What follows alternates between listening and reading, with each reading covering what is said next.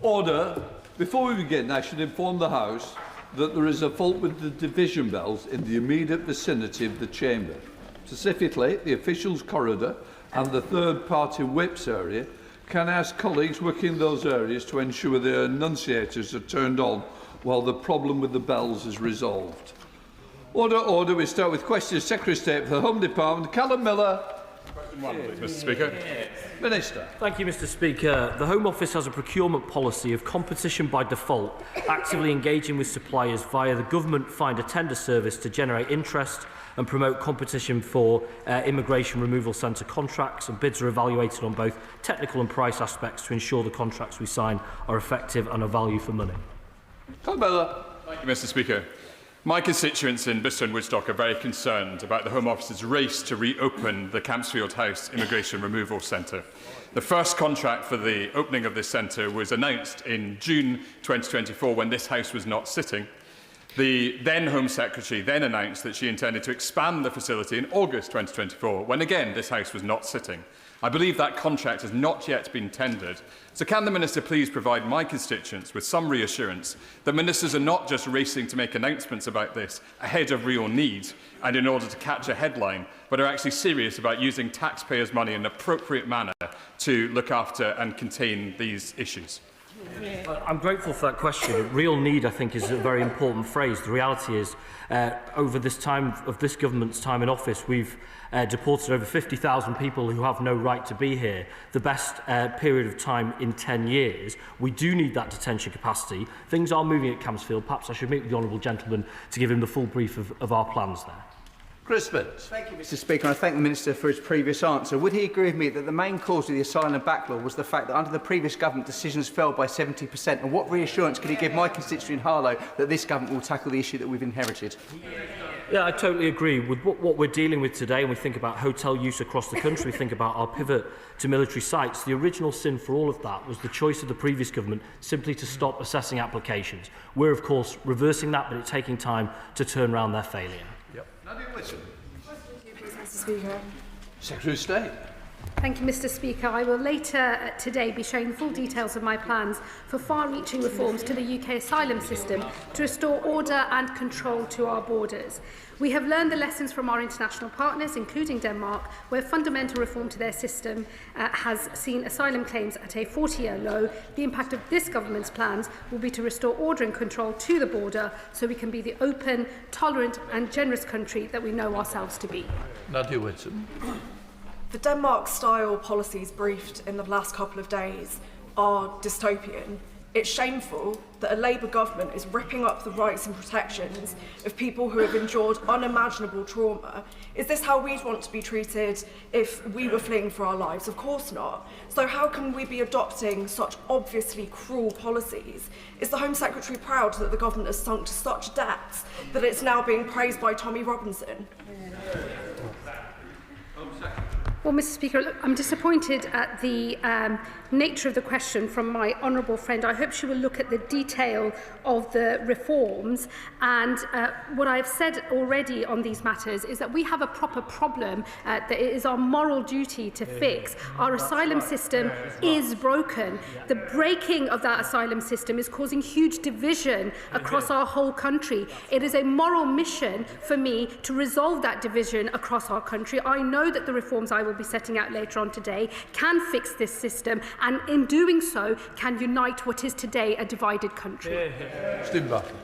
The Home Secretary likes to talk tough whilst the numbers continue to rise. So as part of that statement that she's going to bring to the House, can she confirm that detailed modelling will be published and whether she has shared that modelling with Number 10? Well, the honourable gentleman's question would have had a bit more force if he had apologised for being part of a government that fundamentally broke our migration system and presided over the crisis inherited by this government. Of course we will model the impact of our policies. This is a sweeping set of reforms, the most significant in modern times. They will bring down the number of arrivals, increase the number of removals of those who have no right to be in this country. We will build on our track record in government that has seen removals be increased, and the totality of these reforms, I believe, will unlock the generosity of this country in creating new safe and legal routes which will grow more generous over time. Chris Philp, Shadow Home Secretary. Well, it's good to see the Home Secretary here taking some time off from her leadership campaign. She is quite clearly preparing. She's quite clearly preparing a one-in, one-out policy for number 10 Downing Street. Now, the Home Secretary has announced she wants to replace the government's entire immigration policy with Denmark's. Is that because the government has failed so badly in the year and a half since the election? Because since the election, illegal channel crossings have surged 55%, up to 62,000. New asylum claims have reached a record ever. And the numbers in asylum hotels have actually gone up under this government. And in just the 75 days since she became Home Secretary, 10,000 illegal immigrants have crossed the English Channel. But the Home Secretary... Oh, sorry. You've got to at least try and get to a question in relative time. Don't forget we're having a big debate shortly on it, Chris. OK, I'll ask a question. Will she agree with us? Will she agree with us that to control our borders, we must come out of the ECHR, enabling us to deport all illegal immigrants within a week of arrival? Well, Mr. Speaker, I think we can all agree that the Honourable Gentleman's leadership campaign is going absolutely nowhere. Let me tell him once again, his party reverts to an unworkable solution, a total gimmick, just like their failed Rwanda plan, £700 million spent and a total of 4 volunteers returned. Always from the party opposite, gimmicks and solutions that would never ever work. What you get from this government is a track record of an increase in removals based on what we inherited from that government and a proper plan that will fix this broken system. Chris Philp. Well, unlike her leader is not going anywhere. Our leader's not going anywhere, but hers most certainly is. She talks about out of number 10. She talks about the Rwanda scheme. That Rwanda scheme never even started. It worked in Australia. It would have worked here. And after they cancelled it with no replacement, numbers have surged. The truth is that under this government, illegal immigration has gone up. There is a crime wave, including rape and murder, going with it. Her ideas are not radical enough. She wants to give illegal immigrants a 20-year path to citizenship. Order, please. I'm not being funny. The idea is to ask a question. Statements will be coming later. We're going to go through all this. Really doesn't help. If you want to pick which colleagues you don't want from your side to ask a question, because that's what you're taking the time off. Please, Shadow Home Secretary. She wants to give illegal immigrants a 20-year path to citizenship. We want to deport them. Will she accept our proposal to come out of the ECHR so we can actually control our borders? Well, I'm sure all of his members will be delighted that the Leader of the Opposition is going absolutely nowhere. We're very happy to see her remain in place, Mr. Speaker. This government will not come out of the European Convention on Human Rights. What we are going to do is reform the way that Article 8 in particular is applied to immigration rules within our country. That is because this government rolls up his sleeves and does the actual hard work of governing, unlike his party, which just gave up altogether. Max Wilkinson, Liberal Democrat, spokesperson. Thank you, Mr. Speaker. On the point of asylum policy, the Liberal Democrats recently defeated an attempt by the Honourable Member for Clacton, backed vociferously by the Conservatives, who he's trying to kill, to rip this country out of the ECHR. Metaphorically trying to kill. Leaving the ECHR would do nothing to halt small boat crossings, but it would deny British people hard-won rights. Free speech, the Hillsborough inquiry, and protections for older people. The government has announced it's reviewing certain articles of the ECHR. The Home Secretary's just referenced it. Can she give us a cast-iron guarantee that when she's working on these changes, she will do so in partnership with other signatories to the Convention, and she will not follow the Conservatives and Reform in seeking to isolate this country on the international stage? Well, myself and the Prime Minister could not be clearer. We are not coming out of the European Convention on Human Rights. We are going to pursue reform, in particular of Article 8, which is a qualified right under the Convention, and I will set out the plans to do so later on today. And there is a conversation happening with our partners at the Council of Europe in relation to the application of Article 3. So there is a conversation that is already happening on reform of the European Convention, both here at home and the domestic legislation that we will pursue, but also at the Council of Europe itself. And that is the approach that this government will continue with. Joyce Fenton. Number 3, please, Mr. Speaker. Start. Thank you, Mr Speaker. With your permission, I will group this response with questions 6 and 9. Tackling violence against women and girls is a top priority for this government, and our mission to halve violence against women and girls in a decade has begun. We will deliver a transformative cross-government approach underpinned by the new strategy, which we will publish soon. Mr Fenton. Thank you, Mr Speaker. Ending the presumption of parental contact in the family courts was a huge and long overdue step, worked hard for by campaigners. That presumption allowed post-separation abuse to often continue. Now, while the MOJ is leading on that, can the Minister tell me what the Home Office is doing to make sure that we properly police and enforce other ways of tackling post-separation abuse so it can't continue? I thank my honourable friend, and also I'd like to thank him and give special mention to him and the member for Penistone and Stockbridge, who worked so tirelessly since they arrived in this House, to join with some of us who have been trying to change the presumption of contact in domestic abuse cases for 11 years with no success from those opposite. I work very closely with the Victims Minister and the Minister for Courts, and we will be making sure that it is part of a package of security that is purely cross-government. Thank you, Mr Speaker. My constituent contacted me because she had been drugged and violently raped by a man that she knew, who she had worked for as a nanny for his children. She describes this man as a high net worth individual. Despite providing detailed evidence to the police, she says ultimately it came down to her word against his, and she feels his financial standing and his influence meant that her case never went to the CPS. The Minister will know very well that only less than 4% of rape allegations actually result in summons or charge. So, Mr Speaker, at which point are we going to stop talking about how unfair the system is and actually do something that means that poor constituents like mine get the justice that they deserve? I thank the honourable lady and would be happy to speak to her and her constituent about their particular case. It is one I have heard similarly with regard to high worth, high powerful rapists or alleged rapists. Look, undertaking a proper change to how our policing and our justice system works for rape victims, whether that's through Operation Soteria or other interventions such as the new policing centre for Vogue, to actually improve this across the country and not just see pockets of good practice, is a vitally important thing, and it is going to take time, but I am more than happy to work with her on this. Listening, Joseph.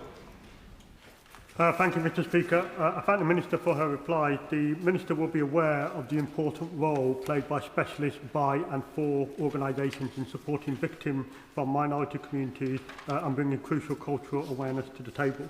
Sikh Women's Aid recently held an all-women's meeting in which they focused on the trauma and fear generated by recent racially aggravated attacks in the West Midlands, including in my constituency. So can the Minister outline what steps the Home Office is taking to ensure that specialist community support services, including by and for organisations such as Sikh Women's Aid, are properly resourced so that victims from all backgrounds, and whether that be white working class girls or Sikh women and girls, can receive culturally sensitive support?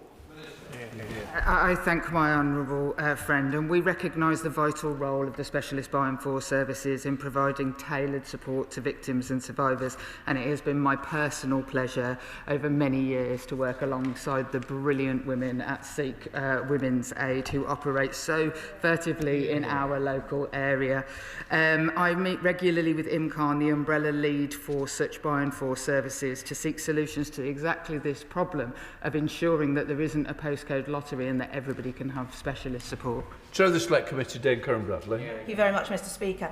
I'm very much looking forward to the new Violence Against Women and Girls strategy, so I wonder whether the Minister could give a bit more of a clue as to when we might see it, and also will it include a single definition of violence against women and girls which is applied consistently across law enforcement and the department?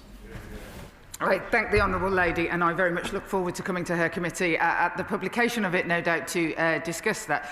It is not for the Home Office to tell law enforcement exactly what the definition is in these regards, and obviously there is a definition of domestic abuse, of sexual violence in the law, but we will lay out clearly what we mean by violence against women and girls, and police operational matters will be being corralled, like I say, by the new new centre which has had £13 million investment to make sure that there is a standardised practice across the country to ensure that we are all working to the same hymn sheet.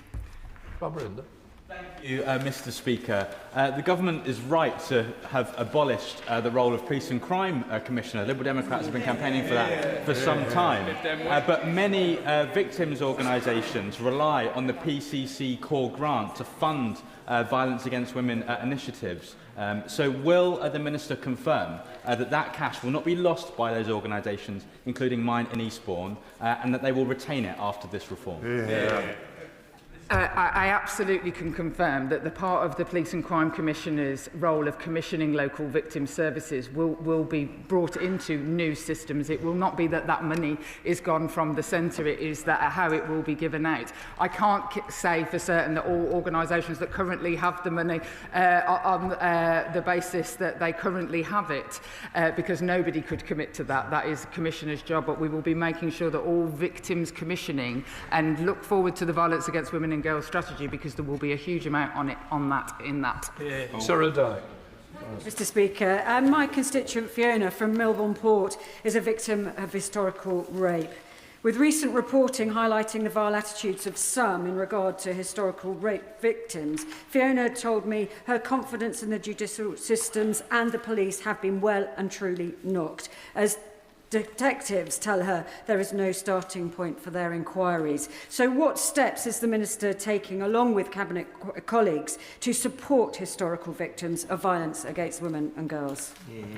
I thank the Honourable Lady, and there is absolutely no reason why historical cases shouldn't be brought forward and reviewed. And as part of the work following on from the Casey review, certainly in cases of historical child sexual abuse, the opening of no further action cases has absolutely been working at pace through Operation Beacon Port. But more broadly, there are review systems, and I will send the information about the organisations that the Home Office works with, who work alongside the police to look into the very review systems that might be needed for people whose cases, like yours and like the one earlier, where they haven't been picked up.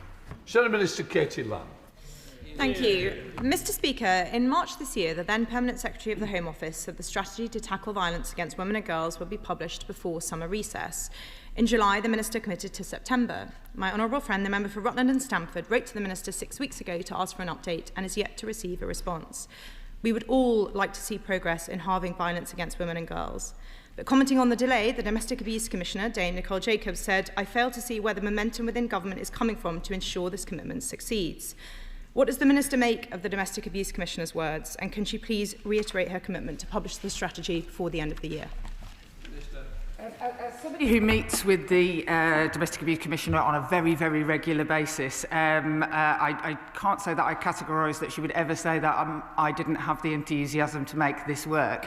But perhaps I am wrong, and I shall ask her what she meant by those comments.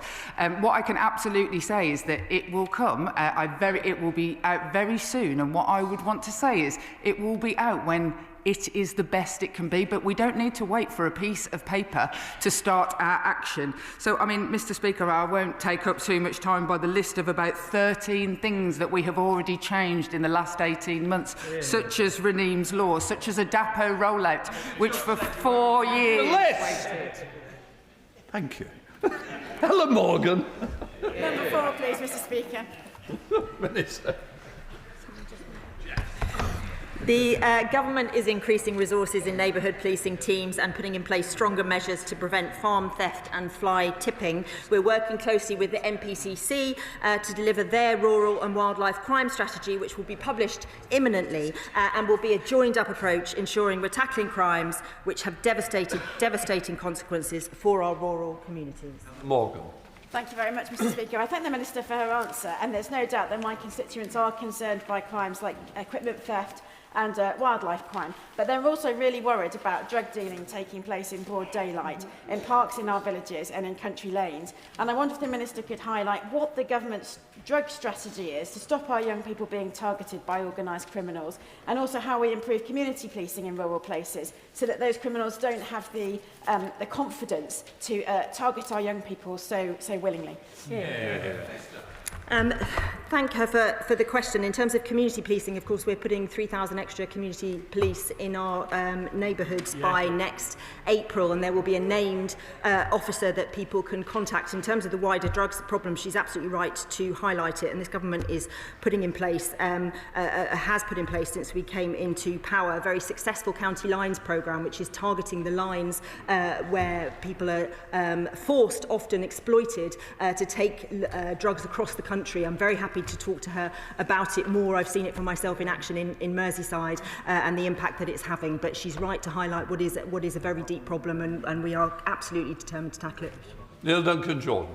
Thank you, Mr. Speaker. There were over 2,000 recorded wildlife crimes last year, but less than 50 resulted in convictions. I therefore welcome the government's commitment to consult on strengthening the Hunting Act. Can the Minister update the House on what discussions they've had with departmental colleagues to ensure effective enforcement of any forthcoming legislation? And will the Home Office consider making key wildlife offences, including fox hunting, notifiable crimes, so these crimes are recorded and prioritised by the police force? Friend for his question, he's right to highlight these crimes and the need for us to prioritise in a way that it wasn't under the previous government. The strategy that is coming out, the NPCC strategy on rural and wildlife crime, will set operational and organisational policing priorities in respect to tackling these crimes, and it will be published imminently, and I'd love to, once it's been published, have a proper conversation with the Honourable Gentleman. Minister Matt Vickers. Thank you, Mr. Speaker. Rural crime and tool theft are out of control. Every 21 minutes, a tradesman's tools are stolen. And when a farmer or tradesman has their equipment stolen, it causes complete misery and costs them severely. Then all too often, their means of work are sold in broad daylight at car boot sales. Will the government adopt our rural crime and tool theft plan to crack down on the sale of stolen goods and the misery being caused to so many farmers and tradesmen? The Honourable Gentleman will know that we are committed to the implementation of the Equipment Theft Act and fully support the intentions. Indeed, it was brought forward by a member of his own party, and we support that, and we are working with colleagues across the policing landscape to make sure that we can do just that. But I won't take any lessons from the Honourable Gentleman who left crime in the state that it had no rural crime strategy, unlike this government, and whose record took our police away from our neighbourhoods. We will put them back. Mohammed Yazid. Mr. Speaker. Minister. Mr. Speaker, with your permission, I'll group this question with question 20. As part of the Neighbourhood Policing Guarantee, we have made £200 million available to police forces this financial year to kickstart the journey towards delivering 13,000 additional neighbourhood policing personnel. By April 2026, there will be 3,000 more neighbourhood police across England and Wales, strengthening police visibility and neighbourhood policing to help to deter, prevent and respond to crime. Mr. Speaker, I welcome the government decision to phase out police and crime commissioners with the savings reinvested into frontline policing. I also warmly welcome the recent grant for additional wardens to tackle antisocial behaviour hotspots. A partnership between the council, community groups and the police has reduced antisocial behaviour in Bedford Town Centre by nearly 15%. But much more still needs to be done. So what further reforms will the forthcoming white paper include to help Bedfordshire Police get more bobbies on the beat?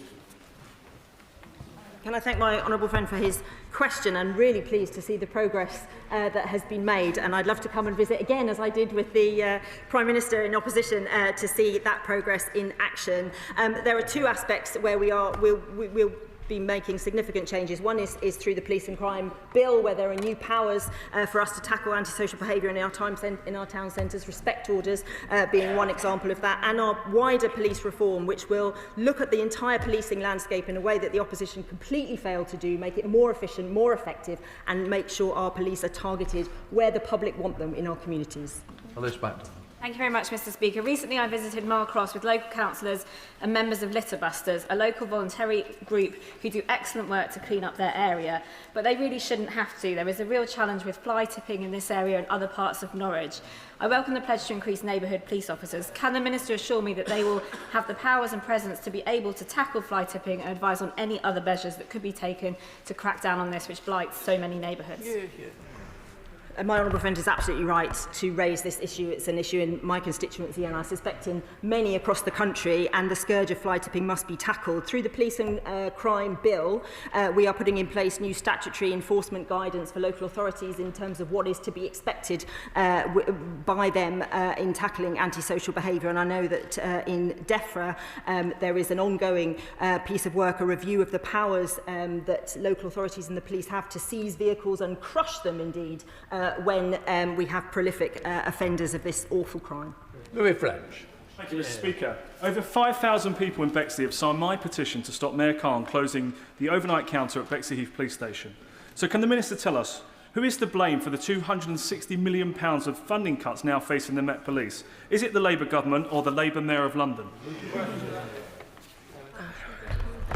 Again, I'm not going to take any lessons from the honourable member in terms of their record on crime, where we saw shoplifting in the last 2 years of the Conservative government soar by 70% and street theft soar by 60% just in those last 2 years. The Mayor of London, of course, had a consultation, and that consultation has now concluded, and there are 7 fewer shop fronts that will be police officer counters that will be closing. He will save £7 million through that work. But I think it's important that we recognise the work of Sadiq Khan as the Mayor of London. The number of murders we heard recently is the lowest since records began.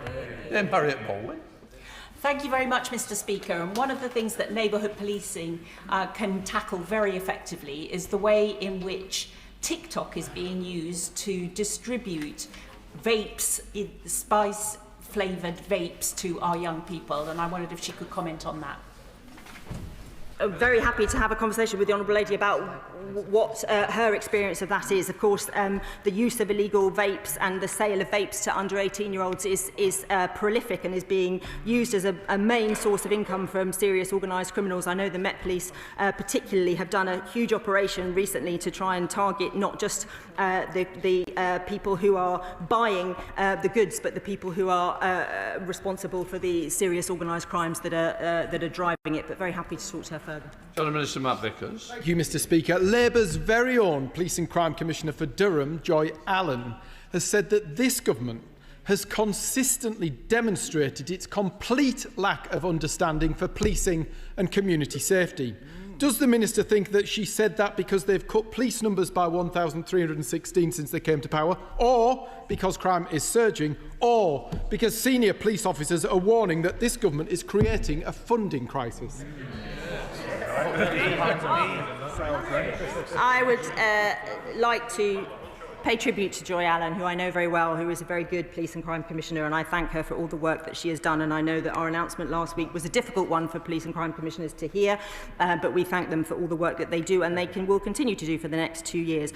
What do the public want? The public want police in our neighbourhoods fighting crime. Did the Conservatives deliver that? No, they did not. Neighbourhood policing was slashed, PCSOs were halved, and what the Conservatives failed to do is tackle the fundamental problems that are needed to reform our policing. It is the most unreformed part of our public services. We will make, and the Home Secretary will make, the tough decisions in the coming weeks that will put policing on the right footing for the future. James Murdoch. Thank you, Mr. Speaker. The last government lost control of our borders, and the result was a ruinously expensive asylum system, using more than 400 hotels at a cost of nearly £9 million a day. We have acted to cut those costs, and now fewer than 200 hotels are in use. Our historic agreement with France is seeing small boat departures prevented, arrivals detained, and those with no right to be in the UK returned. And as the House knows, I will very shortly be making a longer statement setting out the additional steps to go further and faster in our asylum, in the reform of our asylum system. James Murdoch. Thank you, Mr. Speaker. Mr. Speaker, according to a recent National Audit Office report, £15.3 billion will be spent over the next 10 years on asylum accommodation alone. that money will be spent on people in some instances who will commit violent and sexual crimes against the British popular people that will make our skin crawl. What do we say to our residents and our voters and our taxpayers who feel like we're spending money on people who want nothing for us but harm? I would say to the honourable gentleman he should wait for the statement later on today, because the assumptions made by the National Audit Office in their projections are based on the current policy environment, and the current policy environment is about to very significantly change. Peter Lamb. Number 8, Mr Speaker. Minister, welcome. Thank you, Mr Speaker. The UK Visas and Immigration make millions of decisions every year about who has permission to visit or stay in the UK, protecting our borders and delivering excellent customer service across the globe. Where customers require a refund, Mr Speaker, officials in UK VI ensure they are made as swiftly as possible. Peter Lamb. Thank you, Mr Speaker. And can I thank the Minister for his response? I have several residents who have been waiting almost a year for a refund from the Home Office. Given the dramatic improvements that we've seen in asylum application processing in the last year, can I trust the Minister to put that same zeal into ensuring that other Home Office processes work just as efficiently? Thank the Honourable Member for his question. I'm aware of the, I think, 3 specific issues, and I reassure the member that we are looking at those and happy to talk offline in more detail. Jim Shannon. Thank you, Mr Speaker. I thank the Minister for his answer. Minister, the costs for those who apply are significant and sometimes push them to the wall. Whenever it comes to government getting monies back from somebody who owes them, they're very zealous, as they should be. Can I just suggest that maybe for those they owe money to, let government be just as zealous on behalf of those people? Thank you. Thank the honourable member for his question, and of course we will be just as zealous with all receiving their refunds. Thank you, Mr Speaker. Question number 10. Minister.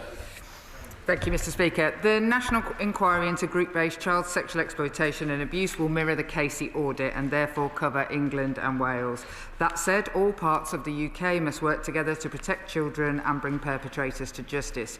We have committed to sharing relevant findings with devolved administrations and are considering how the inquiry's work may interact with devolved responsibilities in Scotland, including cross-area trafficking concerns. Last week, brave grooming gang survivor Fiona Goddard spoke of how she was trafficked to Scotland as a vulnerable teenager. As she rightly said, the idea that this issue stops at the border is insane. Despite clear evidence from victims about grooming gangs operating in Scotland, the SNP government in Edinburgh still refuses to hold an inquiry. So please, please, will the Minister listen to victims and campaigners and extend the national inquiry to Scotland so that we ensure that young girls and teenagers are not treated in this way again? I thank the honourable gentleman, and others from a sedentary position are stating that the SNP government in Scotland have said something different. However, what I would say is that any information about people can be given into the inquiry if they have been, so in the example that he gave, that evidence can be given into the inquiry where people are trafficked out of the UK into Scotland. But police, justice, education, children's services and health are all devolved.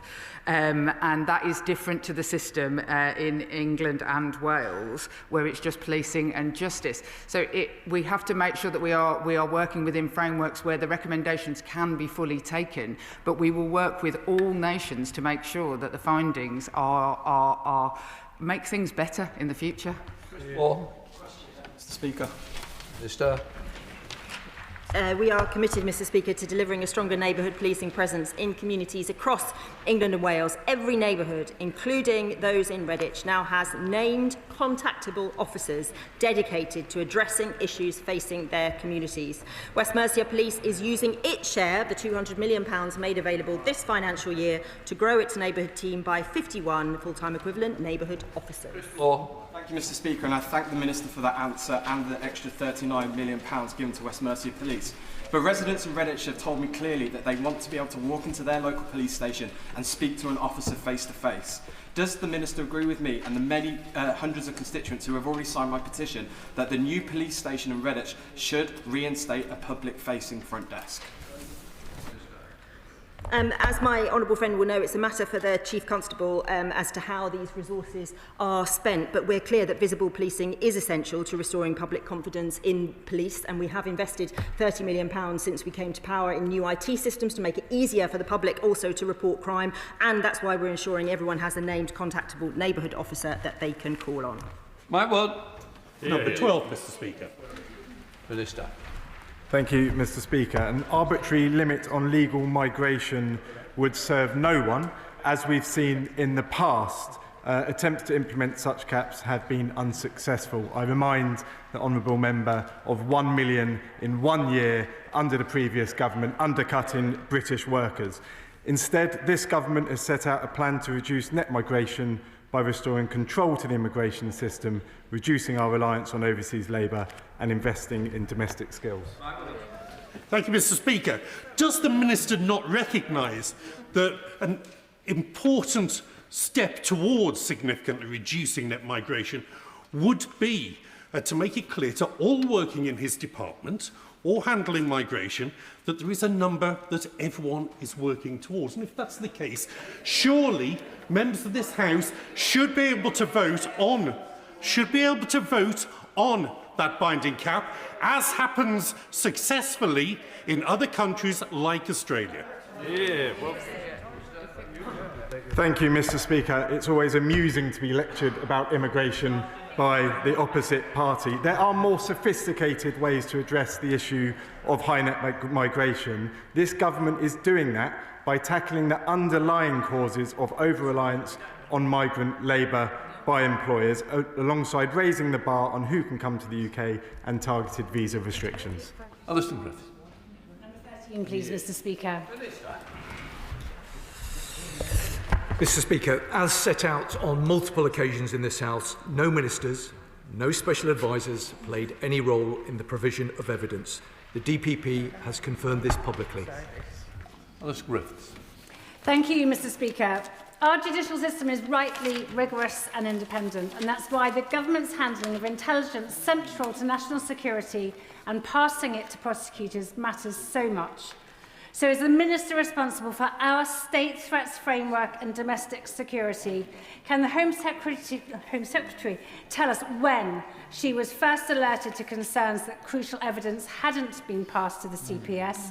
And does she agree that the public deserves a full and frank account of how 2 alleged Chinese spies were able to walk free? Well, Mr. Speaker, what I can say to the Honourable Lady is that this was an independent decision by the CPS. We have repeatedly made clear that there was absolutely no political interference in the evidence provided. This government is extremely disappointed with the outcome in this case and remain concerned about the espionage threat posed to the UK, and we're working relentlessly to counter it. Number 14, Mr. Speaker. Minister. Thank you, Mr. Speaker. The government remains steadfast in its support for Hong Kongers in the UK and remains fully committed to the BNO route.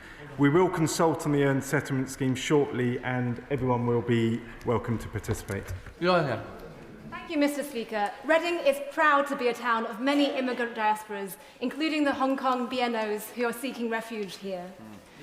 Many of my immigrant constituents have lived in our community for years and work incredibly hard so that they can put down roots, much as my parents did when I was a child. So will the Minister acknowledge the contributions of immigrant families who enrich towns like mine when making policy about settlement periods? Thank you, Mr. Speaker. Absolutely, across the board, we recognise the contribution from migrant communities, and specifically the Hong Kong community. We are listening to their views about the route to settlement, and of course will continue to do so. Good evening, Moss. Mr. Speaker, the case for legal migration, the case for those genuinely seeking asylum is undermined by evidence that in Station Road in my constituency, businesses are exploiting migrants to carry out illegal trading, and businesses locally are shocked and frustrated that when police are raiding those premises, they remain open and continue trading. Will the government consider bringing forward legislation to provide for immediate closure of illegally trading shops? The honourable member for his question. Mr. Speaker, this is something we take extremely seriously in the Home Office. It's something that's out of control after the previous government left us with a broken system. That's why in just over a year and a half we've increased arrests by 50% and visits by 63%. That's the highest in British history and will continue on that route. Ms. Murray. Home Secretary. Thank you, Mr. Speaker. I recognise the huge pressure that asylum hotels have placed on communities. This government is committed to exiting asylum hotels by the end of the Parliament. We have already halved the number of hotels in use since the peak under the Conservative Party, but I would like to go faster, which is why I am exploring the use of large sites, including military sites. Chris Murray. Thank you, Mr. Speaker, and I draw the House's attention to my declaration of interest. I thank the Home Secretary for that response. The Home Affairs Select Committee report on asylum accommodation shows private companies have made millions from the taxpayer, while communities and asylum seekers have suffered. What is the Home Secretary doing to address this appalling profiteering the Tories allowed in the disastrous asylum contracts? And will she trigger the break clause next year? Thank my honourable friend for his question. So far, the amount that has been recouped by this government is £74 million, of which £46 million is excess profit. The remainder is service charges or service credits and VAT. We are rapidly reviewing the contracts that we inherited, including the break clause, to ensure that they are providing value for money for taxpayers, and I will keep this matter under review and update the House in due course. Nick Timothy. Thank you, Mr. Speaker. The last Home Secretary said we should judge the success of the government in smashing the gangs by whether the number of channel crossings falls.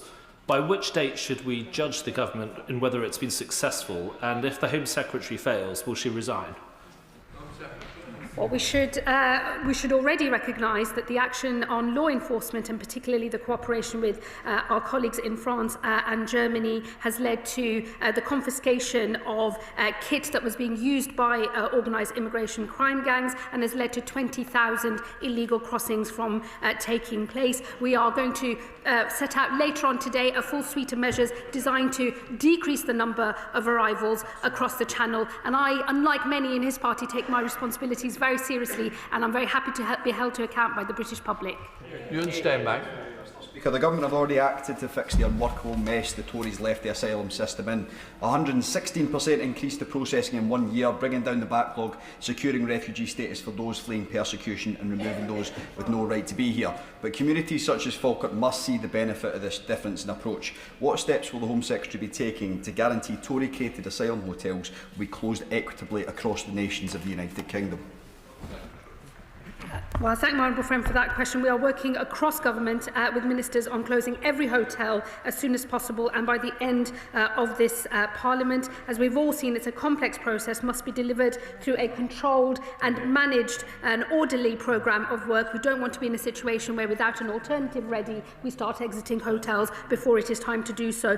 But I can assure him we will take a balanced and evidence-based approach towards the decision-making that we will make here on the locations that we will use and how we will exit hotels.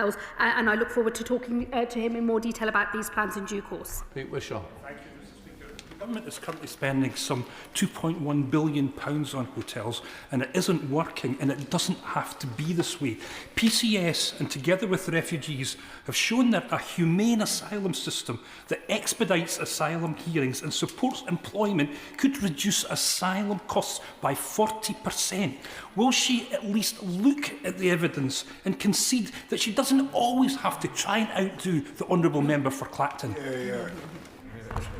What I would say to the honourable gentleman is that what I'm interested in is recognising the extent of the problems that this government has inherited and coming up with proper solutions to those problems. For me, this is not about party politics or individual politicians. It's a moral mission to fix a broken system that is unfair, costing the country far too much money and putting huge pressure on communities. So I would say to him, engage with the detail of the proposal rather than playing party politics himself.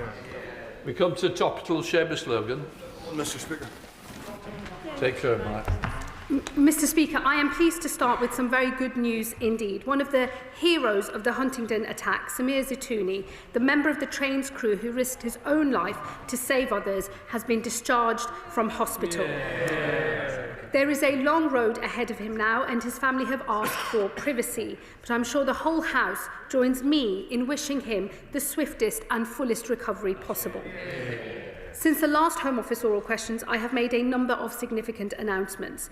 A review of police protest powers was launched last weekend, and I'm pleased to say that the former Director of Public Prosecutions, Lord Ken MacDonald, will lead it. Last week, we announced that police and crime commissioners will be abolished. The introduction of police and crime commissioners by the last government was a failed experiment. I will introduce new reforms so police are accountable to their mayoralties or local councils. The savings from this will fund more neighbourhood policing on the beat across the country, fighting crime and protecting our communities. I would like to recognise the efforts of all current and former police and crime commissioners and thank them because they serve their communities with honour and will continue to do so until they have completed their current Order. It's far too long an introduction because I'm still going to get people in. Please, we've got to shorten it down. Seamus Logan. Thank you, Mr. Speaker. The Muscatelli report commissioned by the Labour Party in Scotland recommended that the Scottish Government push for a bespoke immigration approach that tackles the unique issues faced in Scotland and its economy. And while the leader of the Labour Party in Scotland, Anna Sauer, may be a bit confused about what is devolved and reserved, I'm sure the Secretary of State is not. Will the Secretary of State meet with me to discuss this report further to deliver a win for the Scottish economy and fulfil one of the manifesto commitments of the Labour Party in Scotland? Not, because immigration is a reserved matter, and to try to devolve this matter will create perverse pull factors all across the United Kingdom, which would be deeply inappropriate. Labour. Thank you, Mr. Speaker. The data centre in Camas in my constituency, £10 billion investment, together with other subsea interconnectors, for example. It looks as if my constituency is being a plug-in centre for critical national infrastructure. With that in mind, can the Minister give me some advice as to whether or not terrorism is being looked at as a serious issue because of the investment in what's happening in patches like mine in Camas? Well, Mr. Speaker, the honourable gentleman raises an important point, and I can say to him that the assessment of the terrorist threat to the UK is made independently by JTAC. Government partners, including JTAC, MPSA and counter-terrorism police, work closely with industry to ensure the latest threat picture is appropriately responded to by owners of CNI. I would, of course, be happy to discuss it further with my honourable friend. And the Home Secretary Christopher. Thank you, Mr. Speaker. Last October, a Sudanese small boat illegal immigrant murdered 27-year-old Rhiannon White by stabbing her 23 times with a screwdriver. In September, an illegal immigrant from Egypt was jailed for brutally raping a young woman in Hyde Park. And just last week, an Iranian and 2 Egyptian small boat illegal immigrants were committed for trial for the rape of a 33-year-old woman on Brighton Beach. How many more murders and rapes must there be before the Home Secretary agrees to the immediate deportation of all illegal immigrants within a week of arrival? The last case is sub judice, so please be careful on the answer. Thank you. Minister. Grateful for that clarification, Mr. Speaker. We are totally clear. Those who commit crimes should not get settlement or citizenship in this country. Those who commit crimes should be removed. That's why we've reached removals at their highest levels for a decade. There is much more we can do in this space, and that's why the Home Secretary is making the statement she's going to make later. Colin. Speaker, in Staffordshire there are proposals to limit the hours of PCSOs in the evening. I welcome the named police officers that are returning to my constituency, but will she ensure that the neighbourhood policing guarantee will mean more PCSOs on our streets, not less? My honourable friend is right to raise this. We will make sure that there are more neighbourhood officers on our streets, 3,000 more by next April. But of course, PCSOs have a really vital role to play, and I'm a big fan, and I want to encourage all forces to have more. Liberal Democrat spokesperson Max Wilkinson. Mr. Speaker, ahead of the budget next week, the Labour Chancellor departed from years of silence on the matter by admitting that Brexit has been a disaster for our economy. Will the Labour Home Secretary now follow the Chancellor's lead by admitting that Brexit has also caused significant harm to this country's ability to maintain order in our immigration and asylum system? I am slightly reticent, Mr Speaker, to enter into the Brexit theory of everything with the honourable gentleman. The reality is we have the settlement we have. The British people rightly want to understand why asylum numbers are falling across Europe but increasing in the UK. That's why we're taking the actions we're proposing to take, and you won't have to wait much longer to hear the detail of them. Curtis. Mr Speaker, what steps is the Home Secretary taking to counter the rise of extremist narratives, whether domestic or foreign-backed, that seek to undermine our democratic processes? Mr Speaker, everyone deserves to feel safe and be able to participate fully in public and political life, free from the threat of violence or exclusion driven by hateful prejudice. We will persist in our efforts to challenge extremist narratives, disrupt the activity of radicalising groups and directly tackle the causes of radicalisation. Alongside our work to tackle extremism, the Defending Democracy Task Force is driving forward a whole-of-government response to the full range of threats we face to our democracy. Christine Jardine. Thank you very much, Mr Speaker. I've been contacted by constituents concerned that a group calling itself Justice for Innocent Men Scotland is allegedly harassing victims of sexual violence by undermining their anonymity. So can the Minister tell me what the UK Government is going to do to protect women across the UK from this sort of targeting and harassment? I thank the Honourable Lady for raising this case with me, and I'd be more happy to look into it in more detail, but it is a fundamental principle that victims of sexual violence are entitled by law to anonymity, and to breach that anonymity is actually, it is a crime. And so I would be very interested to hear from her and see how we can make sure that this isn't happening. Thank you, Mr Speaker. The Home Secretary will be aware of the existing asset recovery incentivisation scheme, which uses seized criminal assets to fund enforcement agencies in their work tackling economic crime. There are, however, concerns around the lumpy nature of the funding model, which can see wild variations in financial support year in, year out for the likes of the CPS, local police forces and the SFO. Will the Minister therefore meet with me to discuss the merits of introducing a ring-fence, multi-year funding pot for law enforcement agencies tackling economic crime? Mr Speaker, I can say to my honourable friend that the Department is absolutely committed to reinvesting criminal proceeds into asset recovery and related economic crime.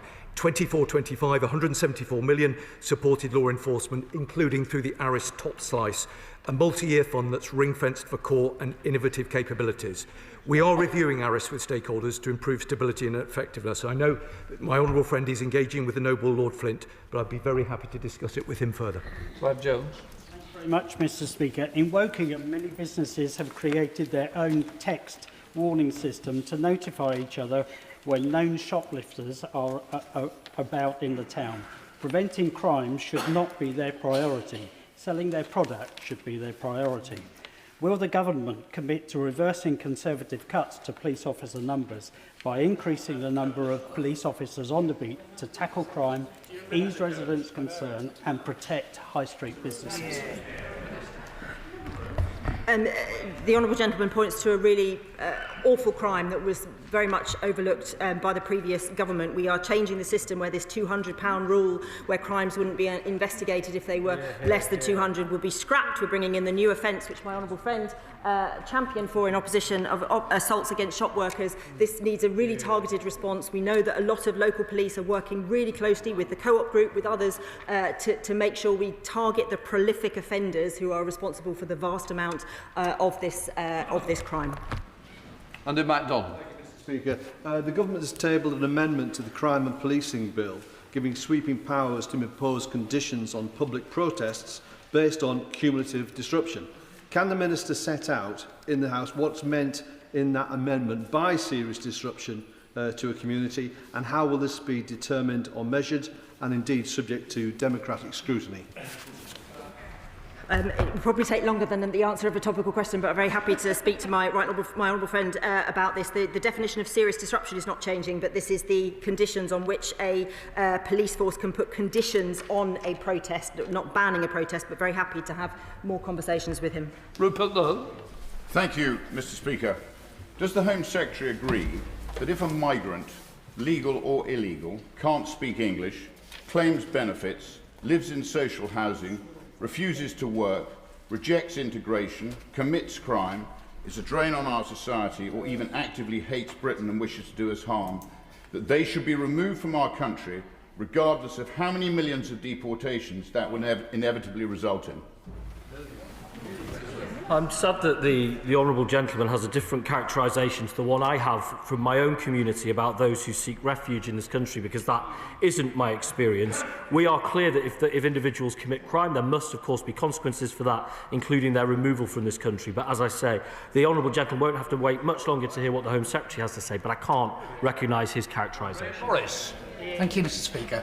As a lifelong political activist and trades unionist, I value free speech and the right to protest. Now, having lived through the miners' strike, I know what it means when the state turns against working people and disregards their rights. So I'm deeply concerned that the proposed amendments to the Crime and Policing Bill will allow police to prohibit marches, demonstrations and even picket lines simply because another is taking place in the same area. Can the Minister guarantee that this House will have sufficient time to debate and vote on these amendments? Can I thank my honourable friend? Just to be really clear, this isn't about stopping marches, it's about conditions, so the length of time, the geography of them, and of course the right to protest is one that we on this side of the House will always champion. Bradley Thomas. Thank you, Mr. Speaker. With the government looking to impose visa sanctions to tackle illegal migration, why did they vote against such measures as part of the Border Security Bill? And if Labour MPs won't swallow these plans, what will she do as a backup? Well, the honourable gentleman is in so many ways ahead of his time. In fact, no, I may well be the first person to accuse him of that. But he will have those opportunities to hear from the Home Secretary as to our plans with regards to visa sanctions. He just has to wait a little bit longer. Brenda Jess. Thank you, Mr. Speaker. Crimes committed by grooming gangs are amongst the most horrific imaginable, with their devastating impact felt by the victims for the rest of their lives. So, does the Minister agree that the national inquiry into grooming gangs should be implemented without delay, the victims are kept at the heart of our response, and their voices and experiences lead the inquiry so that some justice can finally be delivered for those impacted? I thank my honourable friend, and of course I agree entirely with him, and we are working urgently to establish the inquiry, and Baroness Casey is supporting this work, and she and I met with some of those that he is talking about very recently, and I look forward to updating the House. Peter Bedford. The Home Office have requested transitional accommodation for asylum claimants following the closure of Garrett's Hay, my constituency. However, neither Leicestershire County Council nor Charnwood Borough Council have been consulted or have received any additional funding for this extra burden. Why have these councils been bypassed, and will they get the funding that they need? All local authorities get an extra payment of £1,200 when someone in the supported estate ends up in their local authority. So I can't quite understand the characterisation there. If I'm wrong on that point, I would be keen to meet with the honourable gentleman to understand it, because we appreciate that there is an impact on local communities, and we want to make sure that people can live there as smoothly as possible, and we want to get that right. Jonathan Brash. Thank you, Mr. Speaker. Hartlepool Police do a magnificent job, but like the rest of the Cleveland Force area, they are hamstrung by a funding formula that is broken. The Victims' Core Grant sees £7 per crime in my constituency, and down the road in North Yorkshire, £19 per crime. This is unfair and unjust. Can the Minister please commit to fixing this fundamental unfairness? My honourable friend's right that for many years the opposition wanted to look at police funding formula and never did. The Home Secretary will be bringing forward our police reform white paper, which will set the context within which we will look at future funding, but the allocations for this year are being looked at as we speak, and I hear the honourable gentleman. Mira Wilson. Very much, Mr. Speaker. The Secretary of State will be aware that the Met Police have recently proposed to close or scale back the hours of operation of a number of police front counters across London. Some of these plans were recently scaled back, apparently in response to public feedback, but the Twickenham police front counter is still earmarked for closure, with only 15 people invited to an online meeting for that feedback. Does the Secretary of State agree with me that the Mayor of London and the Met Police have a duty to do a full public consultation on these plans? The Honourable Lady is right, there was a consultation station, there are 7 fewer station front counters that are now going to be closed than were, but she is right that Twickenham is not one of those. I think we need to judge the police in London on their outcomes and the work that Sadiq Khan has done, with the lowest number of murders since record began. Fraser Nelson, that well-known socialist, writing just this week, look past the headlines, London is not a bad place to be, the city's winning the battle over violent crime. David. Thank you, Mr. Speaker. Mr. Speaker, last month across my constituency there was an increase in knife crime, and this wasn't necessarily carried out by younger people but by older people. And I know this is an area where the government is determined to crack down on knife crime. Can the government therefore say what more they are doing in this area to tackle knife crime? Can I thank my honourable friend? Of course, nationally we've taken 60,000 knives off the streets, and knife murders are down 18% and knife crime is down 5%. But of course, every single offence is one too many, and we will keep pushing both in terms of the policing response, but crucially the prevention response, so that we can work with our young people to stop them getting involved in crime in the first place. Sir Julian Lewis. It's often reported that a high proportion of people who enter the country illegally do so without any reliable identifying documentation. Can any minister say in percentage terms roughly what the proportions are of who has and who has not documentation amongst illegal immigration? I'll have to follow in writing with the specific percentages to the right honourable gentleman, but I would want to give him and the House assurance that at that front door, we are taking full biometric checks, we are checking them against European databases as well as our own databases to make sure we know who's here, and if there is any offending history, what that history is. Calum Anderson. Thank you, Mr. Speaker. Returning to rural crime, I wanted to take the opportunity to pay tribute to the work that the Thames Valley Police Rural Crime Task Force is providing rural communities and farmers in the Buckingham and Bletchley constituency. With regards to the national rural crime strategy itself, can the Minister set out some more detail about how it will complement the work that's already been done by local forces, and whether that strategy will be complemented by a long-term funding model? I am going to see Thames Valley Police on this exact subject very shortly, and will let him know, so perhaps he can come with me. Of course, the MPCC crime strategy will build on the work that's already been done in Thames Valley. Thank you, Mr. Speaker. One of the major pull factors for illegal migrants crossing the Channel is the fact that they can quite easily get a job. So does the Home Secretary still support an amnesty for all undocumented workers? That's not the position of the government. We are resolute in our attempts to tackle illegal working, which do act as a pull factor to this country. I would encourage colleagues, we have the Borders Bill returning to us on Wednesday. That, of course, contains really important provisions around the loopholes in the gig economy that can allow for substitution, that allows that space for illegal working. If we want to stop that, we should get that bill moving as quickly as we can. Lincoln Job. Thank you, Mr. Speaker. I understand that the Permanent Secretary at the Home Office has recently appointed a single official, senior official, responsible for asylum hotels. Please could the Home Secretary use her good offices to encourage that official to come to the Stanwell Hotel in my Spelthorne constituency so that they can see for themselves how inappropriate it is in the context of the village there, and prioritise it for closure. Well, the honourable gentleman and I have had this conversation about Stanwell before, and he presses it with his characteristic vigour. I will say to him and his community, we have committed to closing these hotels in this Parliament. They won't be open a day longer than they have to be. When we are closing hotels, there will be a clear criteria as to why they were chosen, and he makes a lot of very good suggestions as to what grounds might be used. Shocker Adam. Okay, in recent years, there's been a real increase in racist attacks in this country, including on our NHS staff, who have seen a rise of 55%. Also, very recently, 2 Sikh women were just not racially abused, they were also sexually abused. Does the Secretary of State fear that implementing asylum policies like those in Denmark will further exacerbate the situation and embolden those that will create hate amongst our streets? Well, my honourable friend, the Police Minister, met with a delegation of Sikh colleagues on that very, very important case recently. On the broader point with regards to Denmark, it is right that given the challenges we have in this country, we seek to draw on the best from around Europe and around the world in our policies. And I say to the honourable gentleman, he won't have to wait much longer to see the fruits of that. But a message yet. Mr. Speaker. Last week, the Policing Minister told me the funding allocation will be made in the usual way before the end of the year.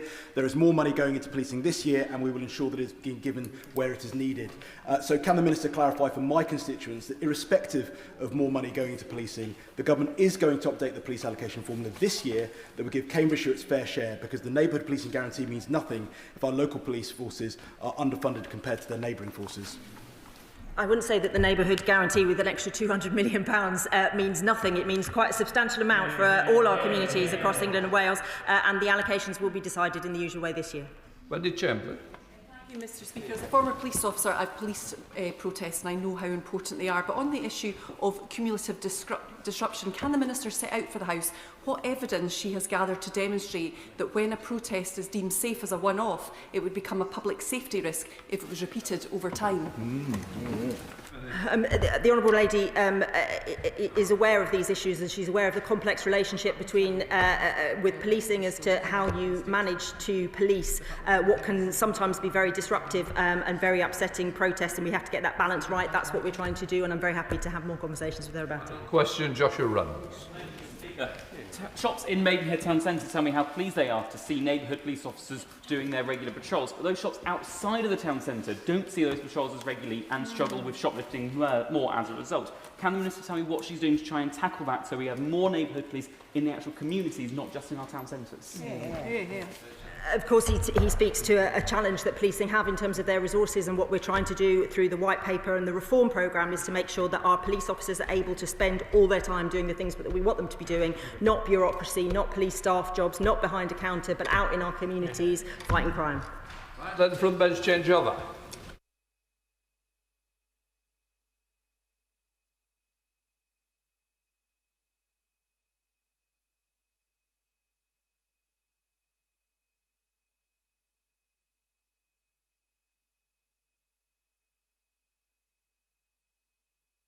Right, we now come to the urgent question. Shadow Chancellor Sir Mel Stride. Thank you, Mr. Speaker. To ask the Chancellor of the Exchequer if she will make a statement on briefings to the press about the contents of the budget.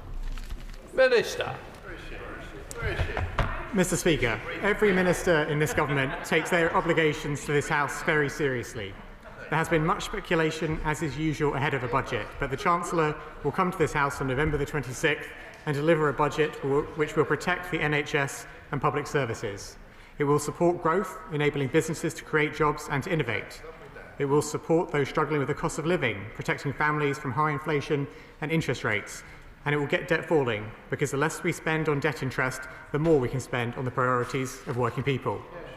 As you would rightly expect, Mr. Speaker, I am not going to comment on individual measures today. The Chancellor has asked the Office of Budget Responsibility to produce a forecast. The OBR and the Treasury exchange information throughout the forecast process, which is the usual practice that has been established over many years. The Chancellor will take decisions based on that forecast, and we will set out our fiscal plans at the budget next week in the usual way. The OBR is making an assessment of the productivity performance of the previous government.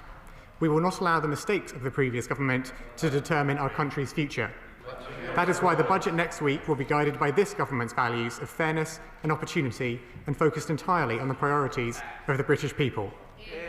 Stability remains at the heart of our approach. By building more resilient public finances with the headroom to withstand global turbulence, we will give businesses the confidence to invest and leave government freer to act when the situation calls for it. We will continue to meet our ironclad fiscal rules, which allow the government to invest in homes, transport, energy security and infrastructure. Mr. Speaker, taking this action means we can continue to build a strong foundation for our economy, because that is the route to securing Britain's future. Sir Mel Stride. Thank you, Mr. Speaker. I think, given that response, the right honourable gentleman might try a bit of stand-up, actually, in his spare time. Mr. Speaker, the process around the budget is meant to be the most closely guarded secret in government. But in recent weeks, we have barely been able to pick up a newspaper without a fresh report of the latest policy movements. On the 6th of November, Mr. Speaker, the Times reported that the Chancellor had included increases in income tax rates in the measures sent to the OBR for scoring. Then last Thursday, the Financial Times revealed that those proposals had now been removed from the budget package. The Chancellor and her officials may think this is a game they are playing, but it has real-life consequences, impacting markets, as we saw on Friday. And more than that, Mr. Speaker, it shows an utter contempt for this House. In this place, questions about the budget are always met with the same answer. Decisions on tax will be announced at the budget. That is right and proper. But it becomes hollow and absurd when those same matters are being openly reported in the national media on a daily basis. The Chancellor even delivered a pre-budget address to the country, not in this House, Mr. Speaker, but in the Downing Street press room. So given the Chancellor has chosen not to come to the House today, can I ask the Minister, has the Chancellor or any Treasury Minister sanctioned any briefings to journalists of potential budget tax measures or the contents of the OBR's forecasts? Have any Treasury officials or special advisers conducted such briefings? Has the Chancellor or the Permanent Secretary launched an investigation into the source of the leaks? And can the Minister explain why the Chancellor seems to have confirmed that the OBR have downgraded their productivity forecasts before the budget has even taken place? Mr. Speaker, either the Chancellor has been knowingly allowing the budget process to be briefed out, or serious unauthorised leaks have occurred from her department. It has fuelled confusion and uncertainty, and it has disrespected this House. Minister, can I just say, it isn't normal for a budget to have been put in the press. It's the okey-cokey budget. 1 minute's in, next minute's out. I am very worried, like the previous government, which also had to be reprimanded for putting leaks out. It is not good policy. At one time, a minister would be resigning for anything that was released. So what I would say is this House should be sacrosanct in all decisions and should be heard here first. So please do pass on the message, Minister. Well, thank you, Mr. Speaker, and I can reassure you that every minister in this government takes their responsibility to this House very seriously, and I will not engage with speculation, and I'm not going to comment on the ongoing budget process. But everyone in this House and beyond can be very clear of what the Chancellor's priorities are going into that budget. We will meet the ironclad fiscal rules. We will make public finances more resilient. We will reduce inflationary pressures, and we will get the cost of borrowing down, because that is the way to focus on the priorities of the British people, which is to protect the NHS, to bear down on the cost of living, and to reduce the national debt. Dame Beckelly, Chair of the Committee. Thank you, Mr. Speaker. Mr. Speaker, there's either been a leak or wild speculation about the budget. It would be helpful if the Minister could advise us which it is. And in doing so, could he outline, as he will not obviously go into detail quite rightly a week before the budget, what the strategic objectives of this budget are for the country?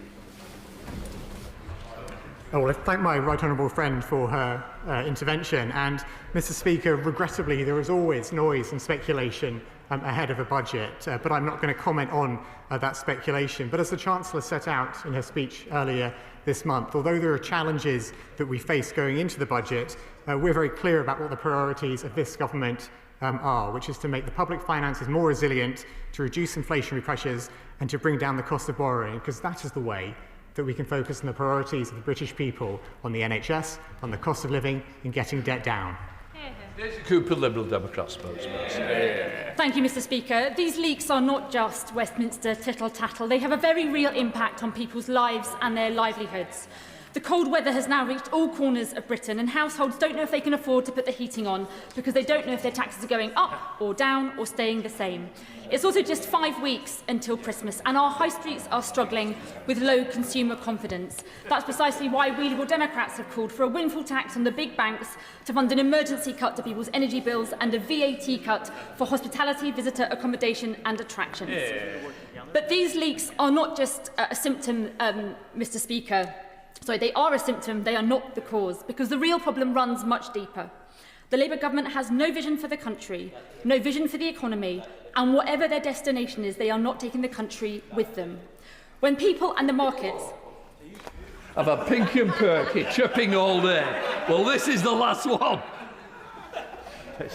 Thank you, Mr. Speaker. When people in markets don't know what the government is trying to achieve, then rumours can and do run rife. It is clear that this budget is more leaky than our crumbling hospitals.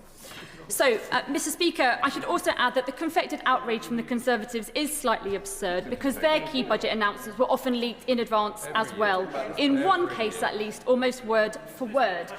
Perhaps this House, Mr. Speaker, needs to move to the Swedish system, where the Swedish Parliament gets to debate the government's budget and propose alternatives and amendments before it is finalised, and gets a proper period of scrutiny and accountability in the months that follow. So, Mr. Speaker, can I ask, what is the government doing to stop these leaks? Does the government recognise that this flip-flopping is incredibly damaging to households and the markets? And will the government consider all good ideas, including from these benches?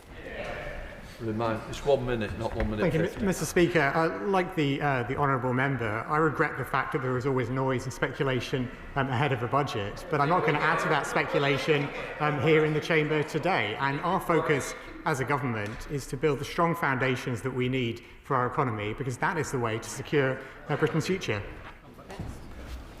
John Fett. Thank you, Mr. Speaker. I'm often put in mind that scene in Casablanca where the official expresses surprise at gambling taking place in the casino, when I hear members opposite hearing the briefing might have taken place. Perhaps in 2017, when the key measure of that budget was leaked.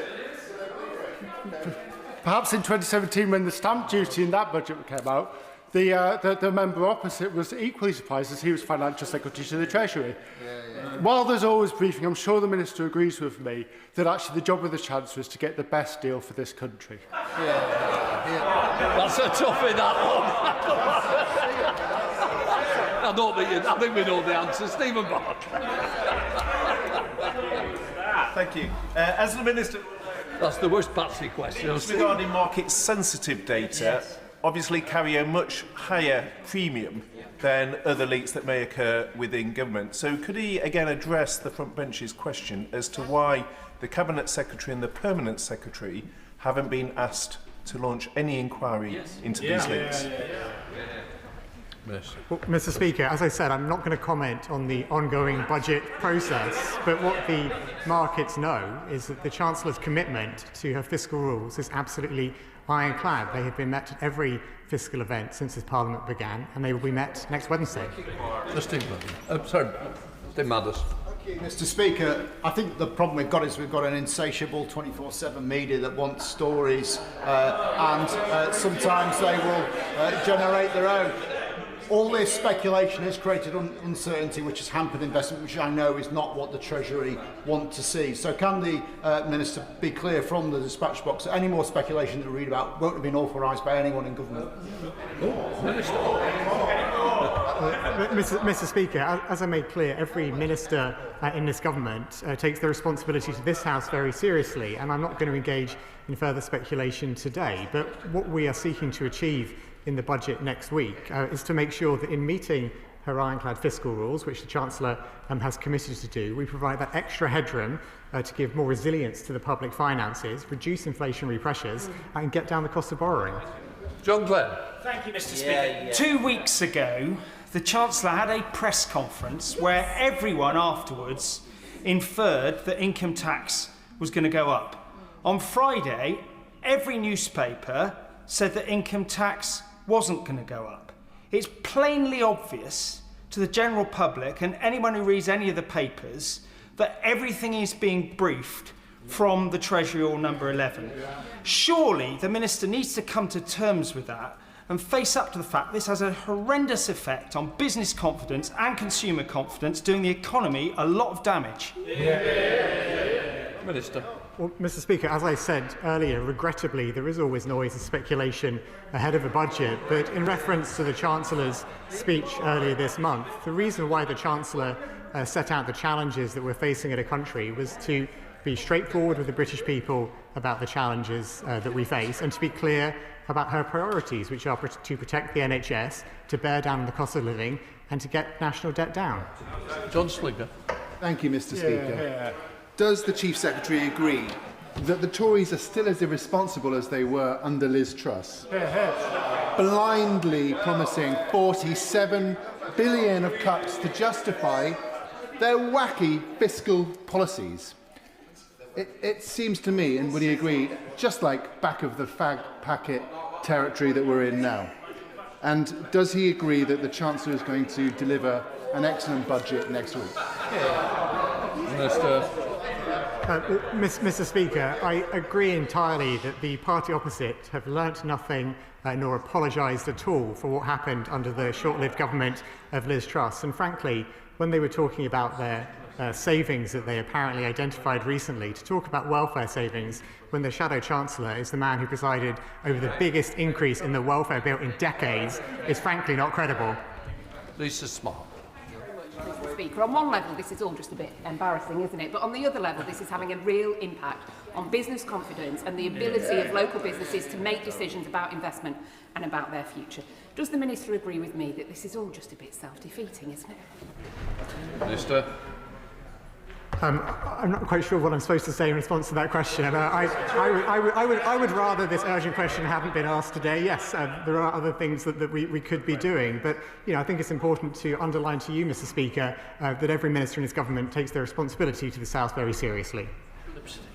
Thank you, Mr. Speaker. I'm astonished to see the opposite benches cheer and jeer as the Chief Secretary makes this statement. If I remember correctly, when we first took office after the election, we were told about how the opposite benches had mishandled the economy, mishandled Brexit, mishandled the pandemic, spent the reserves 3 times over, and promised money for sensitive schemes when they didn't have that money just to try and win the election. So could I ask the Chief Secretary if he could tell the House properly how decisions are made in the budget process and what we were left with when we first took office? Minister. Well, my honourable friend is absolutely right that our priority is to take the right decisions to provide stability and the secure foundations for the long-term future of this country. And it's true that we inherited a mess from the party opposite and indeed the OBR and are looking at the record of the previous government when it comes to productivity. But we've been clear that we're not going to repeat or we're not going to let the mistakes of the previous government determine this country's future. We'll take the right decisions for the future of this country. Then Harriet Baldwin. Thank you very much, Mr. Speaker. And this speculation was actually inflamed by the Chancellor herself giving a speech to the press conference. And surely one of the most damaging aspects of this speculation was that there might be an exit tax on wealthy people fleeing the country as a result of the speculation in the media. Speculation on an exit tax was only just ruled out, but many, many people have fled in the interim. There has been a real cost to the Exchequer from all of this speculation. So will the Minister confirm that there will be a leak inquiry?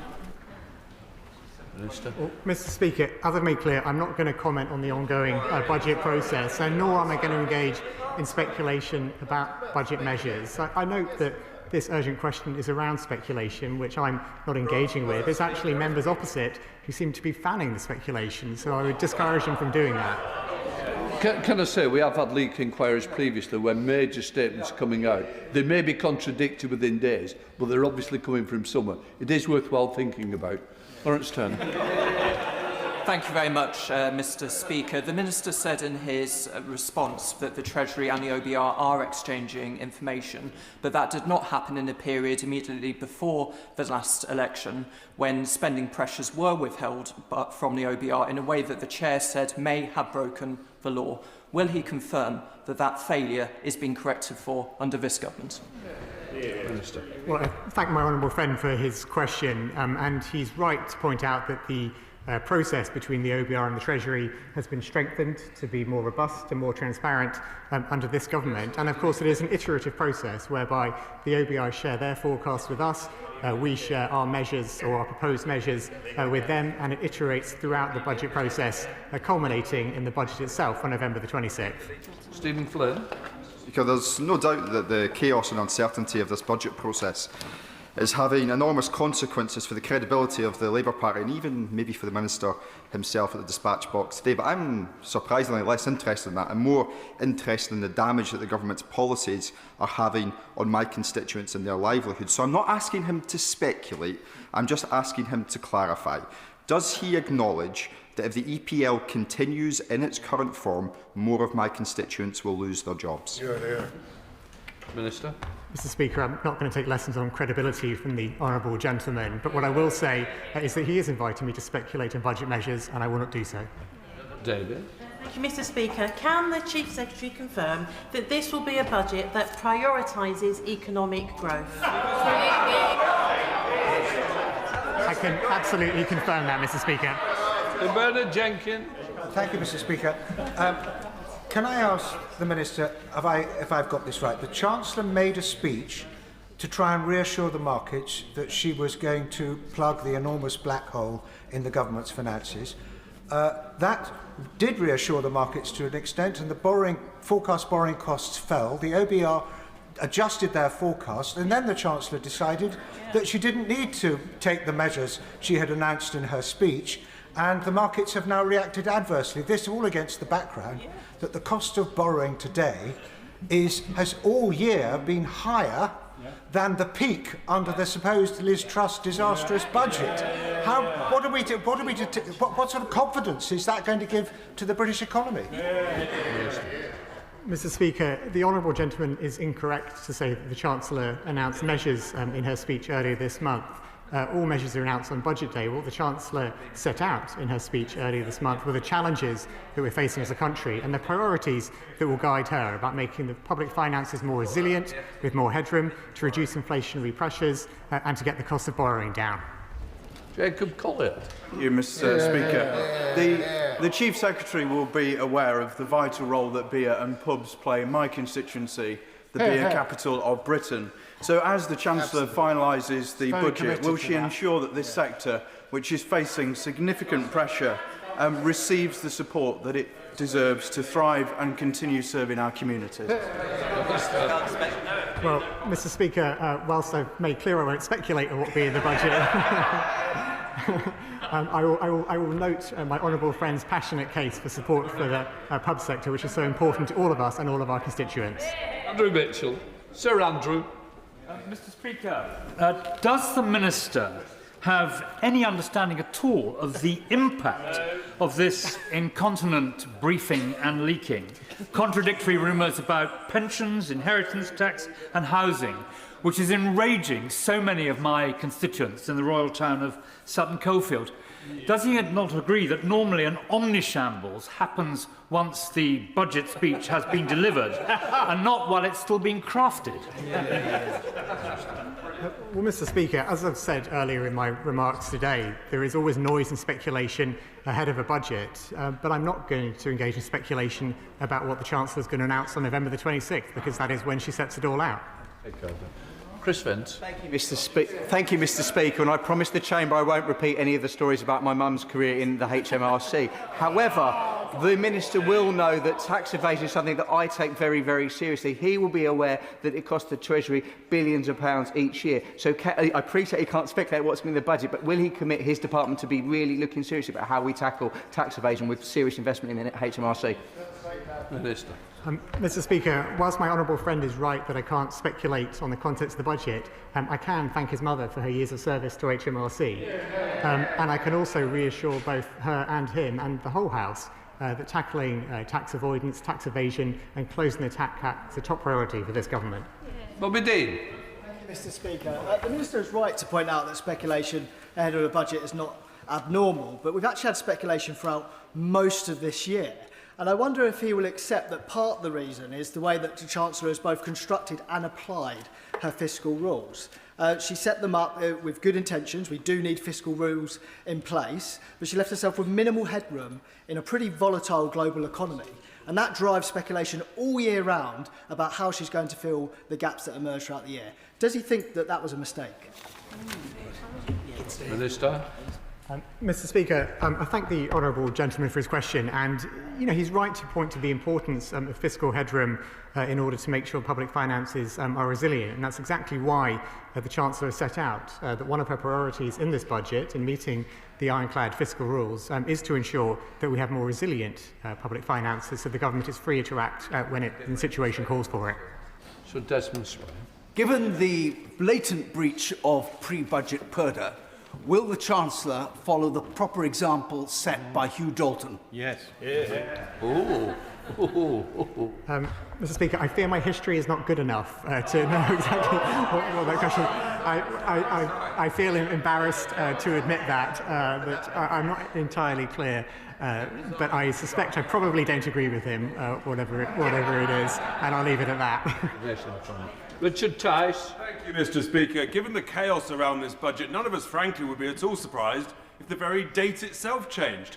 But nevertheless, is the Treasury aware how incompetent they look in the eyes of the markets who are utterly aghast? How incompetent it looks in the eyes of businesses who've stopped investing and stopped hiring? Minister. Well, I can assure the honourable gentleman that the budget is next week on Wednesday, November the 26th, and I also can reassure him that businesses are welcoming the Chancellor's ironclad commitment to her fiscal rules. John Morrison. Does the Chancellor recognise that her trailing of a mansion tax for houses that are nothing of the sort has caused deep anxiety for thousands of people, including many pensioners in my constituency, who could not afford a potential doubling of their council tax?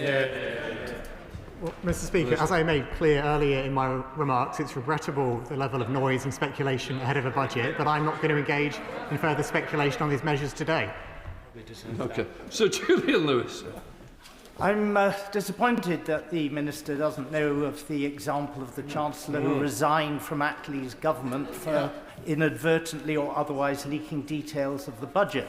But does he at least appreciate that there is a difference between speculating about the contents of a budget and leaking the budget and asking whether or not there should be any punishment for people who leak the budget, irrespective of whatever the details were? Minister. Well, Mr. Speaker, I repeat what I said earlier about the approach of ministers in this government, which is every minister in this government takes their responsibility to this House very seriously, and I'm not going to engage in further speculation about the contents of the budget. Dr. L. Pinkerton. Thank you, Mr. Speaker. In my constituency of Surrey Heath, I've had meetings with businesses and constituents who tell me that they have changed their decisions based on the speculation that they have seen over recent weeks and months. We've heard about the rage that some people have felt. In my constituency, it has been anxiety that I've heard from people who have drawn down their pension pots, who have not perhaps pursued the house purchase that they were looking at. Does the honourable gentleman agree with me that whatever the reality, whether it be speculation or whether it be leaks, that this situation is deeply regrettable, and if the Minister can do anything at all, please ensure that this never happens again? Minister. Mr. Speaker, I can reassure the honourable gentleman that I am not adding to the speculation around the budget. It is regrettable that there is noise and speculation around the budget, because the right way for budgets to be conducted is for those measures to be iterated with the Office of Budget Responsibility in the normal way, with the forecasts and measures being exchanged between Treasury and the OBR, and for the package of measures in full to be announced by the Chancellor on Budget Day. Nick Timothy. Thank you, Mr. Speaker. In some ways, at least, this Chancellor is improving. Her budget last year unravelled within a day. This year, the budget's unravelled before it's been announced. We know why the Chief Secretary is refusing to answer the question about the leak inquiry. It's because the Chancellor knows exactly who leaked the details of the budget, because she sees that face every day in the mirror. This all goes back to the budget last year. In Labour's manifesto, they said that they would limit spending increases by the year 28-29 to £9.5 billion a year. In the budget, they increased spending by £76 billion a year. That's 8 times higher. Now, before the Chief Secretary starts spouting the £22 billion fiction, 9.5 plus 22 equals a lot less than £76 billion, doesn't it? Yeah. Mr. Speaker, at the budget last year, we took the right decisions to fix the public finances and to get the NHS and public services back on their feet. We could not carry on with the way that public services were, the way that we inherited them. We could not carry on with public finances in the way they were, that we inherited them. We have restored stability because that is a prerequisite for functioning public services, for investment and for growth. Morton. leaks, unauthorised briefings, speculation or maybe not speculation. It's creating instability, it's creating chaos, it's creating volatility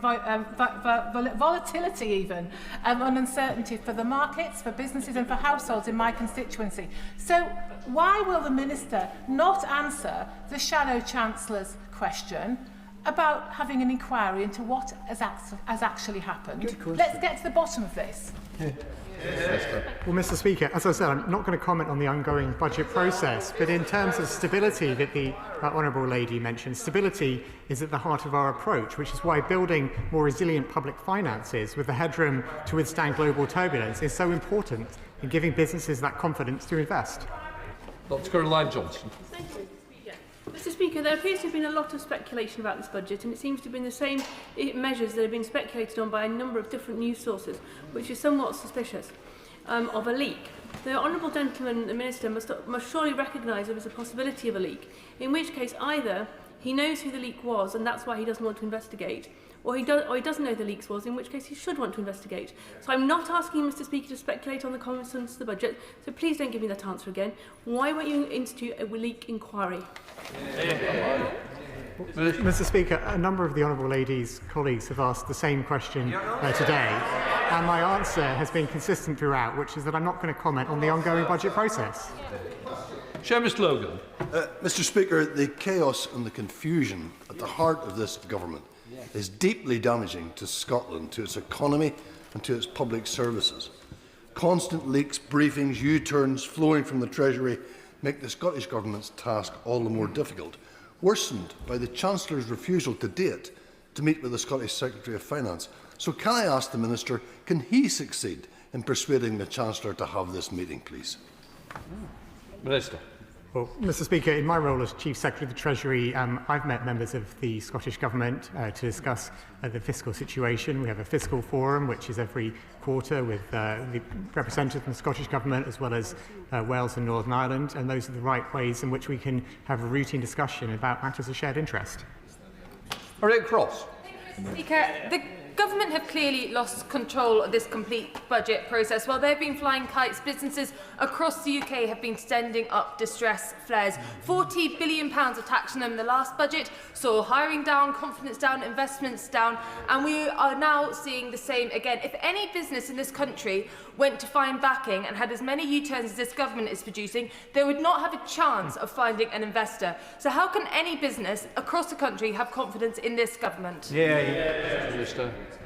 Mr. Speaker, businesses can have confidence in this government because when we say we're going to stick to our fiscal rules, we mean it.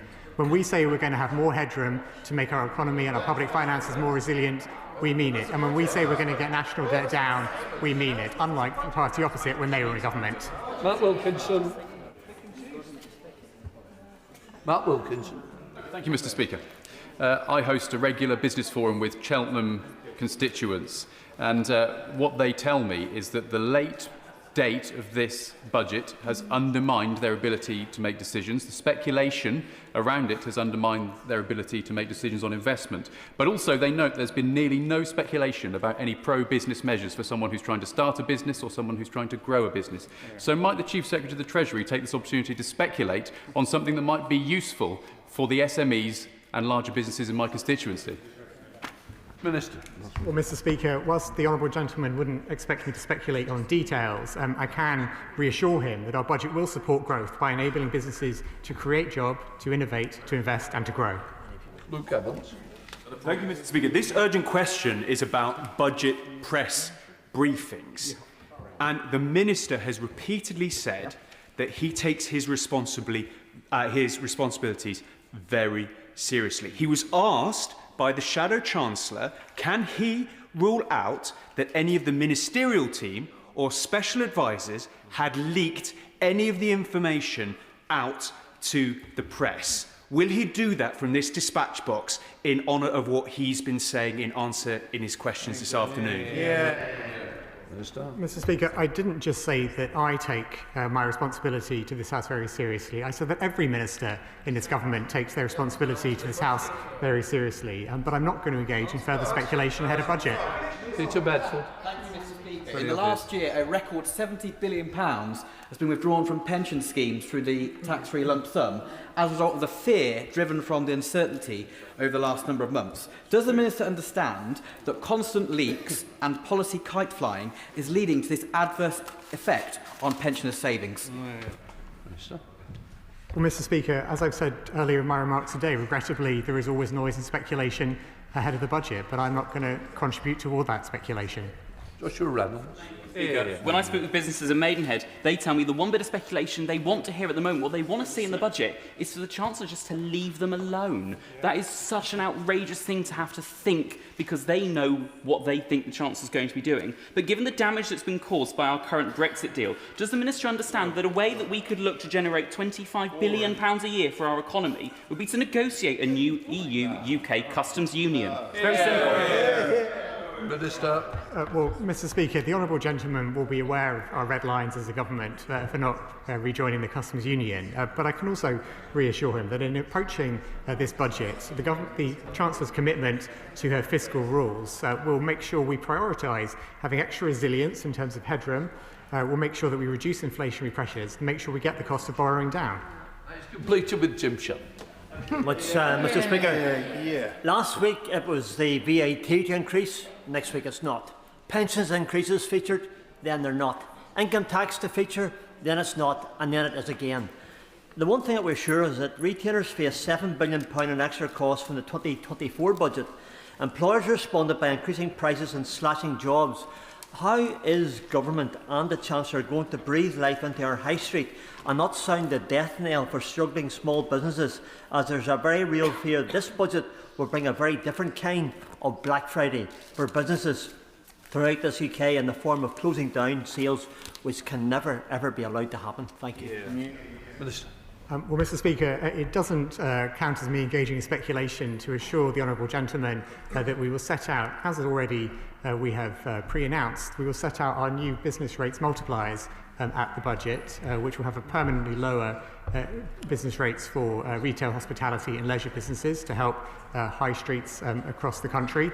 That's a really important measure for us to take to support those businesses. But more widely, this fits, Mr. Speaker, within the economic stability that we will provide, which is so important for businesses. And that's why, as well as meeting the ironclad fiscal rules, it's so important that we make sure the public finances are more resilient, that we reduce inflationary pressures and that we get the cost of borrowing down. We'll let the front benches change over.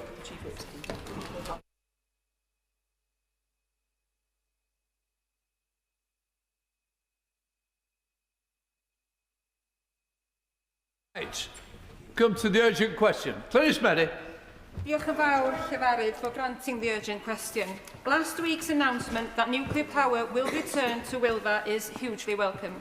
I'm pleased the government has backed the best site in Europe for the UK's first...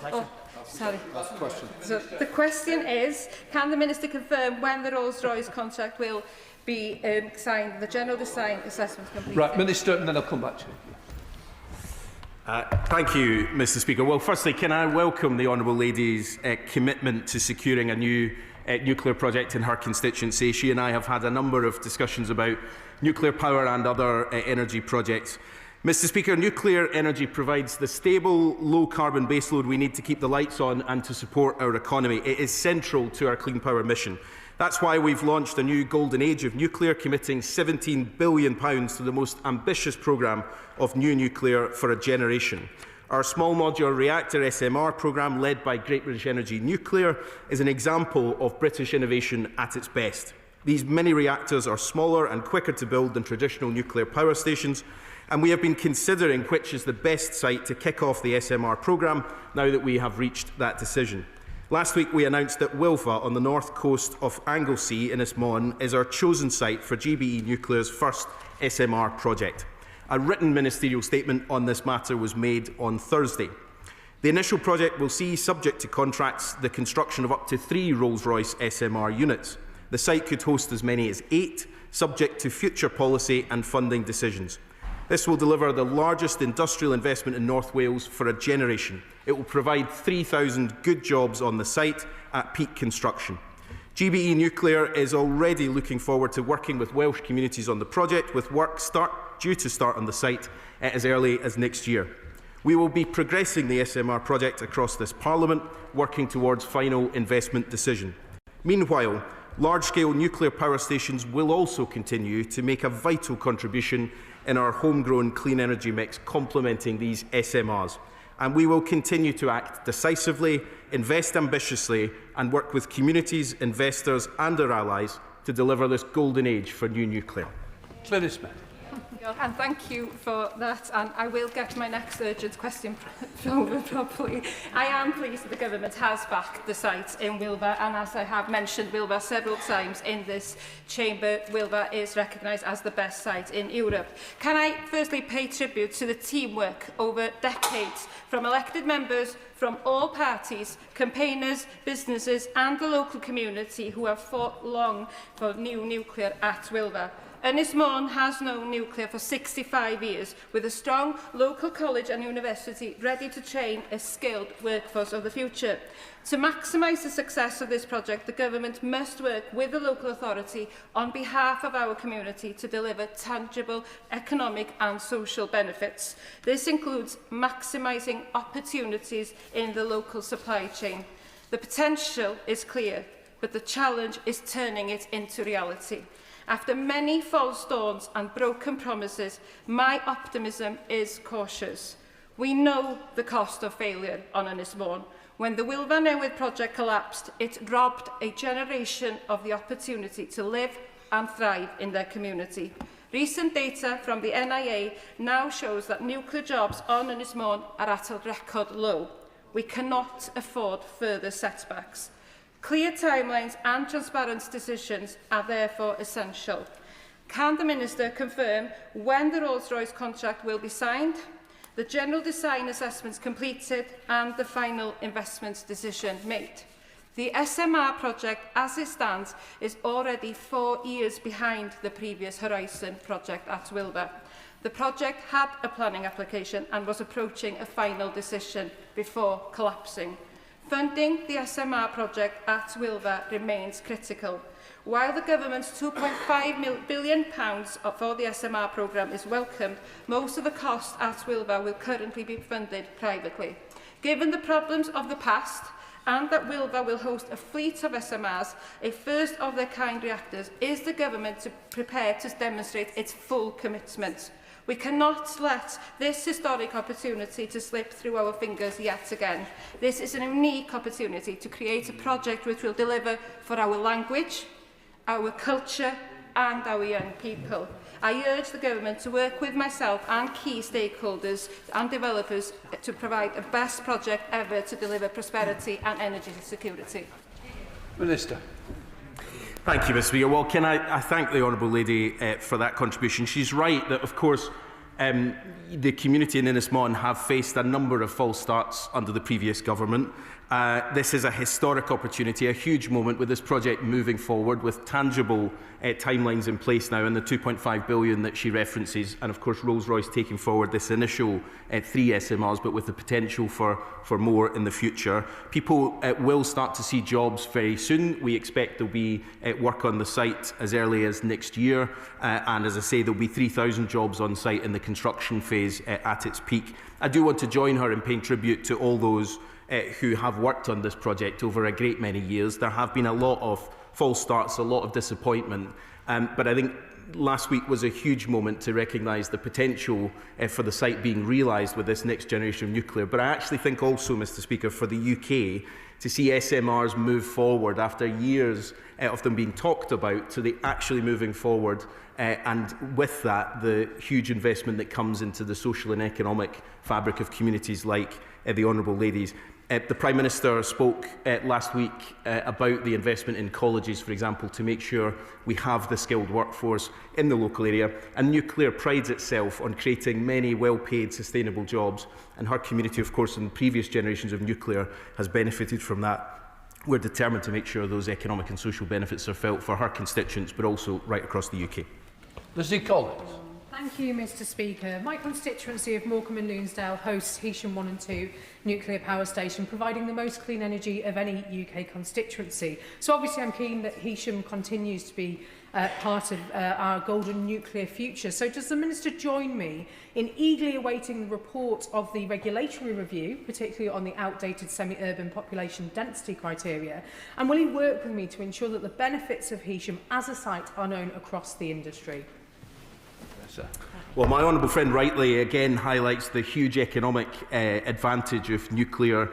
Communities grow up around nuclear power stations. I know as someone who grew up in Ayrshire next to Hunterston nuclear power station how important those are for the local community. We are looking at existing sites. This isn't, of course, the end of our nuclear ambitions. We've been very clear that we see nuclear as a hugely important part of our energy mix now and into the future. And the work that we're currently doing at the moment, looking at the regulatory regime, will report in due course to make sure we have a robust process which rightly recognises the importance of nuclear safety, but also one that's flexible enough to take advantage of the opportunities of nuclear in the future. Sir Secretary of State Clerk, continue.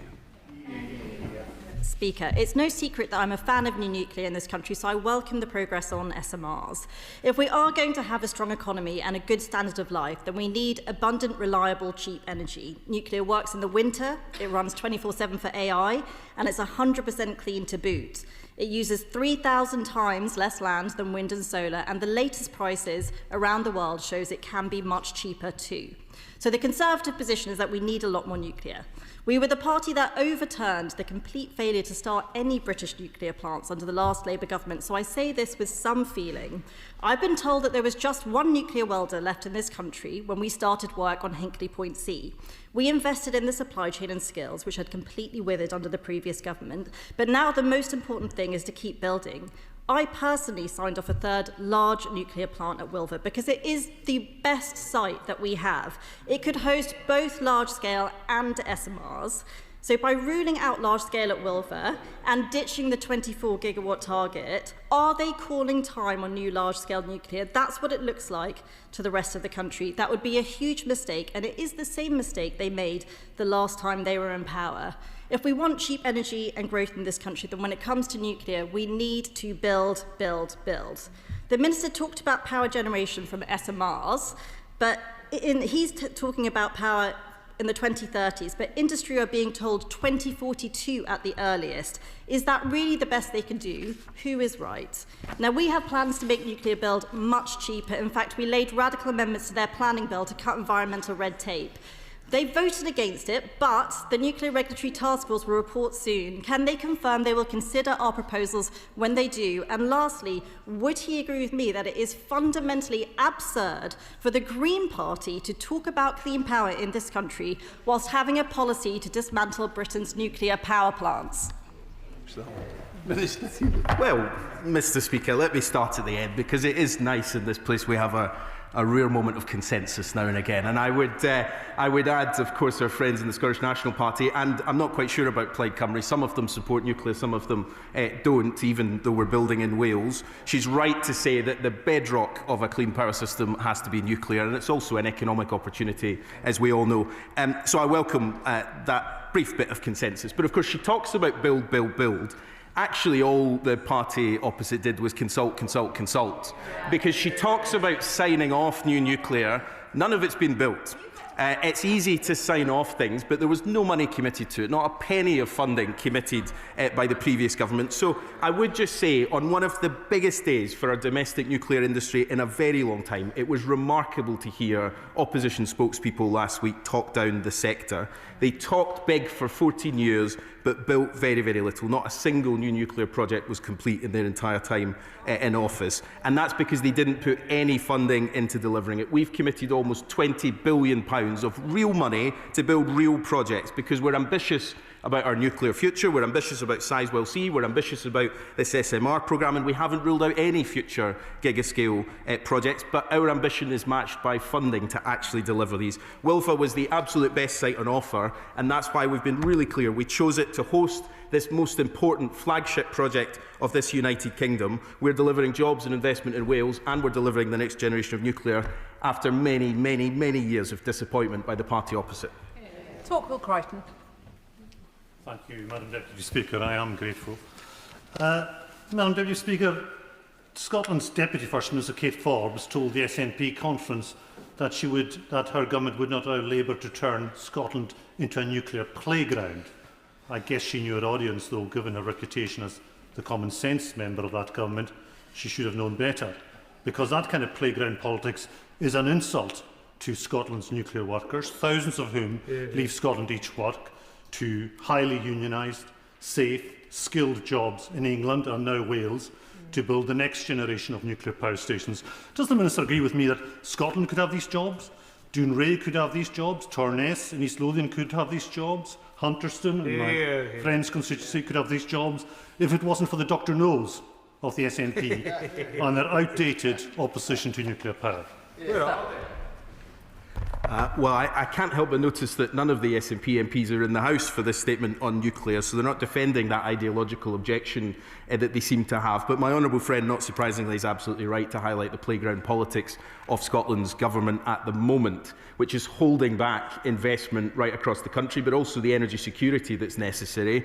And what we know from nuclear power stations across Scotland is that they have delivered generations of well-paid, skilled jobs, sustainable jobs. I met in Torness just recently people who have started out as an apprentice and are there 20, 30 years later working in the nuclear industry. There will be jobs in Scotland in the supply chain from the SMR programme and from Sizewell C, but it is a great shame that the Scottish National Party is holding back the full potential of Scotland to be part of this nuclear story. And I hope that the people of Scotland will vote for a different government in May so that we can get on with delivering the jobs and investment in communities right across Scotland. Liberal Democrat spokesperson Charlie Maynard.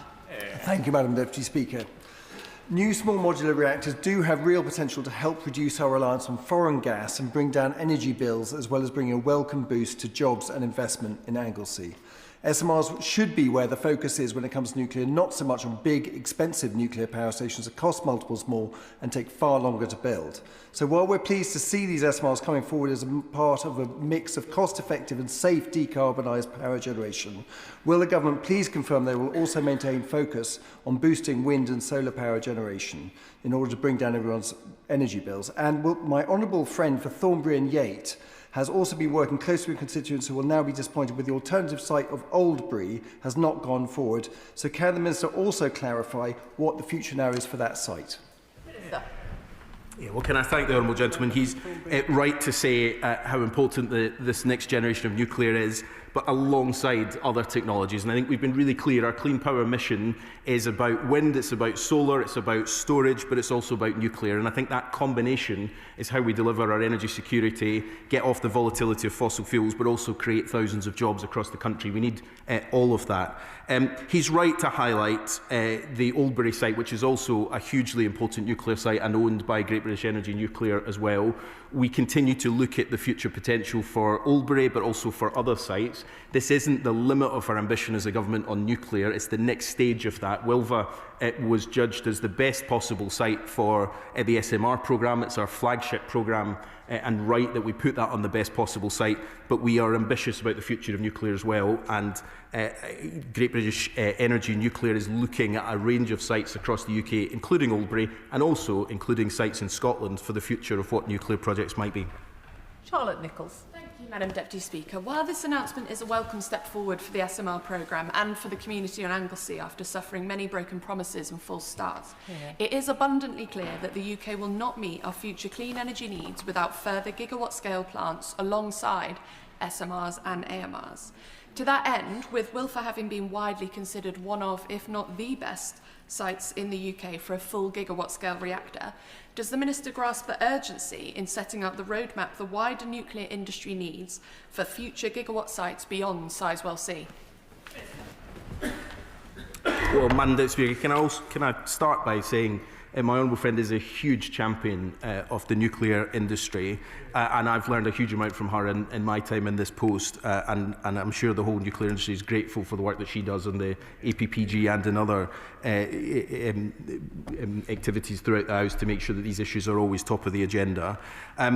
Look, what I would say is Great British Energy Nuclear has been charged with driving forward our ambition for nuclear. The SMR programme is a key part of that. So too is Hinkley Point C and Sizewell C, but also looking at what future potential we need as well. What is clear is that our energy needs as a country are only going to increase in the coming years, and therefore we will be looking at what the future of that energy mix looks like, that mix of renewables with nuclear. And so the Secretary of State has charged Great British Energy Nuclear to look at what more projects there'll be. I take her point around a route map to give some certainty to what that looks like, and I'm sure the Nuclear Minister, my noble friend Lord Valence, will have heard that comment, and also Great British Energy Nuclear, and I'm sure they will work with her on that. Graham Stewart. Madam Deputy Speaker, like the Shadow Secretary of State, I welcome the announcement of moving forward on SMRs.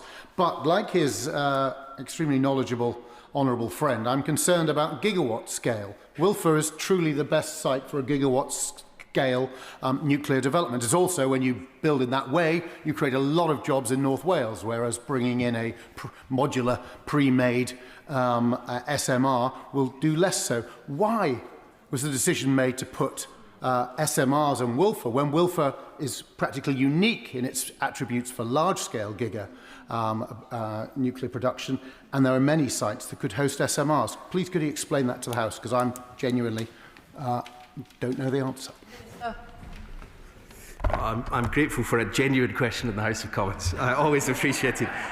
Look, as I've said earlier on, the decision was made that Wylfa was the best possible site for SMRs.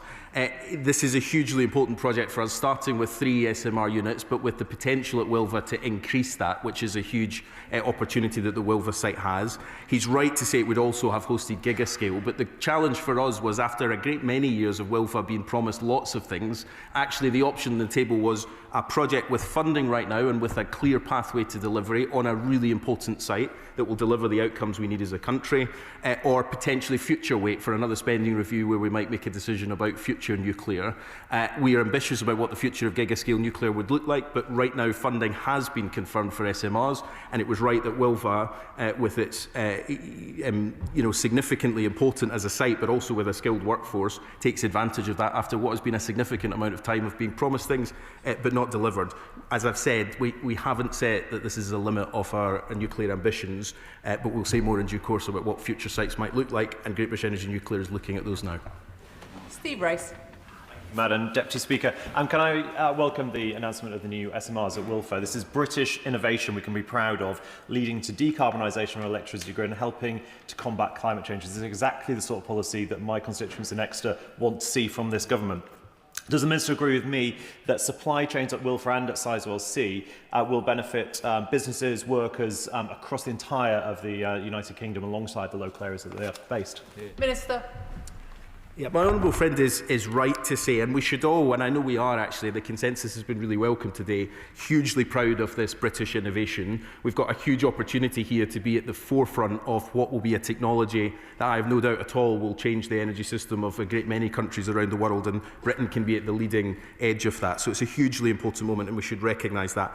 But it also, as well as the 3,000 jobs in Wylfa at the construction of this site, there is also, as my honourable friend points, a significant number of opportunities in the supply chain, thousands of jobs across the supply chain, and Great British Energy Nuclear aims to ensure that 70% of supply chain products are British built right across the SMR fleet, making sure that those SMRs are not just the product of British innovation, but that they're very clearly stamped with Made in Britain.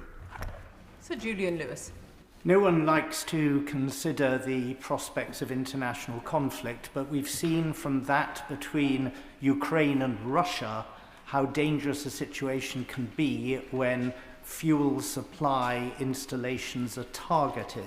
So what thought has the government given to affording the same level of protection against either sabotage or external attack for these new smaller reactors that are already built in to the construction of the larger plants? Minister.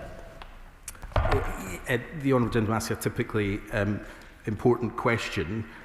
The security of our nuclear fleet in all its forms is obviously something we take extremely seriously. SMRs are a new part of that, but the security arrangements that we'll look at will be taken into account of the current existing nuclear constabulary. They will be looking at security as soon as the site starts to ramp up construction.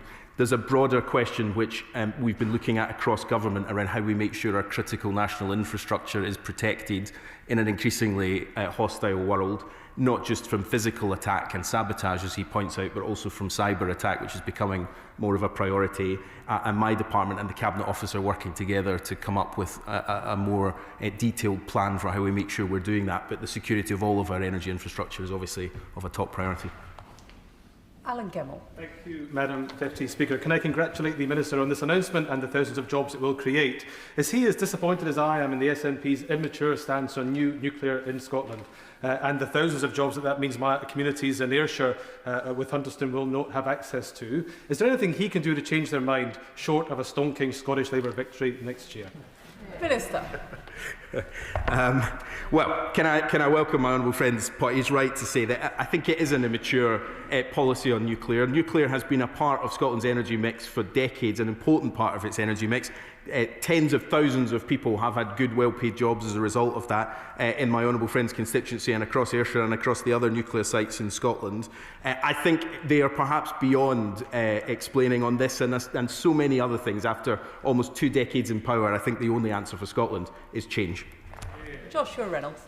Madam Deputy Speaker, the Minister's right to say we want as many individual components of these SMRs built in the UK as possible, as well obviously as the final SMRs themselves. But what work is the Minister doing across government to ensure not just these SMRs, but the world's SMRs are built in the UK? Minister.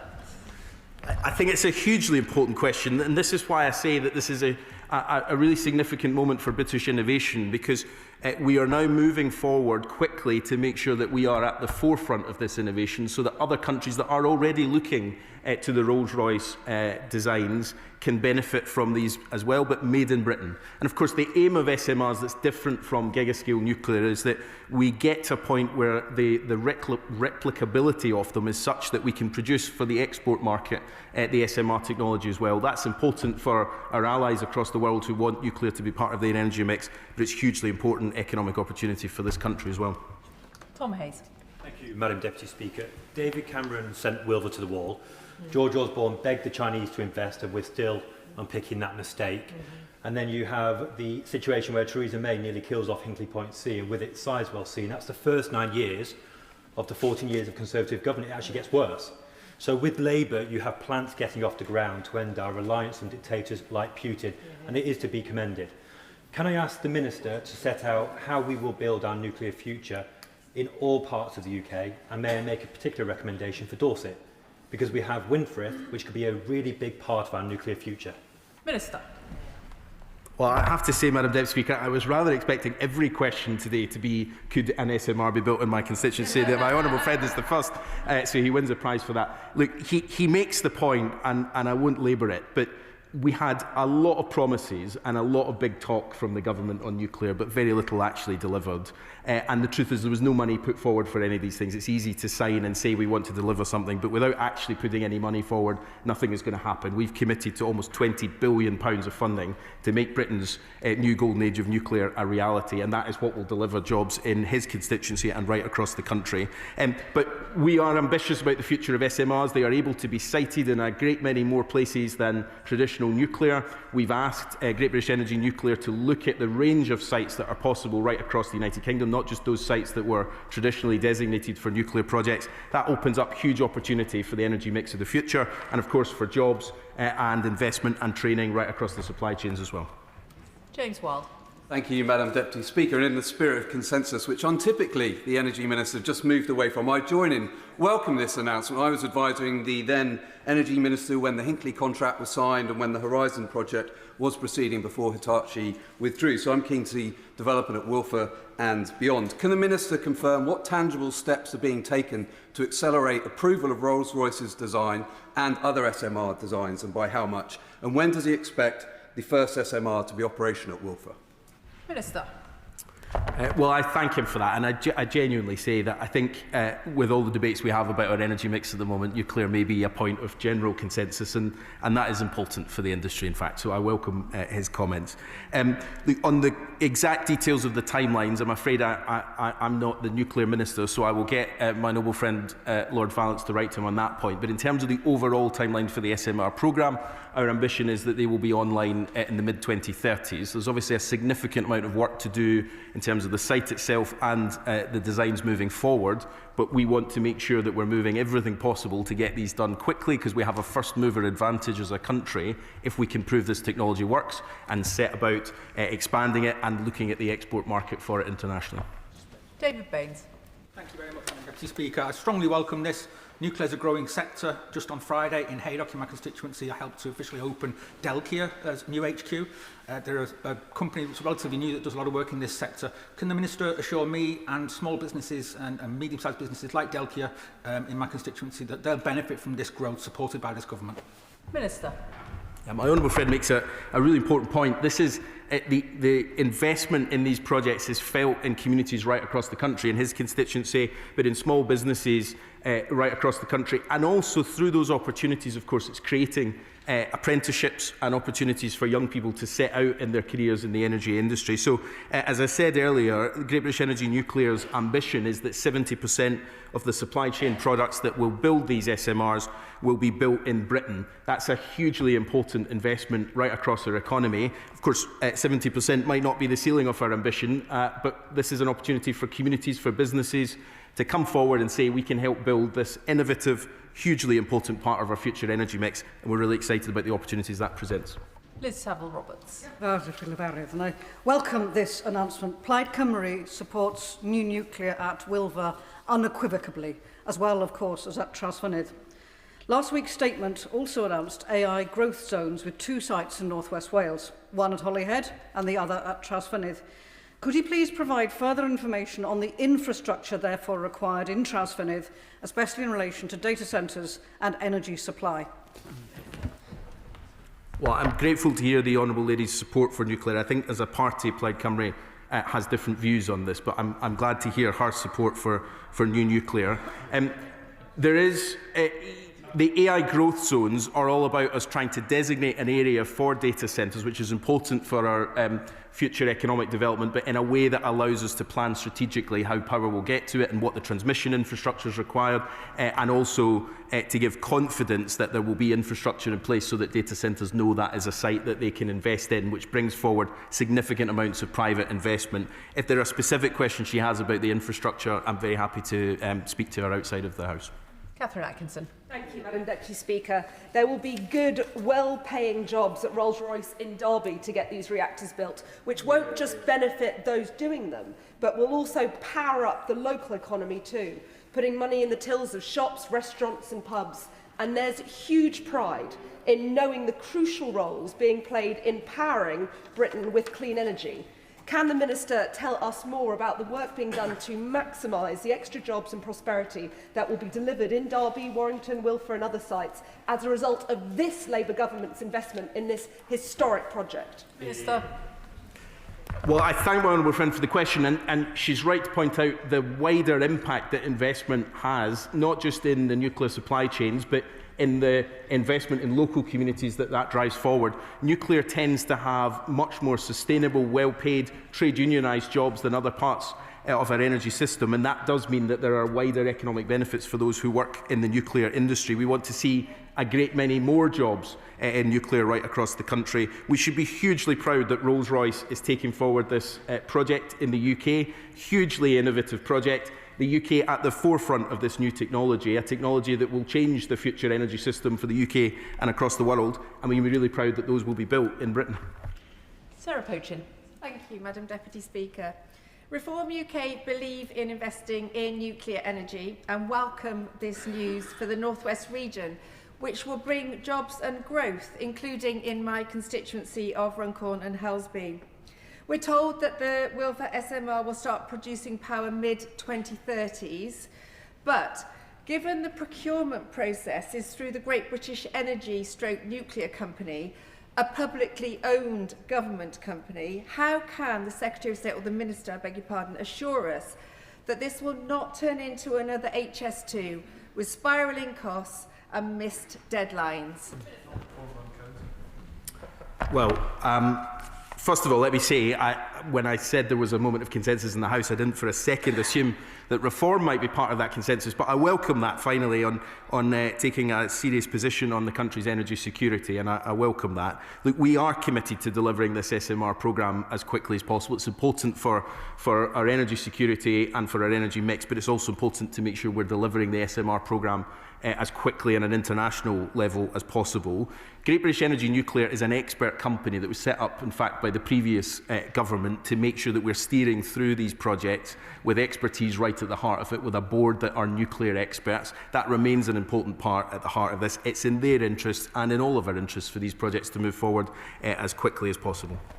Alex Barros-Curtis. Thank you very much, Madam Deputy Speaker. Can I welcome this brilliant announcement for Wylfa, delivering after 14 years of failure by the previous Conservative government for the people of North Wales. And I join the commendation of the stakeholders who've helped deliver this, including the Honourable Member for Ynys Môn, the Welsh Office, my colleagues in the Welsh Office, and the brilliant North Wales Welsh Labour MPs that we have who've been arguing vociferously for this.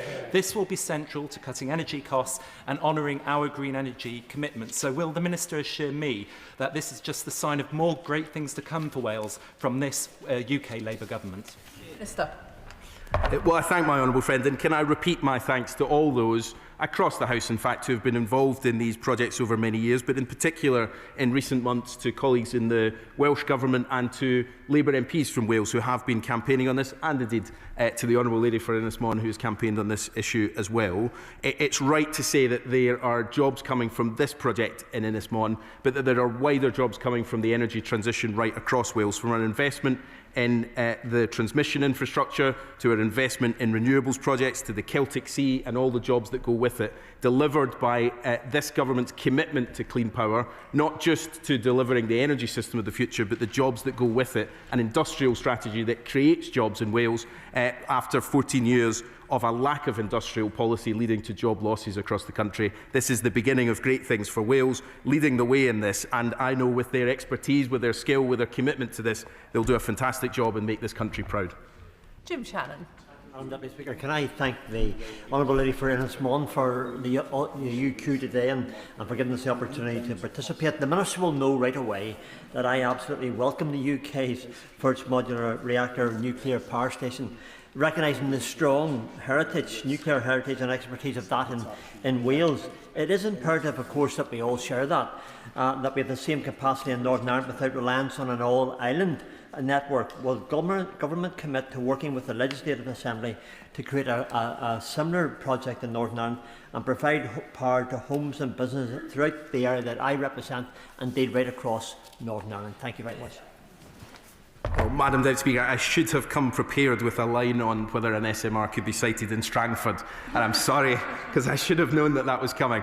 But can I say to him, as always, I welcome our discussions on energy policy. Of course, as I always say, I take the relationships with the Northern Ireland Executive very seriously, but energy policy is transferred in Northern Ireland, so I don't have any direct responsibility for that. But we have been working with the Northern Ireland Government on their push to clean power, and of course nuclear power as part of our baseload here in the UK is also important for Ireland in terms of the interconnectors across and making sure that our energy security is a priority for both governments. But I'm happy to look at Strangford as a future candidate. Jonathan Hinder. Madam Deputy Speaker, I'm delighted to see this Labour government cracking on with new nuclear in the form of small modular reactors.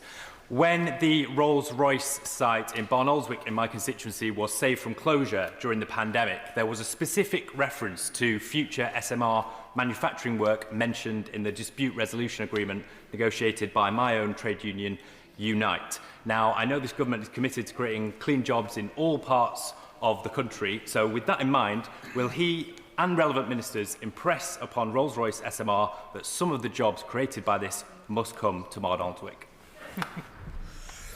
Well, Madam Deputy Speaker, it would be wrong for me to say that I'm fully briefed on the particular issues of that settlement, but I'm happy to take away the issue and to write to him. But I would say that Rolls-Royce winning this contract is a hugely important moment for British innovation. There will be thousands of jobs in the supply chains from this project felt in constituencies up and down this country. Jonathan Brash. Thank you, Madam Deputy Speaker. Of course, I welcome this announcement about small modular reactors. But thanks to the landmark deal done back in September, Hartlepool is now going to lead the world in advanced modular reactors. £12 billion of economic input, 2,500 jobs powering 1.5 million homes. Critical now is the pace at getting that project started. So can the Minister tell me what this government can do to ensure that the regulatory alignment is in place to make sure we can get spades in the ground as soon as humanly possible? Well, I thank my honourable friend for raising this issue. September seems like a long time ago. But during the state visit, we announced the UK and US partnership, the Atlantic Partnership on Advanced Nuclear Energy, a commitment from this government to work with like-minded governments where we have similar regulatory regimes to build nuclear, but also to bring in the private sector much more. And the agreement that he mentions of X-Energy and Centrica, the plan to build up to 12 advanced modular reactors in Hartlepool with thousands of good jobs to go with it, is a great example of where that private investment, unlocked by decisions that this government has taken, will deliver jobs across the country. I'm very happy to come back to him on the points around timeline, but what we have said throughout is that we want to move as quickly as possible to make sure the regulatory regime maintains the safety that rightly the British public would expect, but is also flexible enough to make sure we take advantage of these opportunities when they come, and that's what we're working on as quickly as possible. John Grady. Thank you, Madam Deputy Speaker. It's brilliant to listen to all this chat about thousands of new jobs and billions of pounds of investment, but we're not getting any of it in Glasgow because the SNP are against nuclear power. Nuclear power is a source of reliable baseload energy. It's essential for security of supply. In fact, we import nuclear energy to Scotland from time to time when the system is short. Against that background, would the Minister agree with me that the SNP's anti-nuclear stance absolutely defies logic? Yeah. Well, of course I agree with my honourable friend. Like so much of SNP policy, it defies logic, but particularly this one. And I would just say, actually, his constituents in Glasgow and constituents across Scotland will benefit from supply chain jobs from the SMR project and from the work we're doing in Hinkley Point C and Sizewell C, but they're not benefiting anywhere near as much as they could be if we were building these projects in Scotland. It is an economically stupid idea to ideologically block new nuclear in Scotland, but it is also a real challenge to Scotland's energy security. For more than half of the last few weeks, nuclear has been providing the electricity in Scotland. Renewables is hugely important, of course it is, but it has to be balanced with storage and with nuclear. Only when we get that balance right do we deliver secure, clean, homegrown power. You need both parts of it, and the SNP is missing half of it and missing in action as usual. John Slinger. Thank you, Madam Deputy Speaker. Does my honourable friend agree that it's only thanks to this Labour government investing at scale in our domestic nuclear industry that we can overturn the disastrous legacy of the party opposite? And does he further agree that it shows that a government that invests in the long term, that works closely with our companies, can really deliver the jobs and the change to our energy system that constituencies across the country need? Well, it would surprise the House, Madam Deputy Speaker. I completely agree with my honourable friend, but he's right on two fronts. First of all, it's all fine and good to promise that you will do things and to talk big and to consult and consult and consult, but actually at some point money has to be put on the table to deliver it. The previous government failed to do that. Almost £20 billion of investment has now been brought forward by this government to make these projects a reality. That is how you deliver a new golden age of nuclear in the United Kingdom, not just publishing lots of documents and thinking that's the end of it. But the second point he makes, I think, is also right, that investment in the UK in the clean power transition is hugely important. More than £50 billion of private investment since we came to government last year. That is because of the certainty and the policy confidence that investors have in the UK. That's what would be put at risk by the policies of the party opposite, by Reform and by others, who I think talk about the future energy mix but miss out the detail and of course put that investment at risk, which is what will put at risk jobs and investment in the supply chains across the country as well. So we're delivering the energy policy of the future for energy security, for climate leadership and for good jobs. Can I thank the Minister for his responses this afternoon? Those who are leaving the chamber, can you do so quickly and quietly whilst we allow a few moments for the front benches to swap over?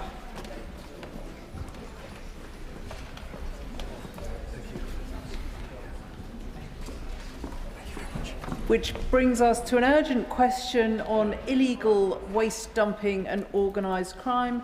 Calum Miller. Thank you, Madam Deputy Speaker. To ask the Secretary of State for Environment, Food and Rural Affairs what assessment he has made of the adequacy of the powers, funding and staffing of the Environment Agency to tackle the work and impact of organised criminal gangs illegally dumping huge quantities of waste in the countryside.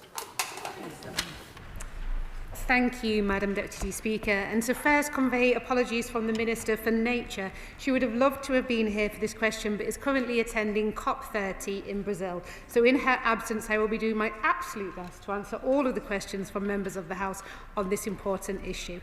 The British countryside is one of our nation's greatest treasures. From rolling hills to tranquil woodlands, it is beautiful and essential for both our well-being and health. That is why it is absolutely deplorable when waste criminals scar the landscape with complete disregard, damaging precious ecosystems and undermining our communities. This government is committed to tackling waste crime, which is a blight on local communities and the environment and damages legitimate businesses. The Environment Agency has a wide range of powers which it uses as an enforcement work against organised crime in waste and other environmental areas. It has strong powers of entry and evidence gathering. It is able to authorise mobile communications data, and it has authority to use covert human intelligence sources. It is one of only 3 non-police agencies to have access to police databases. The Joint Unit for Waste Crime, hosted by the Environment Agency, brings together the Environment Agency, HMRC, the National Crime Agency, the police, waste regulators from across the UK, and other operational partners to share intelligence and tasking to disrupt and prevent serious organised waste crime. The Environment Agency's Economic Crime Unit targets the financial motivation behind offending and uses financial mechanisms to inhibit the ability of offenders, including organised crime groups, to operate. This government has also increased the Environment Agency's funding, including the amount available to tackle illegal waste operators after years of frozen budgets and real terms cuts. We have raised the budget for waste crime enforcement by 50% this year to £15.6 million. But this government plans to go further still, to tighten the net on waste criminals with policy and regulatory reforms to close loopholes exploited by them. We are fundamentally reforming the waste carriers, brokers and dealers system, tightening waste permit exemptions and introducing digital waste tracking. And we're determined to clean up Britain and end the throwaway society. Miller. Thank you, Madam Deputy Speaker. I'm grateful to you and to Mr Speaker for granting this urgent question. Madam Deputy Speaker, I recently knocked on the door of Billy Burnell, the chair of the Kidlington Angling Society in my constituency. Billy showed me photographs and videos that took my breath away. They showed the obscene scale of the illegal waste dump in my constituency. This site is approximately 150 metres long, 10 metres wide and up to 12 metres high. It really has to be seen to be believed. Over the weekend, the situation has become much more urgent. Heavy rain has caused the River Cherwell to rise by 4 feet or so. Water now laps against the waste, which can be seen floating towards the Cherwell. This incident highlights that organised criminal gangs are carefully planning operations to dump industrial waste in the countryside. They earn millions of pounds in illegal earnings without a thought for the health of people or animals, nor the damage to soil, water or air. And I'm deeply concerned that the Environment Agency is not equipped to deal with this unfolding environmental disaster. As an example, the EA recently informed Noble Lords and the other place that there were 6 other sites of the scale of the disaster at Hodes Wood in Kent, yet the site in my constituency was not on that list. So I have 3 questions for the Minister. Most urgently from my constituents, will ministers follow the example of the previous Secretary of State, who on the 22nd of May 2024 issued a directive to the Environment Agency to clean up the illegal dump at Hodes Wood in Kent? And will they issue a similar urgent directive for the clearance of the dump in my constituency before it is too late for the River Cherwell? Secondly, will ministers undertake a root and branch review, independent of the department, of the government's response to waste crime? And finally, in the meantime, does the Minister support calls from Liberal Democrats that in the most serious cases, the National Crime Agency should take over the investigation? Thank you. And the government is aware of the appalling case of illegal dumping in the honourable member's constituency, and I absolutely share his constituents' anger. I too have seen the photographs and the videos, and it is no wonder that he feels moved to bring this urgent question today. Now, there is a current criminal investigation underway, and an Environment Agency restriction order has been serve to prevent access to the site and further land tipping. And the Local Resilience Forum has been notified to explore opportunities for multi-agency support. I understand the Nature Minister has offered to meet with the Honourable Gentleman when she returns from COP, and I know that she's keen to fulfil that. And on the because there's a criminal investigation ongoing at the moment, I don't want to preempt, obviously, the findings of that, but I can reassure him that the Environment Agency are working very, very closely with local partners, and that offer of continuing the conversation outside of the chamber is there for him. Dolly Moore. Deputy Speaker, and I thank the honourable member for bringing this urgent question. As the Minister knows from her visit to my constituency last week, recently millions of plastic beads washed up in my constituency. After initially denying any involvement, Southern Water has now admitted that they were responsible and they came from their wastewater treatment plant. Shame. This is a huge environmental catastrophe, not least because we know that these beads pose a serious risk to wildlife, and we are awaiting further investigations about just how toxic they could be. At my public meeting about this issue last week with over 100 residents, Southern Water admitted that the use of these beads is outdated and there are better modern methods. I recognise that she can't comment on the live investigation happening run by the Environment Agency, but would she agree with me that the Environment Agency must look at the use of these beads and they must look at how we can prevent an environmental catastrophe like this ever happening again? Thank you, Madam Deputy Speaker. And my honourable friend is a formidable and impressive and, quite frankly, delighted and proud to be on the same side as her fighting on this particular issue. She has led an incredible campaign, and I went to go and see these beads myself, and they're appalling. They're tiny little plastic beads about so big that are all embedded into the sand. People having to remove them with sweeping brushes and sieves, literally sieving the sand to remove them. Thousands of them up and down the coastline. So she's quite right to feel angry and upset about it. And as for the use of the beads being outdated, I'm going to be writing to all of the water companies to ask them who are still using these beads. If they're still using them, what other mitigations are in place to prevent them further ones possibly escaping? And if they are still using them and they've put mitigations in place, what are their plans to sort of look at alternative methods instead? Because I agree with her, we do not want this happening anywhere else. Shadow Minister Dr Neil Hudson. Thank you, Madam Deputy Speaker. Firstly, my thoughts are with those affected by the floods and the impacts of Storm Claudia. We cannot overstate the mental health impacts from these events, and I pay tribute to the emergency teams and volunteers for the work that they do when we need them most. Members across this House will all have incidents in their constituencies where fly tippers dump waste, and sadly we too have seen serious cases in my constituency of Epping Forest. These incidents are a blight on communities, and the shameless people who do it should be punished to the full extent of the law. The member for Bicester and Woodstock is right to raise the shocking illegal waste dump in his constituency, which has waste stacked over 10 metres high, and the effects that will unfold on the environment, ecology and wildlife are positively frightening. The Labour's government action so far on dumping and fly tipping has been somewhat lacklustre, despite the fact that 36 of the 50 local authorities with the highest fly tipping rates, a staggering 72%, are Labour controlled. So can I ask the Minister, what are the government doing to help join up police forces to tackle this? And with huge catastrophic dumps, as we are discussing today in Oxfordshire, what support is the government giving the EA and the local authority? And will they work cross-government with the Home Office, Cabinet Office and MHCLG to tackle this? What analysis of reform are they proposing to the Environment Agency? Would they consider a review as we have proposed? And with police numbers dropping under Labour, how are they proposing that rural and indeed urban police forces tackle fly tipping more effectively? And with regard to this particular catastrophic Oxfordshire case, is the government conducting an assessment of the potential public health and environmental impacts from this horrific waste dump? Thank you. I will point out to the honourable gentleman that it is this government that increased funding by 50% for waste enforcement by the Environment Agency after it had been frozen for years under the previous government. But not only are we increasing the funding to the Environment Agency, but they're also going much further.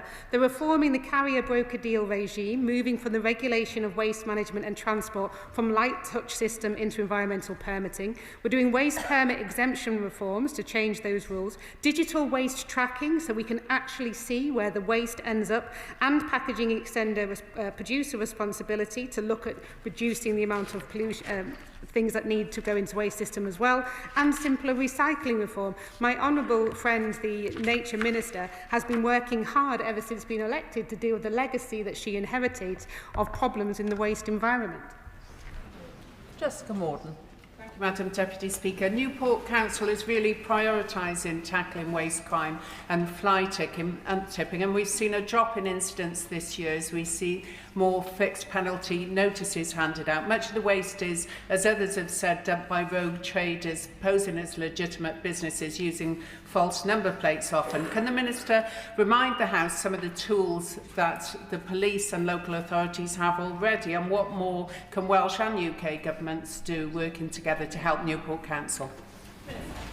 I congratulate my honourable friend and her council for the work that they're doing on dealing with legal waste. And as well as all of those announcements I gave in response to the honourable gentleman opposite, we also announced further when it comes to fly tipping, crushing vehicles. We're carrying out currently a review of council powers to seize and crush vehicles of fly tippers. And we want to see the councils working with the police and use the latest technologies such as drones to help catch fly tippers and crush more vehicles, and providing guidance on what we can do further in the new year.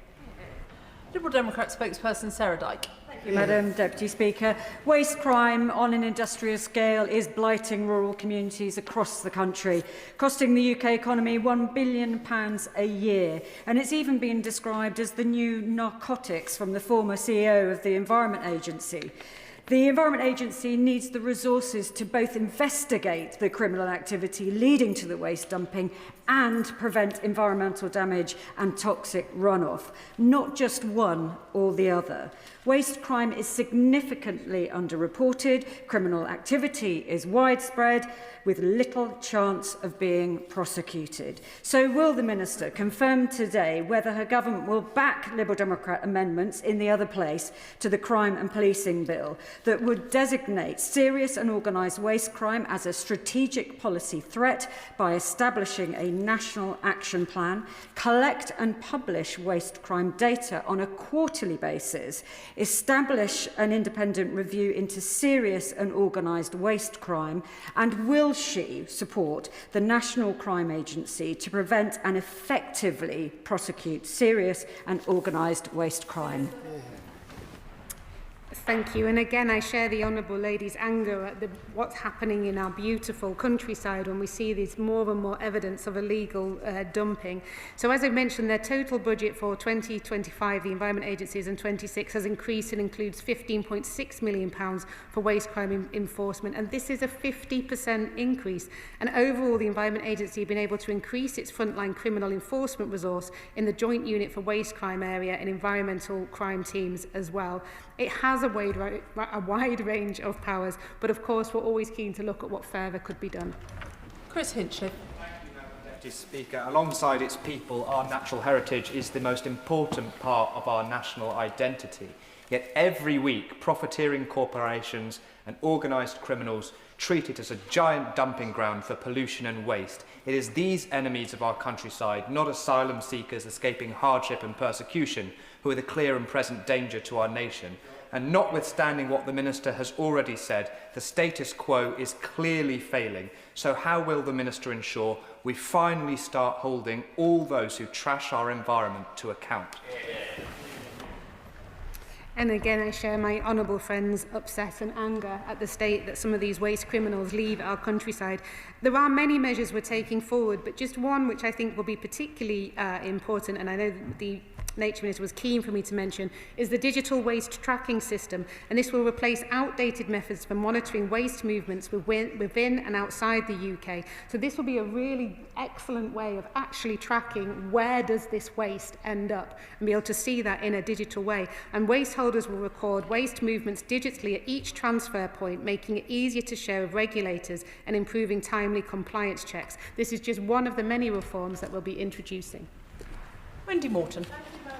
3,157. That's the number of fly tipping instances per day, and that's the equivalent to 1 every 27 seconds. In areas such as the West Midlands, we see it all too often. In my own constituency, despite the council's hard efforts to rid us of that scourge of piles of mattresses, piles of fridges. It's absolutely shocking what we see. Of course, it's not helped by the Birmingham bin strikes that are continuing, but I'd like to ask the Minister, therefore, whether she would support the introduction of penalty points on driving licences for those who are convicted of fly tipping, to send a really strong message out that those involved in organised waste crime operations will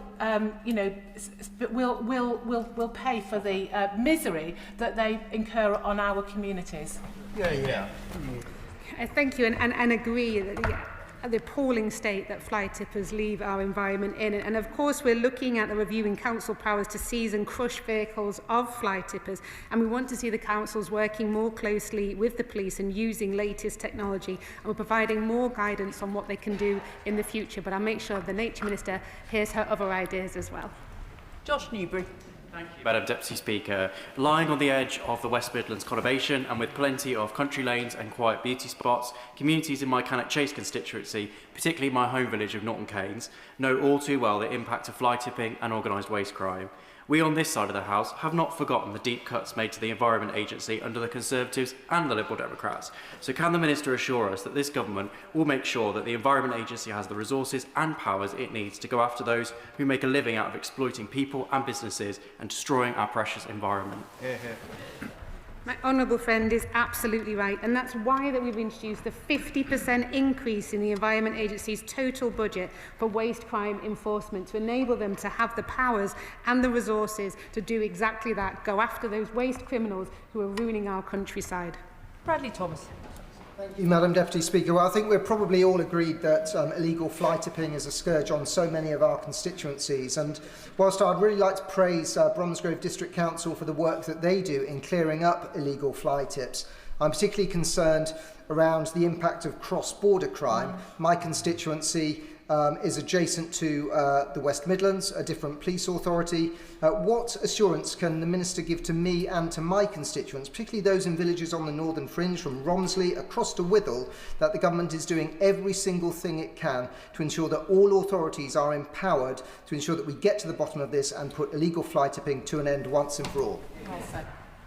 The honourable gentleman raises an important point, and one of the things we want to do in terms of sharing best practice is therefore a chair in the National Fly Tipping Prevention Group, which includes a number of different councils, the Environment Agency and the National Crime Unit, to share those good practice, look at the practical tools on tackling fly tipping, and hopefully encourage everybody to learn from the best. We're into just. Thank you, Madam Deputy Speaker. Penn Cricket Club in my constituency of Wolverhampton West allegedly had contaminated soil illegally deposited on its grounds, causing not only an eyesore but preventing the club from playing cricket on its grounds. The EA then put a stop notice on the club in July 2022, and despite investigations continuing, there is no end to the investigations and no resolution in sight. So what support can the government give to prevent these delays in the Environment Agency pursuing their investigations? I thank my honourable friend for his question, and we certainly don't want to get in the way of a good game of cricket. I know the weather does that enough, but we certainly don't want our regulators to do that. I think probably in the best case in this particular incident is that if he writes to the Minister with more information, and I'll see that she's able to meet with him to discuss it. Vicky Slade. Deputy Speaker. I'm sure we were all shocked to see the images from my honourable friend's constituency of Bicester and Woodstock, but rural police offices are the worst funded in the country, with Dorset being rock bottom, made much worse by the amount of additional visitors that we welcome, with 25 million day visitors and many millions of staying holidaymakers. That makes it really hard for them to work on this sort of countryside crime. So what's her department doing to work with colleagues in the Home Office to look at how rurality is properly considered, and will she work with them to include organised waste crime as a strategic priority for the National Crime Agency? Yeah. The Honourable Lady raises an important point, and of course it's important that we have all of the money that the Home Office needs, and so I hope she'll be supporting our budget next week. Sean Woodcock. Thank you, Madam Deputy Speaker, and I thank the honourable member for Bicester and Woodstock, my neighbour, for raising this urgent question. He'll know that the River Chirwell runs right through the heart of Banbury, and so this issue and the images from the weekend and footage has concerned a number of my residents as well. My question to the Minister would be whether she can provide them with reassurance that this government is supporting local authorities to the best that it can in order to fulfil their obligations in order to tackle environmental crime. My honourable friend raises an important point, and it is appalling when you see the pictures of how that pollution is right next to the river, and very, very concerning as well. I mean, obviously, criminal investigations ongoing, work is happening on the ground. The Environment Agency are working closely with all of the local partners. But my honourable friend is right. We do need to make sure that this is joined up across all of the different authorities, and I can assure him that that's happening, and also offer him the similar meeting so he can have more detail in what's happening in this particular case. Dr. Andrew Murison. Thank you, Madam Deputy Speaker. On the dumping of waste across the countryside, what assessment has the Minister made of the ability and capacity of the Environment Agency to adequately control and regulate the dumping of toxic emissions by wholly unwanted and unnecessary waste incinerators that have been foisted on our communities, including in Westbury in my constituency? I thank the honourable gentleman for his question, and as I understand it, all waste incinerators are tightly permitted. If there are problems with the permitting, or he believes that those permits are being broken, then I encourage him to contact the local Environment Agency for it to be urgently investigated. Dr. Lauren Sullivan. Thank you very much, Madam Deputy Speaker. I welcome the Minister's clarification on organised crimes and fly tipping. From the fields to the streets, Gratian Borough Council works tirelessly to investigate, fine and take to court these criminals. But what they need is a better legislative framework to make more efficient to prosecute, as well as give the powers and resources to councils to investigate and keep our streets clean. But fundamentally, the taxpayer should not be paying for this organised crime. They should be punished. Does the Minister agree? I absolutely agree that waste criminals should face the full force of the law and be punished and fined for their activities. Rachel Gilmore. Thank you, Madam Deputy Speaker. It's not just my opinion that Tiverton and Minehead is the most beautiful constituency in the country. It contains Exmoor National Park, the Brenton Hills, the Blackdown Hills and the Quantock Hills, all of which are areas of outstanding natural beauty. Can I ask the Minister, please, these are criminals who effectively run corporations decimating our countryside. Can she please make sure that the fine meets the crime and they are absolutely penalised in their pockets where they deserve it most? Yeah. The Honourable Lady is absolutely right, and one of the ways to tackle this is to go after the criminals with all the legal powers that we have. And of course, the legal powers that we have in this particular case could include an unlimited fine. James Naish. Thank you, Madam Deputy Speaker. There were 868 cases of fly tipping in 2023-24 in my constituency of Rushcliffe, but particularly we saw a rise in on-street fly tipping, and in fact in Nottingham there were over 30,000 incidents of fly tipping within the urban space. Can I ask the Minister what work will be done to help bolster the power of local authorities to make sure both urban and rural fly tipping is addressed? My honourable friend raises an important point, and it's appalling to see waste dumped along streets in urban environments as much as it is in rural ones. And we're seeking powers in the Police and Crime and Policing Bill to provide statutory enforcement guidance to increase consistency across the country in how fly tippers, wherever they may be, are dealt with. Katie Lamb. Thank you, Madam Deputy Speaker. Hodeswood, mentioned earlier by the Honourable Member for Bicester and Woodstock, is a patch of semi-ancient bluebell woodland in my constituency where criminal gangs have dumped 30,000 tonnes of waste. This took about 6 months to fell ancient trees and bring in lorry after lorry. My constituents are really concerned that something like this might happen again. Over that whole period of time, the criminals weren't stopped or apprehended. Has the Minister and the Secretary of State come to an understanding of who is responsible in those scenarios for stopping it from happening, and met with the Environment Agency, the police and the local authorities to make sure that criminals will be stopped in the act if they do this in future? Minister. The Honourable Lady raises an important and serious case, and I know that the Nature Minister has been having many meetings about it. It is the location of a live investigation at the moment, so I won't say too much about that, but she's quite right in terms of lessons need to be learned and the criminals need to be brought to justice for the damage that they've done, and I'm grateful to her for raising this, and of course when there's any further information she will be contacted with an update. Kevin McKenna. Thank you, Madam Deputy Speaker. In my constituency on Raspberry Hill Lane near the village of Iwade, there's one of these big mega illegal dumps, and it started metastasising, sprouting accessory dumps nearby, all in an attempt to evade the police and the Environment Agency. And it's not just the pressure and the destruction of the countryside, it's putting real strains on some of the legitimate businesses in waste processing that I have in my constituency, Sweep and Country Style and MVV and DS Smith, who are key to recycling the waste that we produce.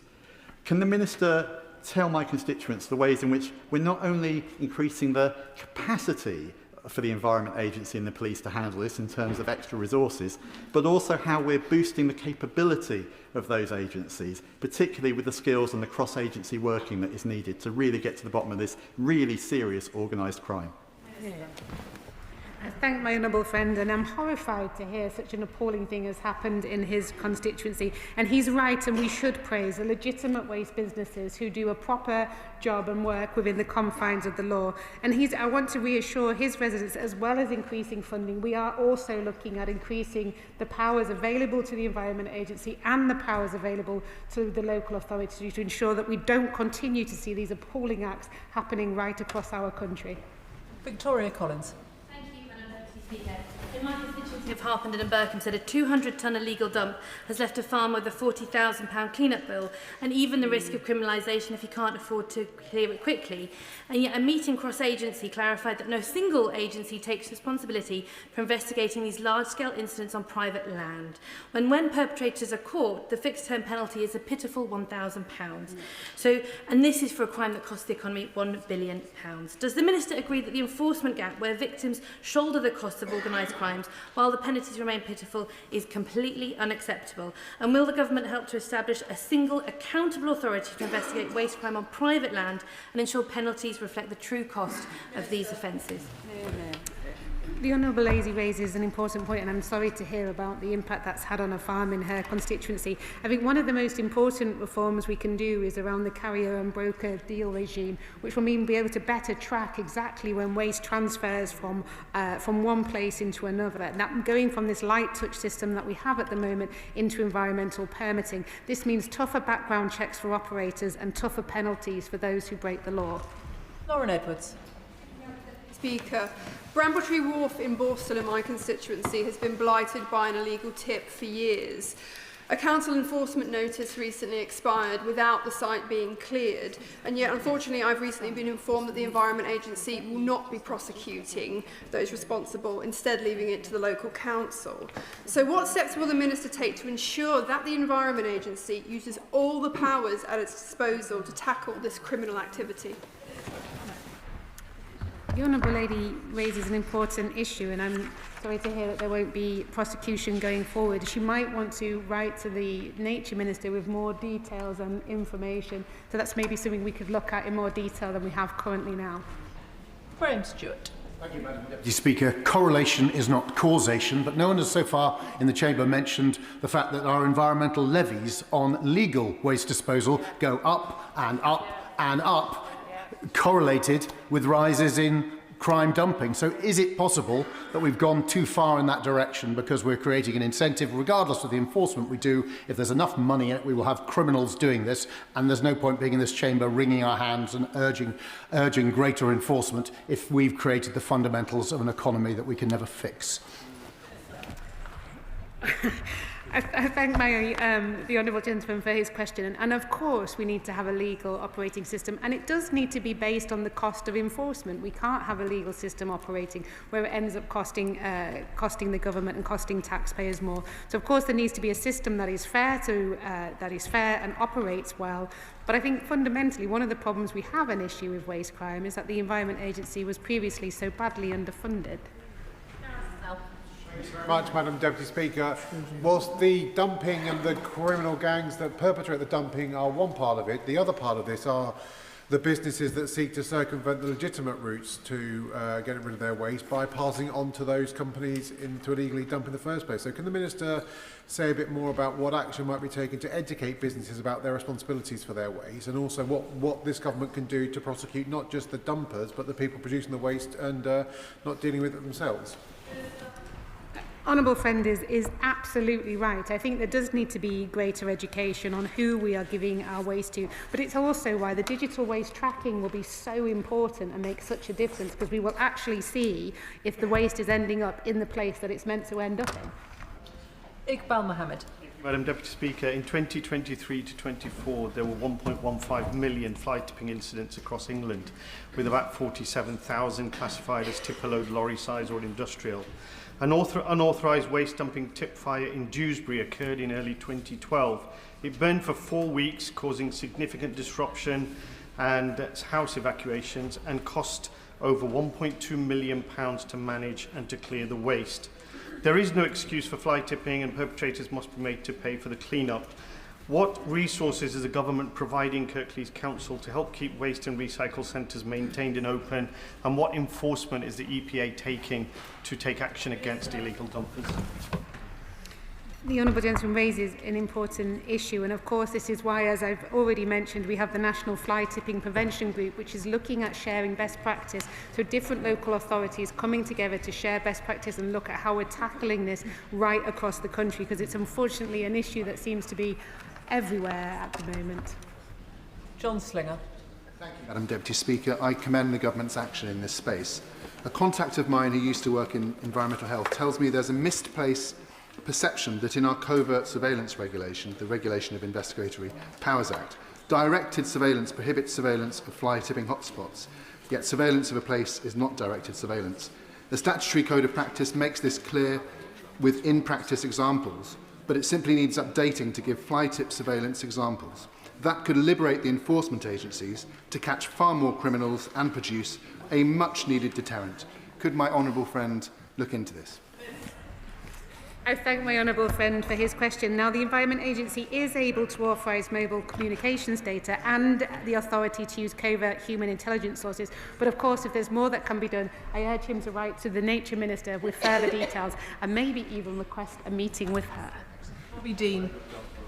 Deputy Speaker, residents in the Woodcote area of my constituency have been living with the misery of being opposite an illegal waste dump for years, and despite all the photographic and video evidence that they produce, nobody seems to be able to shut the site down. So can the Minister look into what level of proof is required in order to take action? Because it seems obvious to everybody that what's going on is wrong, but nobody seems to be able to put an end to it. Yeah. I thank the Honourable Gentleman for his question, and of course I urge him in the first instance to request a meeting with the local Environment Agency area director to have a look at asking that question about what further evidence is required to enable them to seek a prosecution in this matter. Then of course, if he's not satisfied with that after having that meeting, then to write in to the Nature Minister. Sir John Joseph. Thank you, Madam Deputy Speaker. It took 4 years before statutory bodies did anything from it was originally reported about Horswood near my constituency. So can the Minister tell us more about how she hopes to work with local authorities like mine in Ashford to ensure immediate actions are taken against people committing these appalling crimes? I thank my honourable friend, and he's right to be angry about the incidents that he's seeing in his constituency, and it's one of the reasons why we've increased the Environment Agency funding by 50% for waste crime enforcement. And of course, we're always keen to work with all local authorities and share best practice to ensure that all of them are going after these waste criminals. Richard Ford. Deputy Speaker, Devon County Council received almost 5,000 reports of fly tipping last year. And the Police Rural Affairs team supported East Devon District Council and the Environment Agency in a fly tipping engagement event. And it saw examples of tyres and plastic wrap. But will the Minister please speak with her counterparts at the Home Office about bolstering rural affairs teams in police constabularies such as Devon and Cornwall? I thank the honourable gentleman, and as luck would have it, there happens to be on the front bench just here the Home Affairs team who will have heard his question. Steve Race. Madam Deputy Speaker, residents next raised with me the appalling fly tipping in the glorious countryside around our city, particularly in Stoke Woods within my constituency. It's rarely individuals, as we've heard. This is about dodgy operators, cowboy operators that are ruining our countryside. I'm pleased that the government is cracking down on them, but we've got to break the business model. Can the Minister set out how the Department is working across government to tackle the financial incentives of waste crime, which would also help to support the many legitimate, responsible waste companies that do exist? I thank my honourable friend, and he's quite right to highlight there are legitimate companies out there, but they're also waste criminals. And that's why the Environment Agency has launched its Economic Crime Unit, which targets the financial motivation behind offending and using financial mechanisms to inhibit the ability of offenders, including organised crime groups, to operate. Ayub Khan. Mr. Speaker, in Birmingham Perry-Barr, we have a serious fly tipping issue, but it's not just Birmingham Perry-Barr, it's actually Birmingham because of the bin strikes that we've got. Despite the protestations from local residents about getting CCTV cameras, the City Council says they have no funding available. So 2 questions for the Minister, please. Number 1, does she feel that the City Council, Labour and City Council, should re-enter negotiations with the bin workers, given that we now have agency staff also striking? And will this government give additional resourcing to Birmingham City Council for enforcement, CCTV cameras and the like? I do think, Madam Deputy Speaker, that it is a shame that an issue is raised here, but yet unfortunately on the ground the honourable gentleman does not seem to be able to work cross-party to actually deal with this issue. I encourage him to put party politics to a side and actually work with people in the local area to bring this issue to an end. Dave Robertson. Madam Deputy Speaker, in January, criminals dumped 2 lorry loads of rubbish on Watery Lane just outside the city of Lichfield in my constituency. That dump was so large that it blocked access to the road and in the process stopped emergency services being able to access 9 properties. One of the residents in those properties did require chemo and has having issues with his blood pressure and occasionally needs to call an ambulance. Given that that is such a serious impact on people's lives, can the Minister outline whether the government is looking to introduce an aggravating factor for exactly that situation so that if fly tips prevent access to properties, the risk of life is treated like an aggravating factor and the waste criminals will receive larger sentences for that purpose? I thank my honourable friend, and I'm so sorry to hear about the issue that he's raised with his constituents. It's shocking that they were unable to access the treatment they need because of the appalling waste criminals. And I am sure that we will go after the waste criminals with every power we have to ensure that they are brought to justice for all of their crimes. Adam. Speaker, fly tipping is a national scourge, we all agree with that. But in addition to causing dismay, it causes a lot of disunity between communities. But furthermore, according to the 2018 report, it cost us £392 million to clear up fly tipping. So will the Minister agree to give more resources to our local councils to fund enforcement measures like cameras and implement a policy of zero tolerance, prosecuting offenders and imposing custodial sentences on those that break the law? He was right to mention that the issue that he's having in his constituency and, of course, the need for more powers. But he also requests more funding, Madam Deputy Speaker, which is why I'm sure he'll be supporting our budget next week. Izzy Collins. Thank you, Madam Deputy Speaker. My constituents are quite rightly appalled by fly tipping. It's a particular problem in the west end of Morecambe, but also affects the beautiful countryside in my area. So can the Minister tell me what action the government is taking to tackle this appalling crime? Thank my humble friend. And fly tipping is a serious crime. It does blight local communities. It blights our beautiful countryside, as well as we've heard our urban environments. And dealing with it does cost taxpayers and businesses a huge amount of money. So we're supporting councils to seize and crush vehicles of fly tippers. We're forcing fly tippers to clear up their own mess and taking steps to provide statutory fly tipping enforcement guidance to help councils make full and proper use of their enforcement powers. Jim Shannon. Mr. Speaker, can I thank the Minister very much for her answers. I think nobody in this House doubts the Honourable Lady's commitment to addressing this issue, and we very much welcome that and thank her for it. The discovery of the Mowboy illegal dump in Londonderry in 2013 revealed an enormous operation involving criminals who buried vast amounts of waste and showed the scale of the problem and the finance available. It is clear that the Northern Ireland Environmental Agency in Northern Ireland is historically underfunded and cannot investigate thoroughly reports of incidents which lead to more environmental waste crime. Indeed, cross-border organised crime and illegal waste been dumped in Northern Ireland. So can I ask the Minister this question? It is a devolved matter, but will the Minister commit to discussion and to liaise with the Northern Ireland Assembly on how better to work together for the investigatory bodies for these crimes throughout the United Kingdom of Great Britain and Northern Ireland? Thank you. I thank my honourable friend for, as always, raising an important issue for his constituents, and I am sure that the Nature Minister is regularly meeting with the Northern Ireland Assembly and that she can get back to you and update you on those conversations. David Williams. Thank you, Madam Deputy Speaker. In Stoke-on-Trent, under the leadership of Councillors Wazir and Ashworth, we've had the successful IDIOT campaign. That stands for illegal dumping in our towns.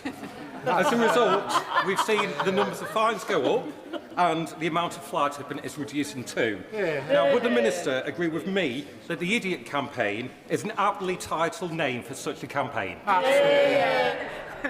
I thank my honourable friend. I mean, there are many things that we could call idiot campaigns perhaps in here, but let's not get diverted into discussing those. But I pay full tribute to his local council for the work they're doing on tackling this hugely important issue, and full credit to him for raising it in here.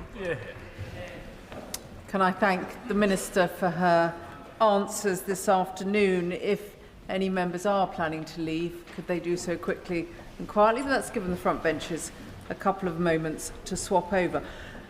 Before I call the Home Secretary to make her statement, I'm sorry that once again Mr. Speaker has asked me to remind ministers of the requirement in the government's own ministerial code that major new policy announcements should be made in this House in the first instance and not to the media.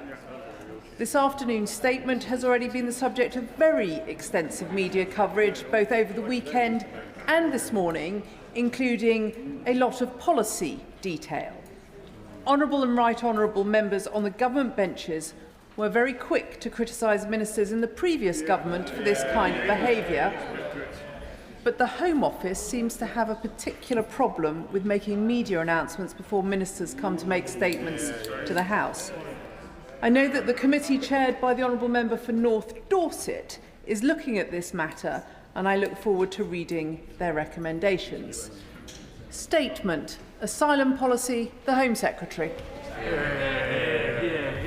Thank you very much, Madam Deputy Speaker. With your permission, I will make a statement about how we restore order and control to our borders.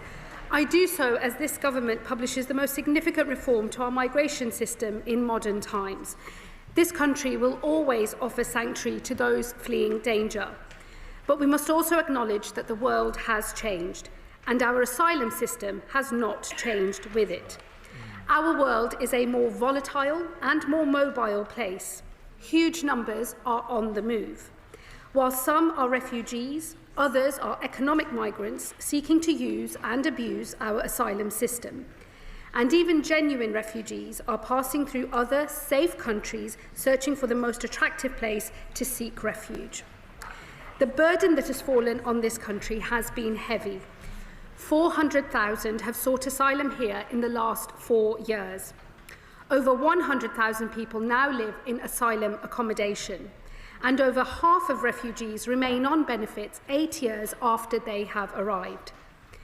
To the British public who foot the bill, the system feels out of control and unfair. It feels that way because it is.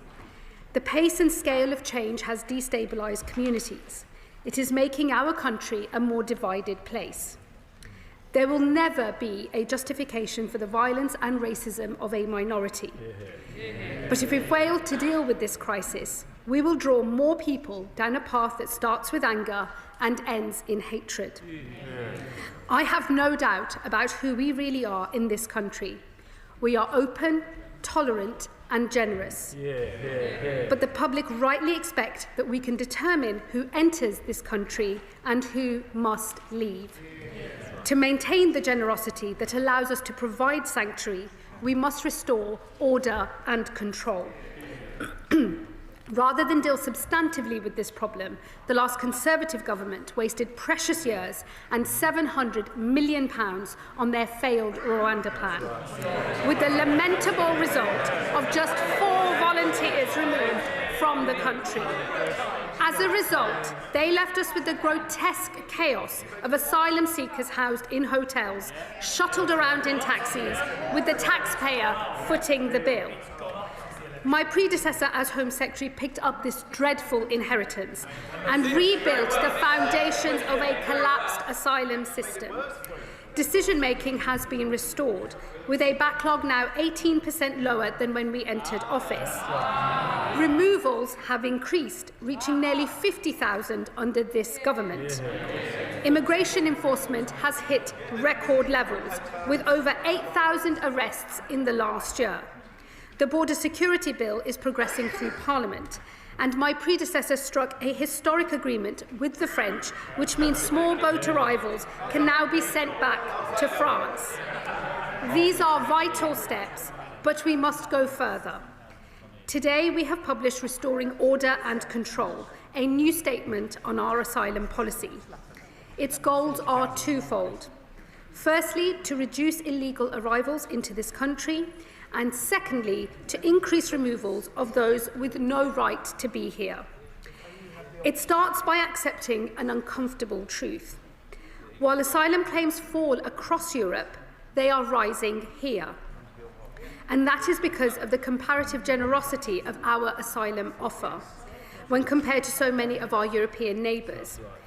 This generosity is a factor that draws people to these shores on a path that runs through other safe countries.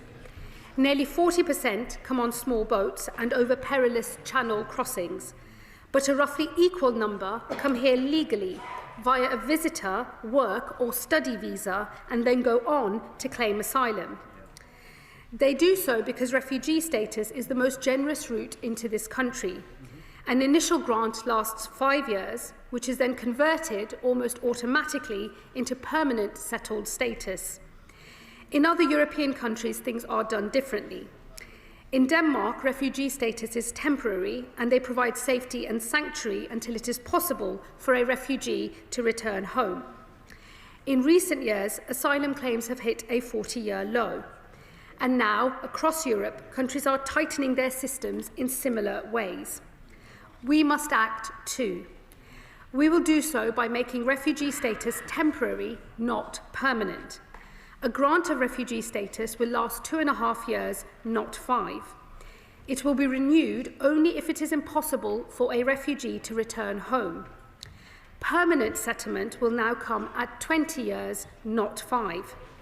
I know this country welcomes people who contribute, and for those who want to stay and are willing and able to, we will create a new work and study visa route solely for refugees, with a quicker path to permanent settlement.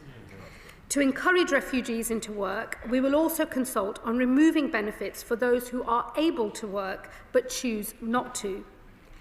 Outside of the most exceptional circumstances, family reunion will not be possible, with a refugee only able to bring family over if they have joined a work and study route and if qualifying tests are met. While over 50,000 were granted refugee status in the last year, more than 100,000 claimants and failed asylum seekers remain in taxpayer-funded accommodation. And we know that criminal gangs use the prospect of free bed and board to promote their small boat crossings. We have already announced that we will empty asylum hotels by the end of the Parliament. and we are exploring a number of large military sites as an alternative. We will now also remove the 2005 legislation that created a duty to support asylum seekers, reverting to a legal power to do so instead. While we will continue to support those who play by the rules, those who do not, be that through criminality or antisocial behaviour, can have their support removed. We will also remove our duty to support those who have a right to work. It is right that those who do receive support pay for it if they can. So those with income or assets will have to contribute to the cost of their stay. This will end the absurdity that we currently experience, where an asylum seeker receiving £800 each month from his family and who had recently acquired an Audi was receiving free housing at the taxpayer's expense, and the courts judged that we could do nothing about it. Mr. Speaker, these measures are designed to tackle the pull factors that draw people into this country. But reducing the number of arrivals is just half of the story. We must also enforce our rules and remove those who have no right to be here.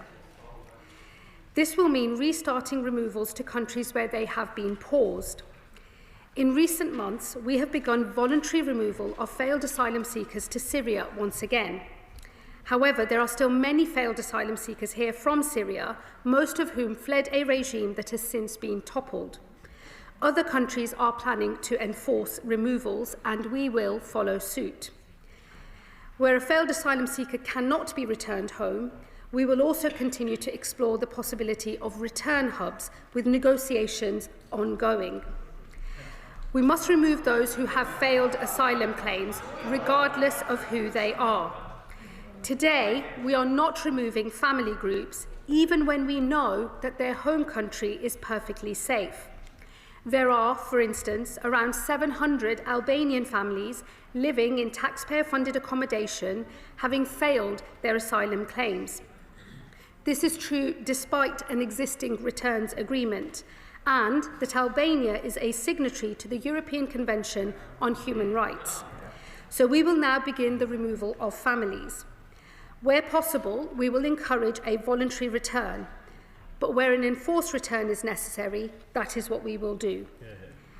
Where the barrier to a return is not the individual nor the UK government, but the receiving country, we will take action.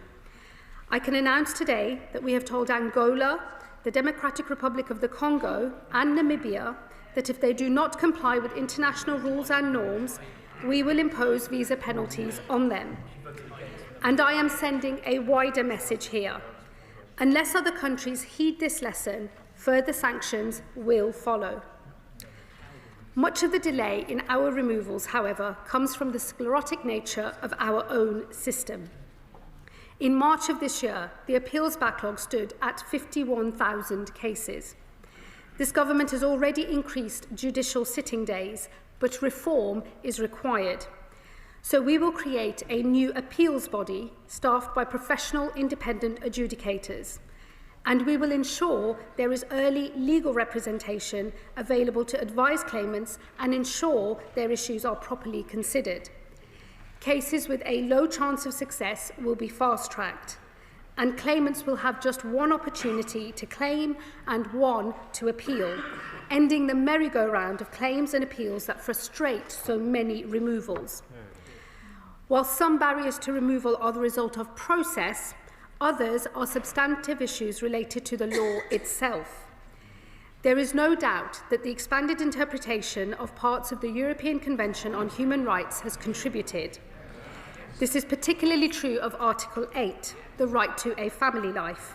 The courts have adopted an ever-expanding interpretation of this right, and as a result, many people have been allowed to come to this country when they would otherwise have had no right to. And we have been unable to remove others when the case for doing so seems overwhelming. This includes cases like an arsonist sentenced to 5 years in prison, whose deportation was blocked on the grounds that his relationship with his sibling may suffer. And more than half of those detained are now delaying or blocking their removal by raising a last-minute rights claim. Article 8 is a qualified right. That means we are not prevented from removing individuals or refusing an application to move to the UK if it is in the public interest. To narrow Article 8 rights, we will therefore make 3 important changes in both domestic law and our immigration rules. Firstly, we will define what exactly a family is, narrowing this down to parents and their children. Secondly, we will define the public interest test so the default becomes a removal or refusal, with Article 8 rights only permissible in the most exceptional circumstances. Thirdly, we will tighten where Article 8 claims can be heard, ensuring only those who are living in the UK can lodge a claim rather than their family members overseas, and that all claims are heard first by the Home Office and not in a courtroom. We will also pursue international reform of a second element of the European Convention, the application of Article 3, the prohibition on torture and inhuman, degrading treatment or punishment. We will never return anyone to be tortured in their home country. But the definition of degrading treatment has expanded into the realm of the ridiculous. Today we have criminals we seek to deport, but discover we cannot because the prisons in their home country have cells that are deemed too small, or even mental health provision that is not as good as our own. As Article 3 is an absolute right, a public interest test cannot be applied. For that reason, we are seeking reform at the Council of Europe, and we do so alongside international partners who have raised similar concerns. But it is not just international law that binds us. According to data from 2022, over 40% of those detained for removal claimed they were modern-day slaves. This well-intentioned law is being abused by those who seek to frustrate a legitimate removal. So I will bring forward legislation that tightens the modern slavery system to ensure that it protects those it was designed for and not those who seek to abuse it. Taken together, Madam Deputy Speaker, these are significant reforms. They are designed to ensure our asylum system is fit for the modern world and that we retain public consent for the very idea of providing refuge. We will always be a country that offers protection to those fleeing peril, just as we did in recent years when Ukraine was invaded, when Afghanistan was evacuated, and when we repatriated Hong Kongers. For that reason, as order and control is restored, we will open new, capped, safe and legal routes into this country. These will make sponsorship the primary means by which we resettle refugees, with voluntary and community organisations given greater involvement to both receive refugees and support them, working within caps set by government. We will also create a new route for displaced students to study in the UK and another for skilled refugees to work here. And of course, we will always remain flexible to new crises across the world as they happen. I know the British people do not want to close the doors, but until we restore order and control, those who seek to divide us will grow stronger. It is our job as a Labour government to unite where there is division. So we must now build an asylum system for the world as it is, one that restores order and control, one that opens safe and legal routes to those fleeing danger across the world, and one that sustains our commitment to providing refuge for this generation and those to come. I know the country we are. We are open, tolerant and generous. We are the Greater Britain that those on this side of the House believe in, not the littler England that some would wish we would become. These reforms are designed to bring unity where others seek to divide. Madam Deputy Speaker, I commend this statement to the House. Leader of the Opposition, Kemi Badenoch.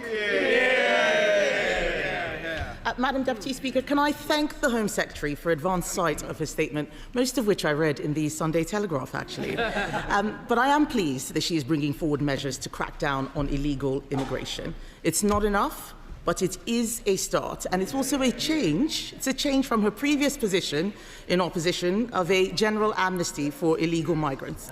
But I do want to praise the new Home Secretary, Madam Deputy Speaker. She's bringing fresh energy and a clearer focus to this problem, and she has got more done in 70 days in the job than her predecessor did in a year.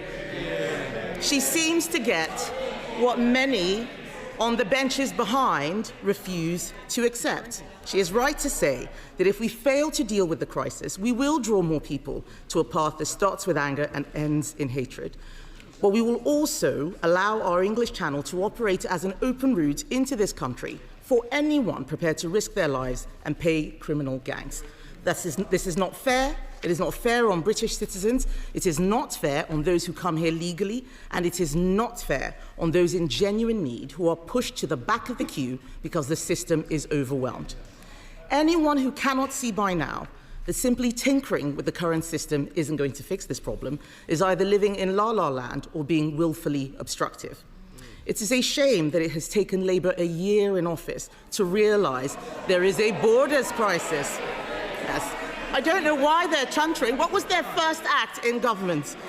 Her predecessor's first act was to scrap the Rwanda plan, which was already, yes, they're cheering, it was already starting to act as a deterrent before it even got off the ground. And before it started, Labour threw away all of our hard work, the taxpayers' money. They're the ones who have wasted their money, not us.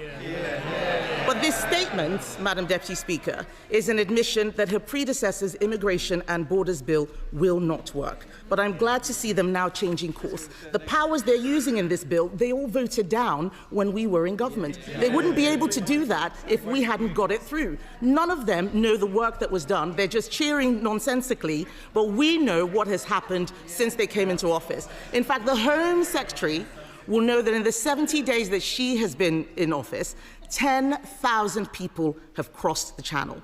And in the last year, we have seen record levels of asylum claims. The problem has got worse since Labour came into office and is getting even worse by the day. But I am afraid to tell her that what she is announcing is not going to work on its own. And some of these measures will, in fact, take us backwards. I say that to her with no ill will, and I hope she believes me when I say I genuinely want her to succeed. Because on this side of the House, we are speaking from experience. We know how difficult this is. It is, we are. And we're not going to take any lectures from the people who voted down every single measure to control immigration.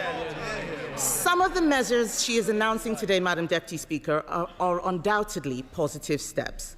Baby steps, but positive nonetheless. We welcome making refugee status temporary, and we welcome removing the last Labour government's legislation that created a duty to support asylum seekers. She's right to do that. However, some of what she is announcing simply does not go far enough. On this side of the House, we believe that anyone who arrives illegally, especially from safe countries, should be deported and banned from claiming asylum. Does the Home Secretary agree that anyone who comes to this country illegally should be deported? I'd like to know, I think the country would like to know, because this announcement means that some people who arrive will be allowed to stay. They just need to wait 20 years before getting permanent settlement. That does not remove the pull factor. But the main problem is that for as long as the UK is in the ECHR, illegal immigrants and those exploiting our system will use human rights laws to block anything she does to solve this. I know this because I saw it happen again and again over the last 4 years. I know she is seeing it too. We even saw it this year with the Prime Minister's one-in, one-out scheme, which has seen people return to France come back yet again on small boats. I can guarantee that her plan to reinterpret Article 8 will not work. We tried this already. Strasbourg and UK case law will prevail. And I agree with her that the definition of degrading treatment is overinterpreted. But renegotiating Article 3 internationally will take years. Years we don't have, if it were even possible, but the fact is, it isn't. We know this because a small group of EU countries tried this earlier and they were dismissed by the Secretary General of the Council of Europe. Her government did nothing to support them, so I'm not convinced that it's the Prime Minister's negotiating skills that are going to sort out that problem. The fact is We have looked at this issue from every possible direction, and the reality is that any plan that doesn't include leaving the ECHR as a necessary step is wasting time we don't have. Just like their plan to smash the gangs or the one-in, one-out policy, it is time-wasting and it is doomed to fail because of lawfare. We have seen this all before. The tough measures will be challenged in the courts and blocked, the new legal routes she's talking about will be exploited, and the numbers arriving on our shores and disappearing into the black economy will keep on rising. If the Home Secretary is serious about reducing these numbers, and I do believe that she is, she must be bolder. She must take steps to deter illegal immigrants from coming to Britain and deport them as soon as they arrive. Our borders plan does just that, and I know that she has studied it in detail. I've seen the looks. I know that she knows that we would leave the ECHR and ECAT to stop the Strasbourg courts from frustrating deportations, that we'd establish a new removals force to make sure all illegal arrivals are deported. We would end the use of immigration tribunals, judicial review, and legal aid in immigration cases. Those are the things that are slowing us down. And we will sign returns agreements that are backed by visa sanctions to ensure we send illegal arrivals back to their place of origin. I welcome what she's talking about on Angola and Namibia, but all of us in this House know that they are not the ones creating the biggest problems. We need to be bold, serious, and unafraid to do what the British people demand: secure our borders. That is what is in our borders plan. So I urge her to take me up on my offer to work together, not just because we have some ideas she might find useful, but because, judging by her own backbenchers' reaction today, she may find our votes come in handy. Earlier this year, we saw what happened when the government tried to make changes to the welfare bill. The Prime Minister was defeated by his own backbenchers and ended up passing legislation guaranteeing that more money would be spent on welfare. And it doesn't appear that his grip on the party has improved since then. So you can be sure that the MPs behind the Home Secretary are already plotting to block any serious changes she tries to make. We can help her with that. Why are they shaking their heads? We've seen them do it time and time again before. I would say to the Home Secretary, this is a genuine offer in the national interest. We will not play the same game they did, voting things down for no reason, but she must be clear with the House on these questions. How many people will be able to take advantage of the new work and study visa route? And what will the level of the cap be? Will it be 10,000 people? Will it be 100,000 people? The government has separately confirmed they will allow Gazan students to bring dependents. We oppose this, but can she clarify how the government will ensure that people brought to the UK from a territory under Hamas control are not a risk to our security? If she finds that the Human Rights Act and ECHR prevent her from enacting these proposals, will she use primary legislation to resolve this? Has Lord Hermer agreed? By her own admission 3 weeks ago, the Home Office is not yet fit for purpose, so why then are we creating the new legal routes for the Home Office to run? And will she take me up on this serious, genuine offer to meet and discuss how we can work together to resolve this asylum crisis, yes or no? I urge her to put party politics aside, meet with me and my shadow Home Secretary. Let's find a way to work together. Order. I was very generous with time then. Home Secretary. Thank you, Madam Deputy Speaker. I thank the Leader of the Opposition for her response to the statement. I see that the Shadow Home Secretary has been subbed out after his performance at Home Office orals. But whether it's the Shadow Home Secretary or the Leader of the Opposition herself, I'm very happy to take on the Conservative Party any day of the week. And let me start by saying we will not be taking any lessons from those opposite on how to run an effective migration system or indeed an asylum system, because I'm afraid to say to the Leader of the Opposition, she knows that her party in government gave up on governing altogether. They gave up on making asylum decisions, creating the huge backlog that it was left to this government to start to deal with. And in our first 18 months in office, removals are up 23% compared to their last 18 months in office. So I will take no lessons from anyone opposite on anything to do with our asylum system, because they simply gave up and went for an expensive gimmick that cost 700 million quid, returned 4 volunteers and was doomed to failure from the start.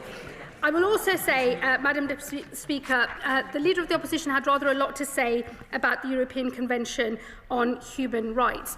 I don't recall the members opposite ever bringing forward any legislation to deal with the application of Article 8, the qualified right to private life, in this House. There was never a bill that sought to clarify the way that Article 8 should apply in our domestic legislation or indeed in our immigration rules. So I'm not going to take any lessons from the people that just never bothered to do that in the first place.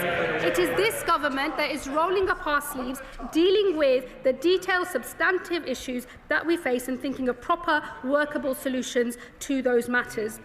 And I just say on Article 3, I think the position on Article 3 has changed across Europe. I was over at the Council of Europe in my previous role as Lord Chancellor just before the summer recess earlier on this year, and I was struck by the sheer range of other European partners who want to have this conversation. It is important, I think, that the British government leans into that conversation and seeks to work in collaboration with our European partners. The one thing that will not work is simply saying we're going to come out of the European Convention altogether. That is not and will never be the policy of this government, because we believe reform can be pursued, but that this is an important convention, not least because it actually underpins some of our own returns agreements, including the one with France. And so she talks about how many years it would take for us to think about reform of the convention, but it would also take just as many years, as she well knows, to start renegotiating lots of international agreements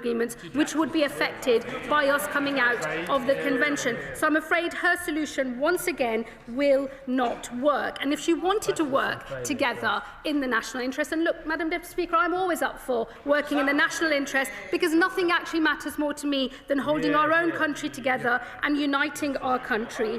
But they could have started by voting for the Borders Bill, which is currently going through the House and which they have voted against at every opportunity. So forgive me if I don't take this newfound conversion to working together in the national interest with much seriousness, because their own track record suggests it should not be taken seriously. And not be taken seriously, Madam Deputy Speaker, sums up the position of the Conservative Party. These are the people that left this government an abject mess to clear up. They gave up on governing, they gave up on running an effective asylum system, and now they turn up without so much as an apology to the British public, thinking that they've got anything to say that anyone wants to hear. Before I call the first backbench contribution, can I remind members that in order to expect to be called in a statement, they should have been here from the start of the Home Secretary's statement. There may be members bobbing quite unnecessarily. Florence Eshalomi. Thank you, Madam Deputy Speaker. Madam Deputy Speaker, the reality is we need an asylum and immigration system based on fairness and consistency. My constituency of Vauxhall and Campbell Green is a testament to this. It's a place that's been made richer because of the people who've come here from all over the world. Some of them have fled persecution and have made a home over many years. I meet these people every week in the community and including in schools, where I see those children excited about their future. When this government came into office last year, they were right to say that their priority in this area is to tackle the huge backlog of unprocessed asylum claims left by their predecessor. Clearing that backlog is a big task, Madam Deputy Speaker, but it is right that we identify who has a right to be here. But by introducing more assessments of those who've been here for many years, making new judgments on safety of a country will take considerable resources. So is the Home Secretary confident that these changes will not have an unintentional consequence and actually make it harder to achieve her goal?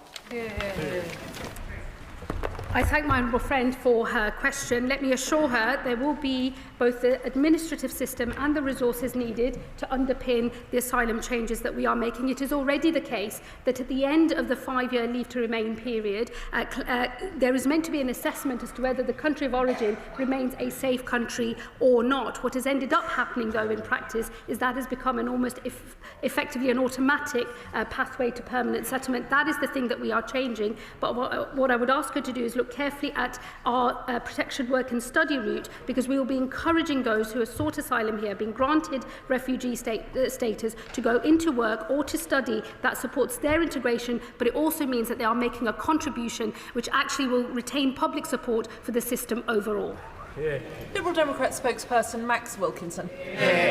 Thank you, Madam Deputy Speaker. It is right that the government is looking for ways to bring order to the asylum system. It was left in total disarray by the Conservatives. Sadly, the government has been too slow to act.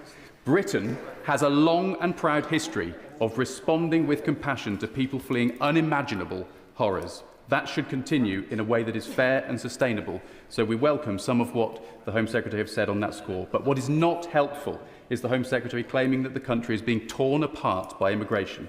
Acknowledging the challenges facing our nation is one thing, but stoking division by using immoderate language is quite another.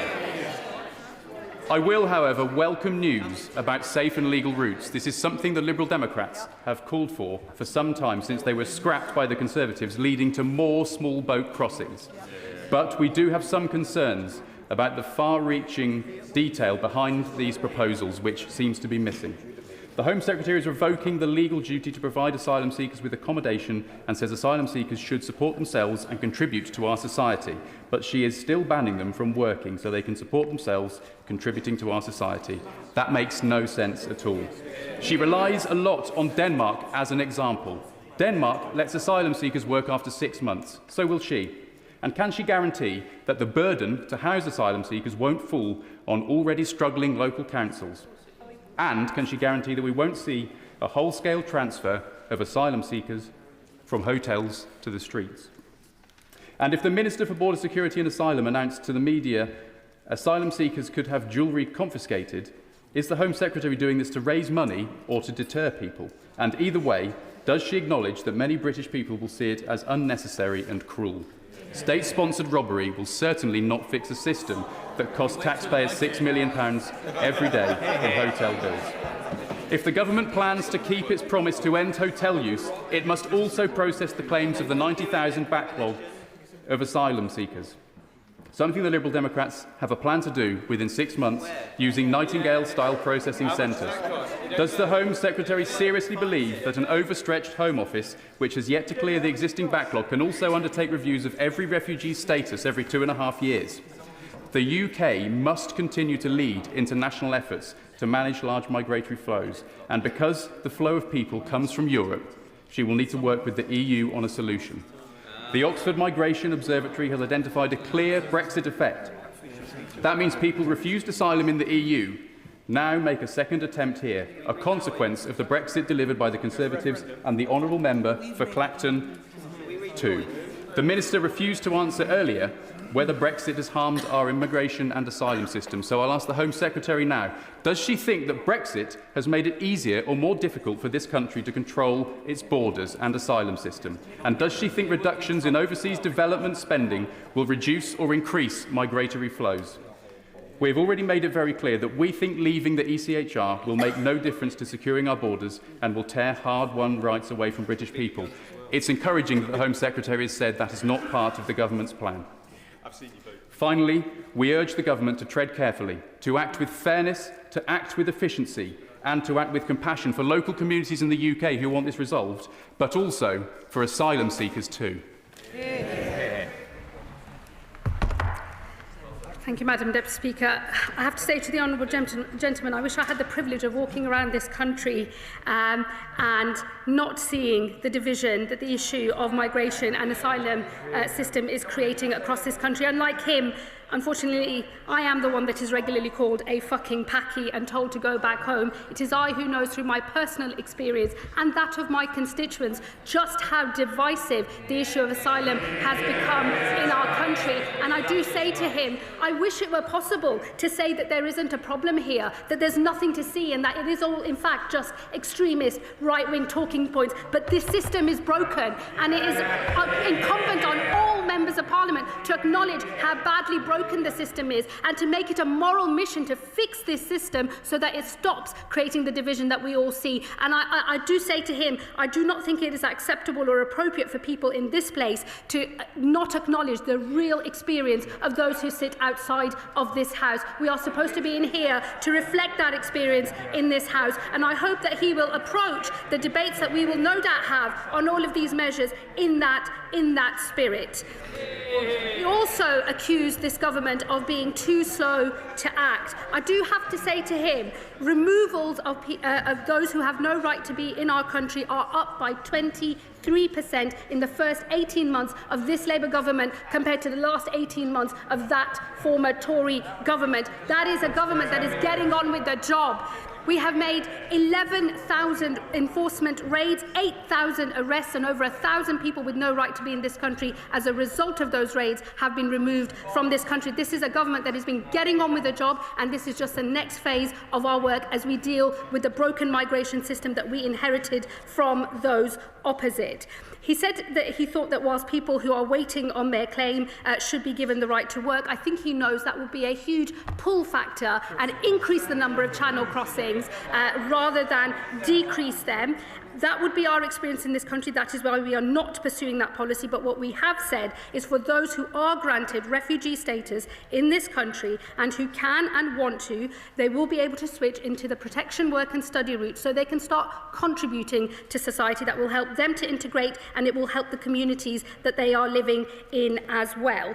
He knows full well that it is not the policy of this government to confiscate jewellery from those who are accessing asylum accommodation.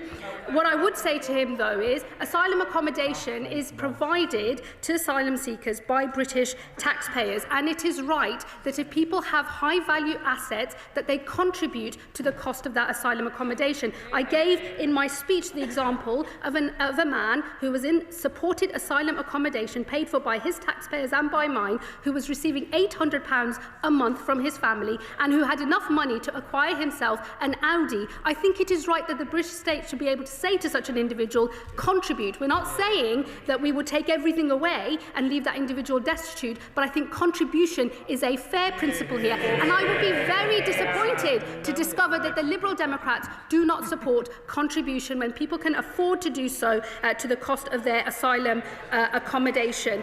And Madam Deputy Speaker, he left his remarks on Brexit. I don't have any more to say about that. I'm living in the world as it is today. If he has things to say, I'm sure the House will continue to hear about them. The Home Secretary should know that language that is not acceptable in this House does not become acceptable if it is attributed to others. She might like to apologise for the language used. I apologise, Madam Deputy Speaker. I did not mean any discourtesy. I was merely reflecting the truth of words that are used to me. And I think we all appreciate that. But please, can I urge members to keep their language acceptable in the House? Graham Stringer. Thank you, Madam Deputy Speaker. Can I start by saying I fully support the Home Secretary in a statement today. It is a fundamental duty of government to protect our borders and to know who is coming into this country, which we have not known for some time. She has set herself a difficult task, but will she agree to publish targets for all the areas she has outlined in her statement today, particularly a reduction in the number of undocumented and illegal entrants to the country, so that we can check whether it is working, and she may need to alter some of the policies if it is not working. Thank my honourable friend for his question. What we won't do is set arbitrary targets or caps. We have learnt the lessons of previous governments, and I think that setting a number in that way actually cost public confidence. The better thing to do is to actually get on with delivering these reforms, passing the necessary legislation in this House, delivering them out there in the country, and then assessing them as they go. I have no doubt that there will be much debate and scrutiny in this place and in others about the success of these reforms, and I look forward to answering those questions over the coming months and years, no doubt. Chair of the Home Affairs Committee, Dame Karen Bradley. Madam Deputy Speaker. My committee, I'm sure, will want to look closely at the very significant number of announcements that the Home Secretary has made today. But she has referred on a number of occasions to asylum seekers contributing to the support that they're given. And I wonder whether she has made any consideration of setting up a deferred payment scheme much akin to the student loan scheme, so that people, when they are granted asylum and are in work, can start to pay back for the generosity they've received. I thank the Chair of the Home Affairs Select Committee, and I do very much look forward to my first appearance before her committee, which I hope we can arrange very soon, and I'm sure we will be discussing in detail all of these proposals as well as other matters relating to the Home Office. Let me say on that specific point around further contribution, it is something that we are currently exploring. It's not part of the package of measures today, but I'll happily update the House in due course. Joe White. Well, thank you, Madam Deputy Speaker. Can I thank the Home Secretary for her statement? Would the Home Secretary agree with me that enforcing the immigration rules, including removals, is in the public interest? Could the Home Secretary provide greater detail on the action the government will take to balance public interest against individual rights? Well, I thank my honourable friend for her question. We will bring forward legislation in the next session on the specific ways in which we will deal with the application of Article 8 to immigration cases, and also how we will update our immigration rules as well. I'm happy to discuss with her how that legislation will be developed over the coming weeks, but the intention is to do exactly as I said in my statement, in particular to define what is a family, to define how the public interest test is used so that it is only used in the most exceptional of circumstances, and to tighten the who and the why, the who and the where of how Article 8 claims can be made. Taken together, we believe that that will ensure that we are able to ensure that the application of Article 8 is exactly as it was intended to be when the European Convention on Human Rights was first agreed to. Father of the House, Sir Edward Lee. On these benches, we generally wish her well, because otherwise the country, in her own words, will start falling apart. So it's a good effort, 7 out of 10. She clearly has strong conservative instincts.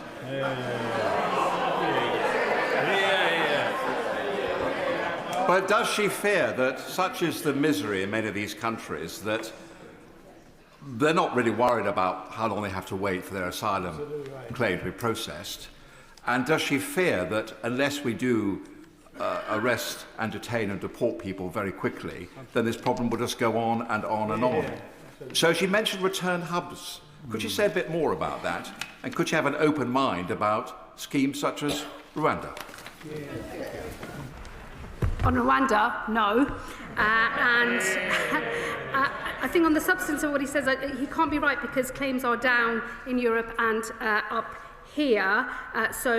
What I would say to him instead is I hope that he will approach the debate that we're having with an open mind, ditch the failed policies of his party, and maybe consider more workable solutions from this side of the House instead. Lewis Atkinson.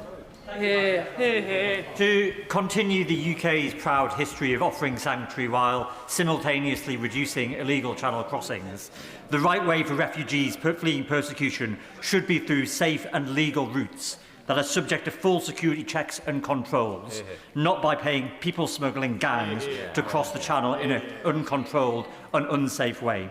So can I therefore welcome the Home Secretary's announcement that such routes will be created? And can she tell the House how quickly she envisages these will be implemented? I thank my honourable friend. Safe and legal routes are absolutely the way that we should be seeking to bring people into our country, and not through the people smuggling route in the north of France and over the Channel. And it is an explicit policy choice that I have made to disincentivise people coming through that route and paying thousands of pounds as they do so to organised immigration criminals, and will privilege those who come through our safe and legal routes. As we get order and control into the system that we have inherited, these safe and legal routes will become more generous over time. They will start modest, the numbers will be in the low hundreds, but they will grow, and we want them to grow because we want people fleeing sanctuary to be able to find safe harbour here in this country, and we make we are absolutely proud of that position as a government. This route will grow over time. I hope people across the House will support that, but I think we have to get order and control into our system first. Christine Jodin. Thank you very much, Madam Deputy Speaker. I think there would be general agreement that we have chaos in the immigration and asylum system, and that the government should be looking for new ways to discourage people from crossing the channel in small boats. But in what she says today, is there a danger that those people that we do actually need to come to this country legally, with the skills that we need to fill the employment gap, to keep our NHS working and to work in the social care sector, will actually look at this country now and say, no, I don't want to go there, and that there is a danger in this policy that that will happen? I disagree with the Honourable Lady. There is no reason to believe that. What I would say to her is that if you look at the numbers of people that come into this country on the small boats, it's about 40% of all asylum claims. Actually, it's about the same number of people who come through a legal route, a visit visa, a work visa or a study visa, which when that visa comes to an end, apply for asylum. I hope she would recognise that it is important that we stop that abuse of the asylum system so that we can retain public confidence in the legal migration system that I think we can all agree that this country needs. Chris Murray. Thank you, Madam Deputy Speaker. And I draw your attention to my declaration of interest. Over the last few years, 3 times as many people fleeing war or persecution have come to this country from Ukraine and Hong Kong as have come in small boats. But there has been no public outcry. The lesson here is the British people are compassionate and generous to refugees when the system is controlled, fair and gripped by the government. In 15 years working on asylum issues before being elected, I saw the dysfunction this government has inherited. There is nothing progressive about ducking asylum reform and allowing public support for refugees to drain away. Can the Home Secretary set out how these reforms will address the manifest unfairnesses and rebuild public support for the asylum system and immigration overall? My honourable friend makes a very powerful point. This country is an open, tolerant and generous place, but there are conditions for that openness, for that tolerance and for that generosity, and they are that there is order and control in the system, and when people can see a system that is not working, where rules are being abused and not enforced, they do rightly feel angry, and it is important that this government deals with those problems so that we can have public consent for not just a new system that works better, but also for the safe and legal routes that I know he and others in this House will want to see. The 2 principles that underpin all of the reforms that I am making today are fairness and contribution. They are quintessential Labour values, but they are also quintessential British values too. Sir Desmond Swing. As she struggles to find these hubs, she should reflect on the fact that it was her government that wasted the 700 million by giving up the opportunity to Germany and the United States before we got the chance to use it.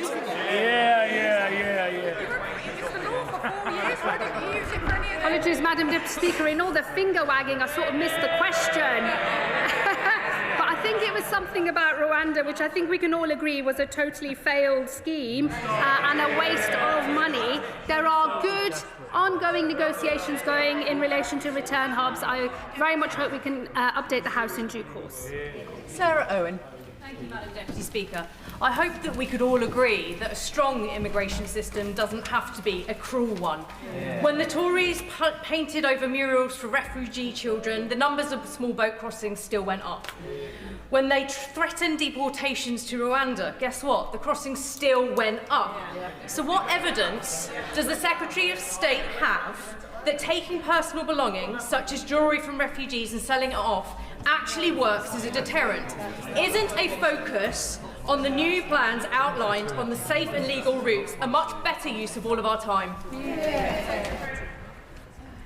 say to my honourable friend, we are not taking jewellery at the border. I can't say it any more clearly than that. She will know that the example I have used in my speech, and the sort of case we're going after, is those who have assets, those who have access to money and who can afford quite expensive cars, who should make a contribution to the cost of what is currently free asylum support. These two things are not the same, and I would urge her not to conflate the two. We will not and never will seize people's jewellery at the border. We're not going after their sentimental items like wedding rings and so on. We are talking about those who have high value assets, who receive at the moment, having claimed asylum in this country, so before they've been granted refugee status, they have claimed asylum, they receive free accommodation on the state. If they have assets, they should contribute to the cost of that accommodation, just as I explained in the example I used in my speech. That is the sort of case we are talking about, and I do hope that she will not perpetuate what is being said about jewellery, because I have ruled that out clearly in this House today. Sir Ashley Fox. Thank you, Madam Deputy Speaker. Can I thank the Home Secretary for her statement? Labour's change, of course, is most welcome, and she's outlined some useful steps today. Now, my constituents want to see the Holiday Inn in Bridgewater emptied of migrants and returned to commercial use. And to achieve that, the Home Secretary is going to have to be bolder. So does she agree with me that anyone who arrives in this country illegally should be detained on entry and deported automatically? Again, forgive me, but I'm not going to take any lessons from the party that gave us hotel use in the first place, now lecturing me about hotel exit. It is a manifesto commitment of this government that we will get out of hotels by the end of this Parliament. I hope to do so before then. That is why we are exploring large sites, including military sites. I know that will engage more debate in this House over the coming weeks and months, and I look forward to that. But given that he's a member of a party that started hotel use, I hope he'll reflect on that first. Daniel Zeigner. Thank you very much, Speaker. I support my right honourable friend's statement, and particularly her announcement about safe and legal routes. She'll know that cities like Cambridge have a long tradition going back to the kinder transport to welcoming people from Syria and Ukraine. And I very much hope she'll work closely with authorities like Cambridge City Council to work on measures that can make these routes work. I thank my honourable friend. We absolutely will work with local partners, councils, philanthropists, other charitable organisations as we develop these safe and legal routes. And as I said in my speech earlier, they will take three primary forms: community sponsorship, because we believe that is the best model for achieving integration of refugees into our communities, a route for talented students and for skilled workers as well. We want to play our full part as a country in providing sanctuary to those truly in need. We need to move to a better system. Safe and legal routes will be the way in the future to do it. Marie Goldman. Thank you, Madam Deputy Speaker.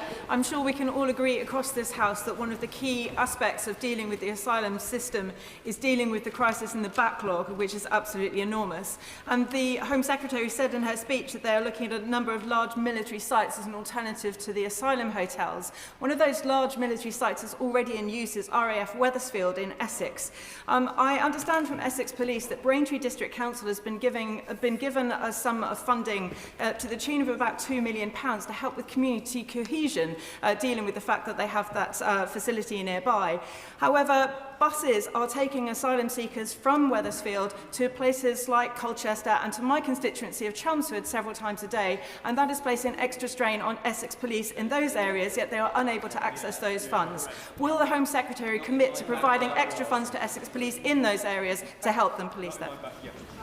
I think that was two questions. One on the backlog, which I recognise the backlog of appeals is far too high. It is why we're going to create a new independent appeals system so that we can run through these cases more quickly whilst fulfilling our obligations to an independent process and providing early legal advice as well. And on the specific points in relation to Wethersfield and pressures on councils, we do of course work closely with local councils and do provide funding to assist with community cohesion and other issues, and I will look carefully at the example that she has raised if she writes to me. Derek Twigg. Madam Deputy Speaker, can I say to the Home Secretary that her statement is most welcome. It's certainly a step in the right direction, and certainly the proposals that she set out today are a significant step in the right direction. It's also the case, I think, as well, that the comments you made about the damage to the social fabric of this country are very, very important. But can I ask her a specific question? And that is about asylum seekers who committed crimes and actually are deported, but then allowed to again put a second application in to come back to this country. Will she be looking at law to see how that can be addressed? What I would say to him on those who are convicted of crimes, the combination of the sentencing bill changes and what I have said today should actually lead to earlier deportation of foreign national offenders in this country. It is, of course, absolutely important that those individuals face the full force of the law, but we have made a policy decision as a government that for the vast majority of foreign national offenders, the appropriate thing to do is to move to immediate deportation wherever possible. Sir Batty. Thank you, Madam Deputy Speaker. The Home Secretary said that she was exploring the possibility of return hubs with negotiations ongoing. Can she tell the House which country she's negotiating with and how much is it going to cost? No, because he would not expect me, I think, to comment on live negotiations with other countries. But those negotiations are ongoing, and I hope we have announcements to make soon. West. Deputy Speaker, the Hornsey and Friar Barnet constituency has a long tradition of being boroughs of sanctuary, and just today I had an excellent briefing from the Jewish Voice for Refugees High-Ass J-Corps. Will she agree with me that currently there is a real problem with the cliff edge for failed asylum seekers who end up street homeless or rough sleeping, particularly in my constituency around the Finsbury Park area? And will she redouble her efforts to understand the connections between homelessness and the asylum process so that all people can have shelter in the current period as we go into the winter? I thank my honourable friend. I do understand the point that she is making. I mean, I think the reality is that there are a lot of failed asylum seekers within the asylum accommodation system, and I'm sure she would accept and agree that where somebody has a failed claim and no right to be in this country, the best thing to do is to voluntarily leave the country, and we do already provide packages to help people make that decision. I, of course, don't want to see people homeless in this country, but I know she can't possibly think that the answer to that is to essentially have there be no consequence to having a failed asylum claim in the first place. We do need to run a system where the rules are enforced, as uncomfortable as that might occasionally be, but of course recognising that we don't want people in destitution. That is why we do make financial packages available for people to voluntarily remove the country, and that will always be the case. Pete Wishart. Madam Deputy Speaker, in their manifesto, Labour promised to defend migrants' rights and build an immigration system based on compassion and dignity. Instead, what we have is a policy that's welcomed by Reform UK and that's even found favour with Tommy Robinson, from throwing refugees into destitution to denying any meaningful route to citizenship to forcible evictions. Where exactly is the compassion and dignity in that? Yeah. Well, I can assure him that given that Tommy Robinson doesn't even think I'm actually English, he will certainly not be supporting anything I've got to say.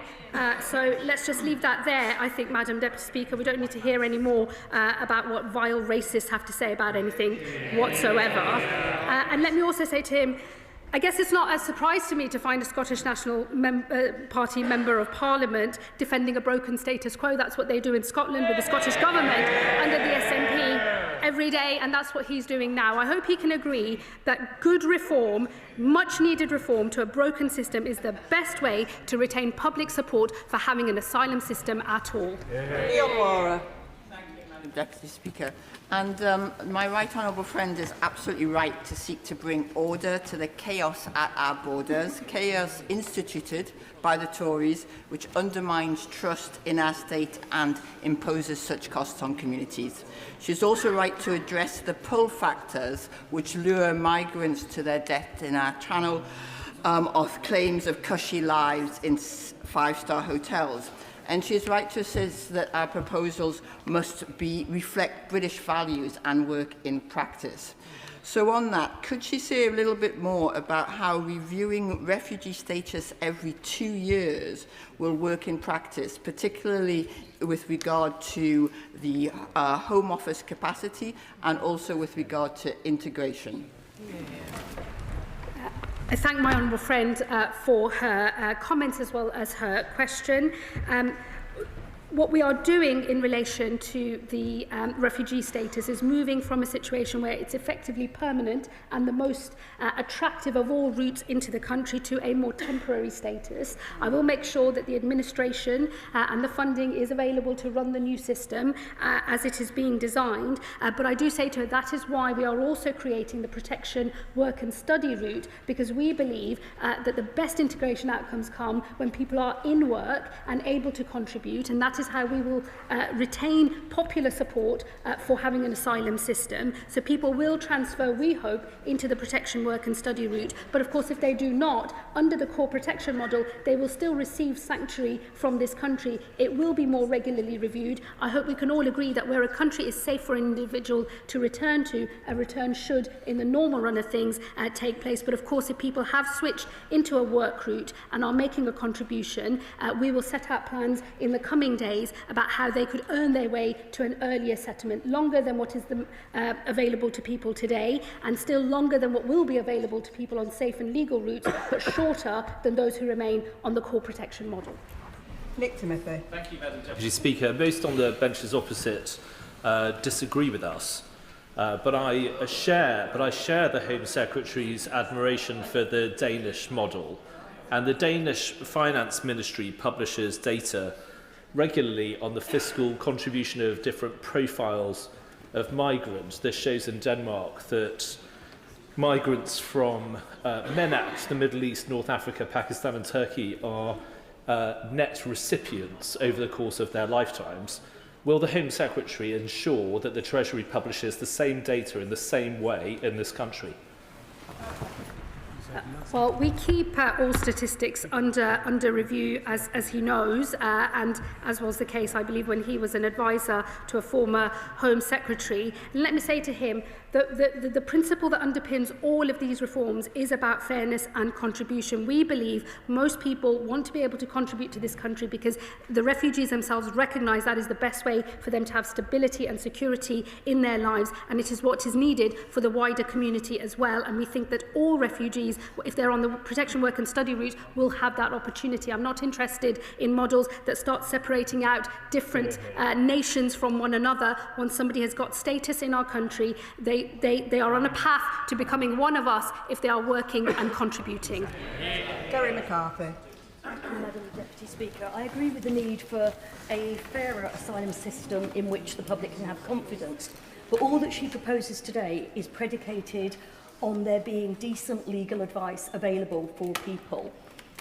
And I know from 20 years as an MP that is simply not the case. Despite the best efforts of the advice sector in Bristol, which is proud to be a city of sanctuary, there's just a real dearth of decent immigration lawyers. And I see too many constituents that fall into the hands of dodgy lawyers who will help them falsify and fabricate claims.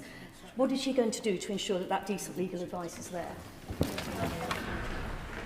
Well, look, I agree with her in that my own constituency experience as a Member of Parliament is many people have turned up at my advice surgery believing that there are things that I can do as a constituency MP to assist them in their migration claim, which I cannot do, and they have been completely misled and robbed, frankly, by unscrupulous individuals. In the new appeal system that we are going to set up, early legal advice will be available from the start.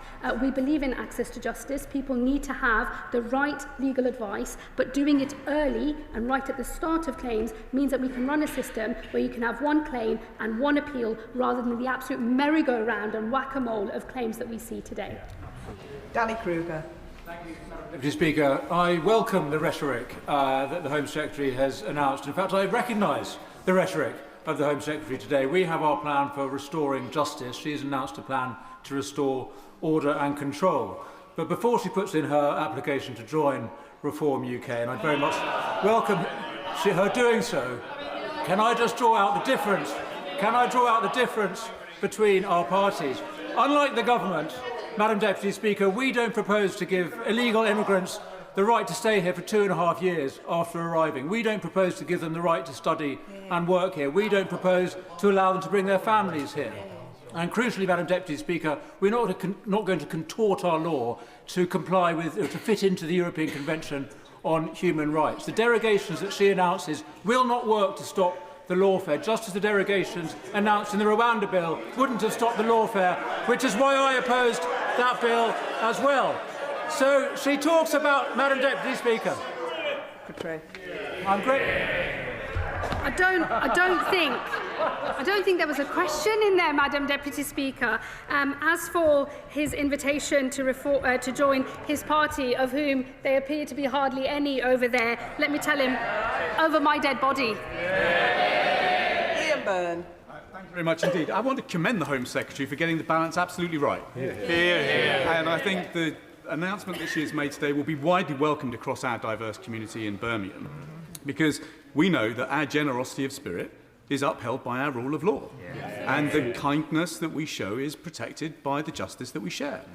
So will she confirm that while we will always give sanctuary to those who need our protection, what she's advancing today is in effect a form of earned citizenship, and only those who step up to the full responsibilities of citizenship will enjoy the full rights of citizenship of this country? Well, my honourable friend makes a very powerful point. We are constituency neighbours, and both of us have done many community meetings over the years where these issues have been discussed, not just by those who are white, but those who are ethnic minority Britons as well. Because the thing that unites all Britons, regardless of their background, is a desire for fairness and for a good system that people can have confidence in. And he's absolutely right. The concept of earned citizenship, earned settlement, contribution, fairness. As I said earlier, these are quintessential Labour values. They are quintessential British values as well. And that is why I know this plan will have support from across the country. Bradley Thomas. Thank you, Madam Deputy Speaker. Well, these steps are definitely a move in the right direction. I'm pleased that the Home Secretary has rejected the proposal from the Liberal Democrats to allow those who arrive in the UK illegally to work. I think that would be a ludicrous magnet in favour of attracting more illegal migrants to the UK. The Home Secretary will be aware that the vast majority of removals from the country are voluntary rather than enforced. So what is she planning to do to ramp up enforced removals from the UK? And with respect to visa sanctions, why did the government vote against them as part of the border security bill? I would just say gently to the honourable gentleman, a voluntary removal is the outcome that actually we should be aiming for. Enforced removals cost more money, are more likely to actually result in a failed removal, especially if there is such disruption that the pilot in charge of the plane says that they won't take that individual, costing often much more money to the British taxpayer. So it is value for money actually to have voluntary removals wherever possible, but we will pursue all types of removals, voluntary as well as enforced, and deportations of foreign national offenders as well. And this is our track record in the last 18 months to have got those numbers up by 23% to a number of just over 48,000, doing better than the last 18 months of the Conservative government. And all I would say to him on the issue of visa sanctions, these were powers they acquired but did not use. Gill. Thank you, Madam Deputy Speaker. And can I commend my right honourable friend for the measures that she's introduced to tackle abuse of our asylum system and clamp down on those who are taking advantage of this country's generosity. The government's already closed 200 hotels since coming to power, but can the Home Secretary confirm that her department are actually expediting the measures that she has announced today so we can restore public confidence?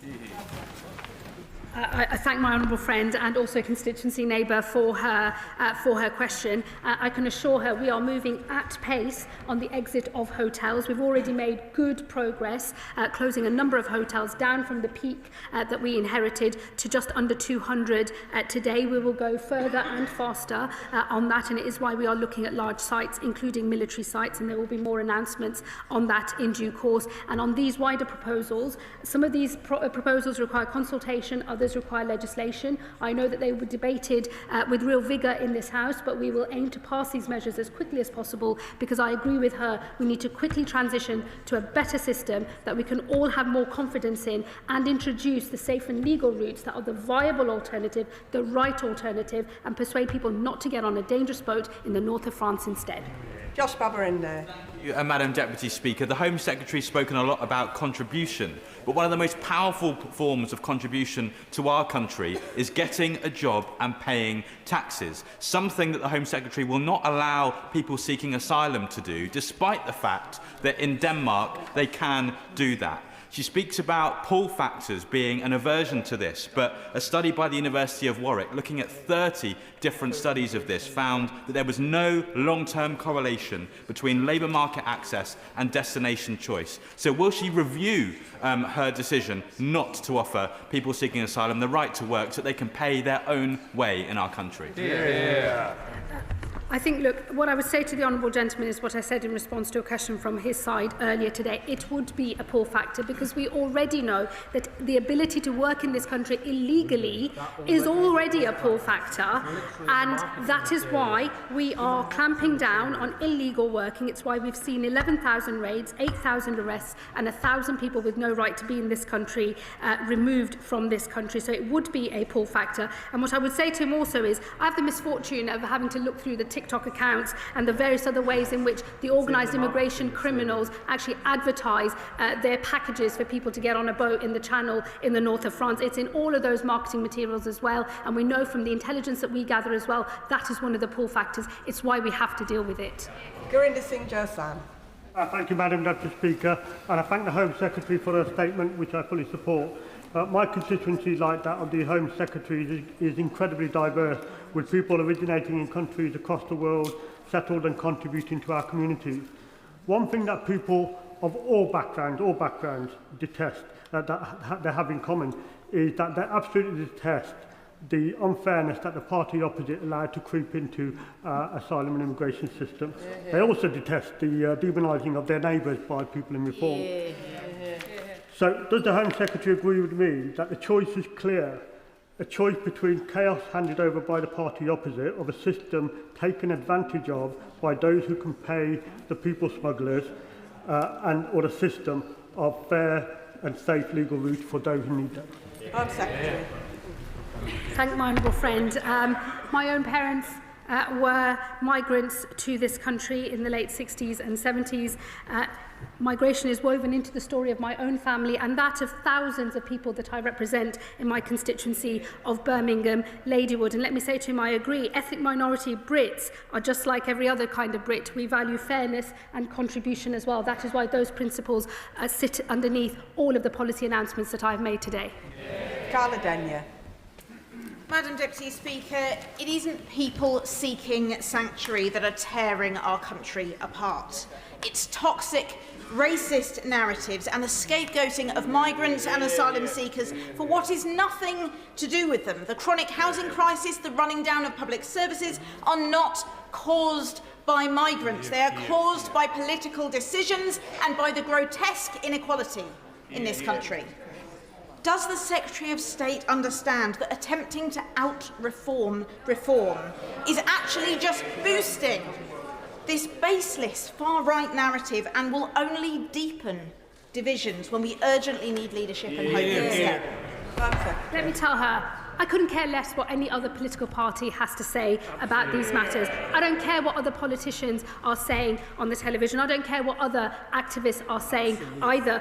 I care about the fact that I have an important job to do and I can see that there is a problem here that needs to be fixed. If it was possible to pretend there wasn't a problem because there wasn't one, I wouldn't be saying there is one. There is a genuine problem in this asylum system and we need someone to sort it out, not to pretend it doesn't exist, which I'm afraid is one of the things that fuels the division in the first place. My own constituents, since I have been Home Secretary, have been telling me directly of abuses in the visa system that they can see with the evidence of their own eyes long before any officials in Whitehall have ever clocked onto those things. It is a moral responsibility when you see something broken to fix it and to make sure that the fact that it's broken is not fueling division in our country. And let me also say to her, it is Green Party politicians who are absolute hypocrites because they talk great language in here and then oppose asylum accommodation in their own constituencies.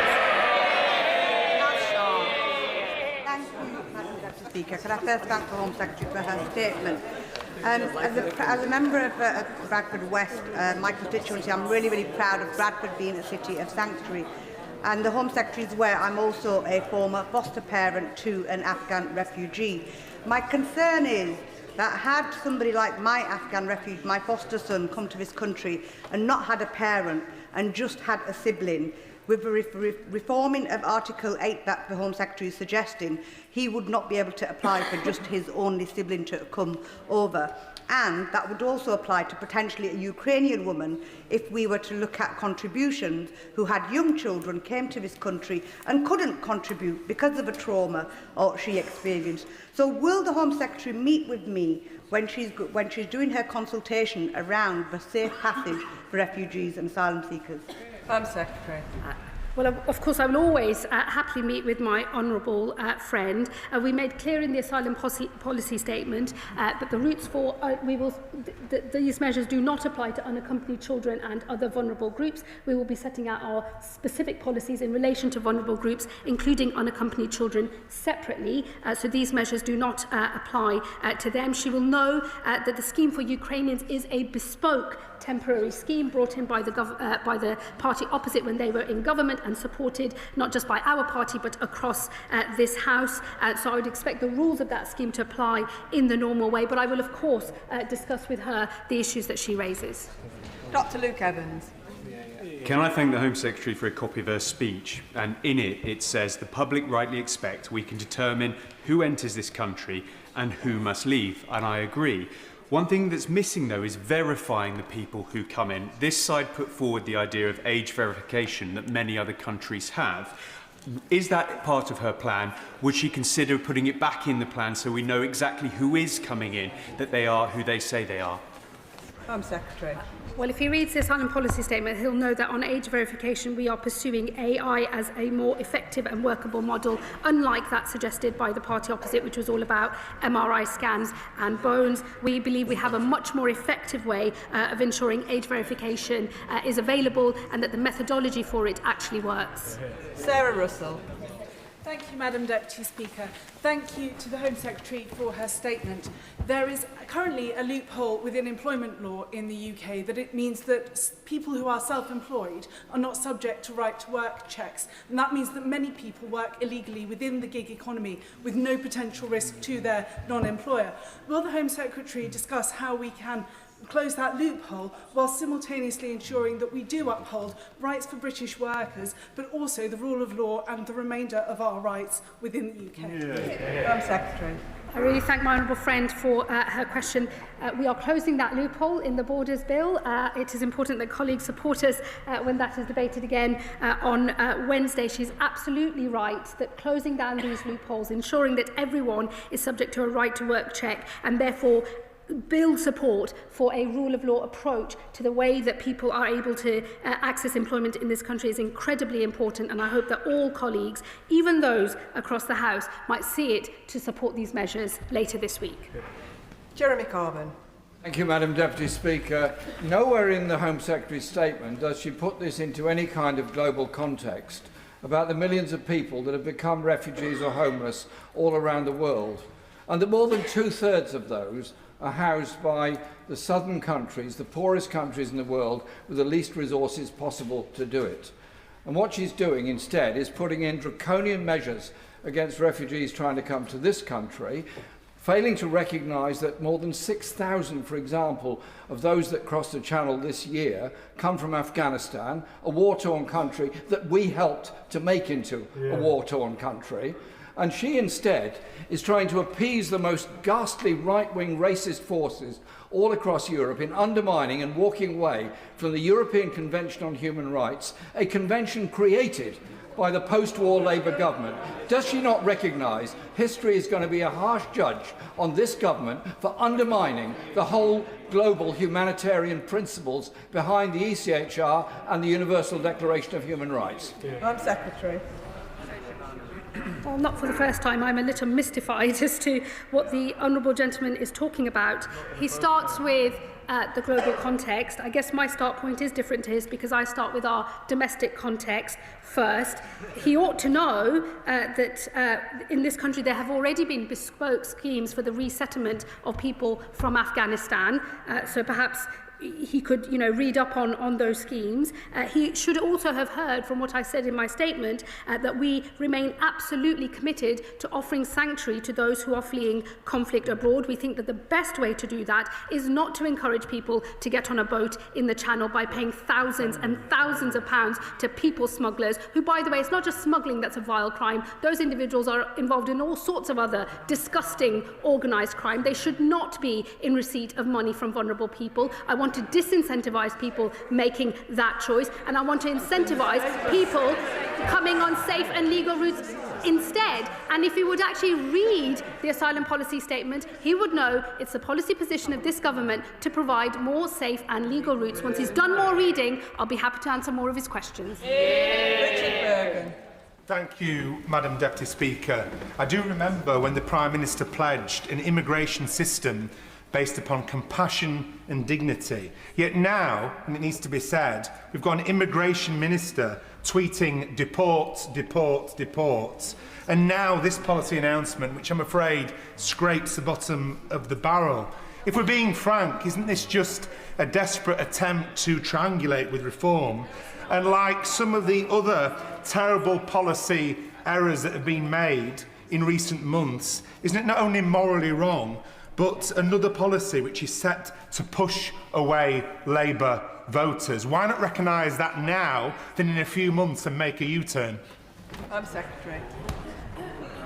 I would really caution my honourable friend not to defend a broken status quo. He should also know that it is foreign national offenders that are deported from this country, and I would hope he could agree that foreign national offenders should be deported from this country. We should not be keeping convicted criminals in our nation a day longer than is absolutely necessary. And I just say to him, the thing that's morally wrong is knowing that you have a broken system and then pretending either that it's not broken or defending a broken status quo. I will never tolerate that. And I have to say to him, as I've said to other members opposite today as well, I do not care for what other parties are saying on these matters or what other politicians have to say either. I have thought first and foremost of my moral responsibility to the people of this country as I fulfil my duty as Home Secretary. I have a series of reforms here that are underpinned by the values of the Labour Party and the values of the British people. They are fairness and they are contribution.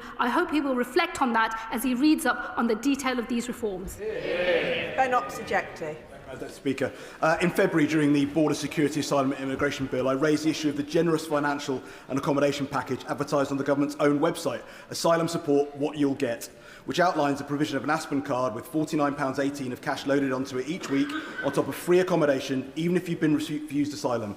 Cards that are able to be used for gambling and have been over 6,000 times, according to an FOI. In May, I raised it again when I asked the previous Home Secretary what she planned to do to address the pull factor of this free cash and free home.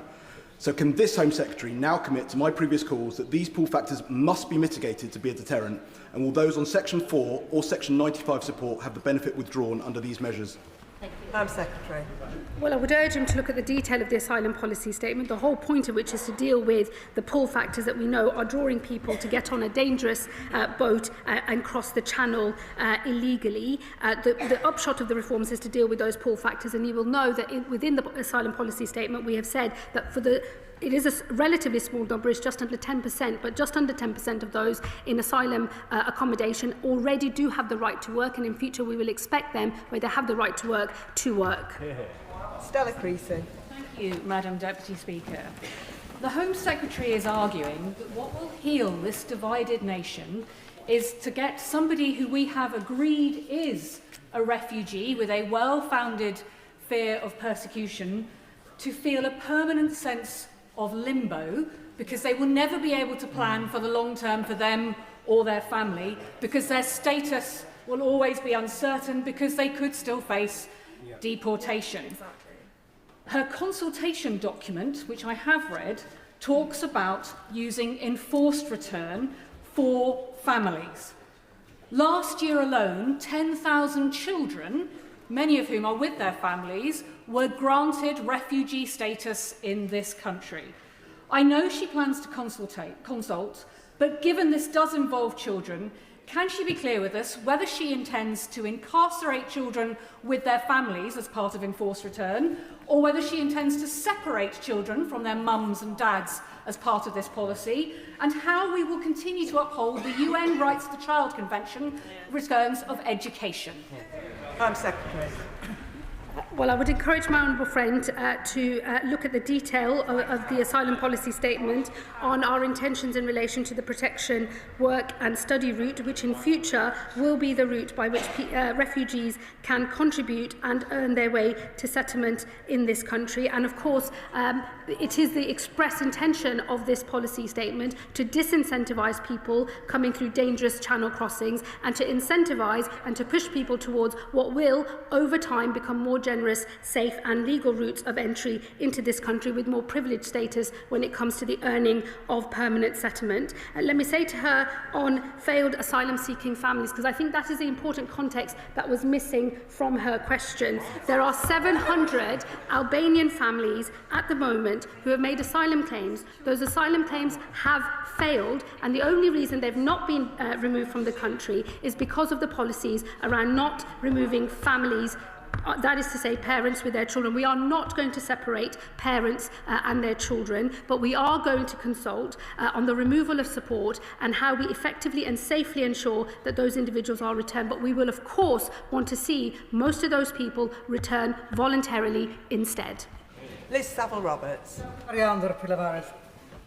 Stoking fear and division through the kind of performative cruelty trailed over the media this weekend has consequences. We saw that in Caerphilly last month, where Reform UK spread information. Ukrainians spoke of intimidation. So when she speaks of unity, surely the lesson from Caerphilly is that imitating Reform doesn't create unity, doesn't win trust, but standing firm on values does. Here, here. I'm sorry, that's just unserious from the Honourable Lady. I'm sorry to find that the Reform Party is living rent-free in so many people's heads. I can assure you it's living nowhere near mine. These policy proposals are designed to fix what we all know to be true, which is we have a broken system. It is driving division across our country. I see that in my own constituency. I hope she's not suggesting that the evidence of my own eyes and my own experience in my own constituency, where over 70% of those people are not white and most of them have a migration story just like my own. These are matters of great interest across our country, across every type of community in our country, and it is incumbent on any government that wants to make sure that we can run a decent system and not fuel division in our country to pursue the sorts of reforms that we are talking about today, underpinned by what I would have hoped were values that her party could have signed up to as well, and that is to say fairness and contribution. Lauren Sullivan. Thank you very much, Madam Deputy Speaker. I thank and support the Home Secretary for her statement today. This is long overdue reform of the system, such as reforming safe and legal routes, cracking down on illegal working, and also against those abusing the asylum seeking and immigration system, yet maintains support for those that need our support, such as those fleeing war in Ukraine and others that come here legally. It is about fairness. Can the Home Secretary detail when these reforms will be in place so that residents can see the outcomes of these actions? Thank my honourable friend for her question. We will pursue the consultation, the measures that require consultation as quickly as possible, and there will be legislation in the coming months, and certainly in the second session, which we will seek to, obviously, subject to the agreement of the House, pass as quickly as possible. Joe Robertson. Thank you, Madam Deputy Speaker. The Home Secretary's asylum plans still have a gaping hole in the middle of them, in that she doesn't know what to do with failed asylum seekers who can't be returned home. Her statement today says that she's exploring possibilities with third countries. Can I suggest she swallows her pride and speaks to a third country we know is willing, Rwanda?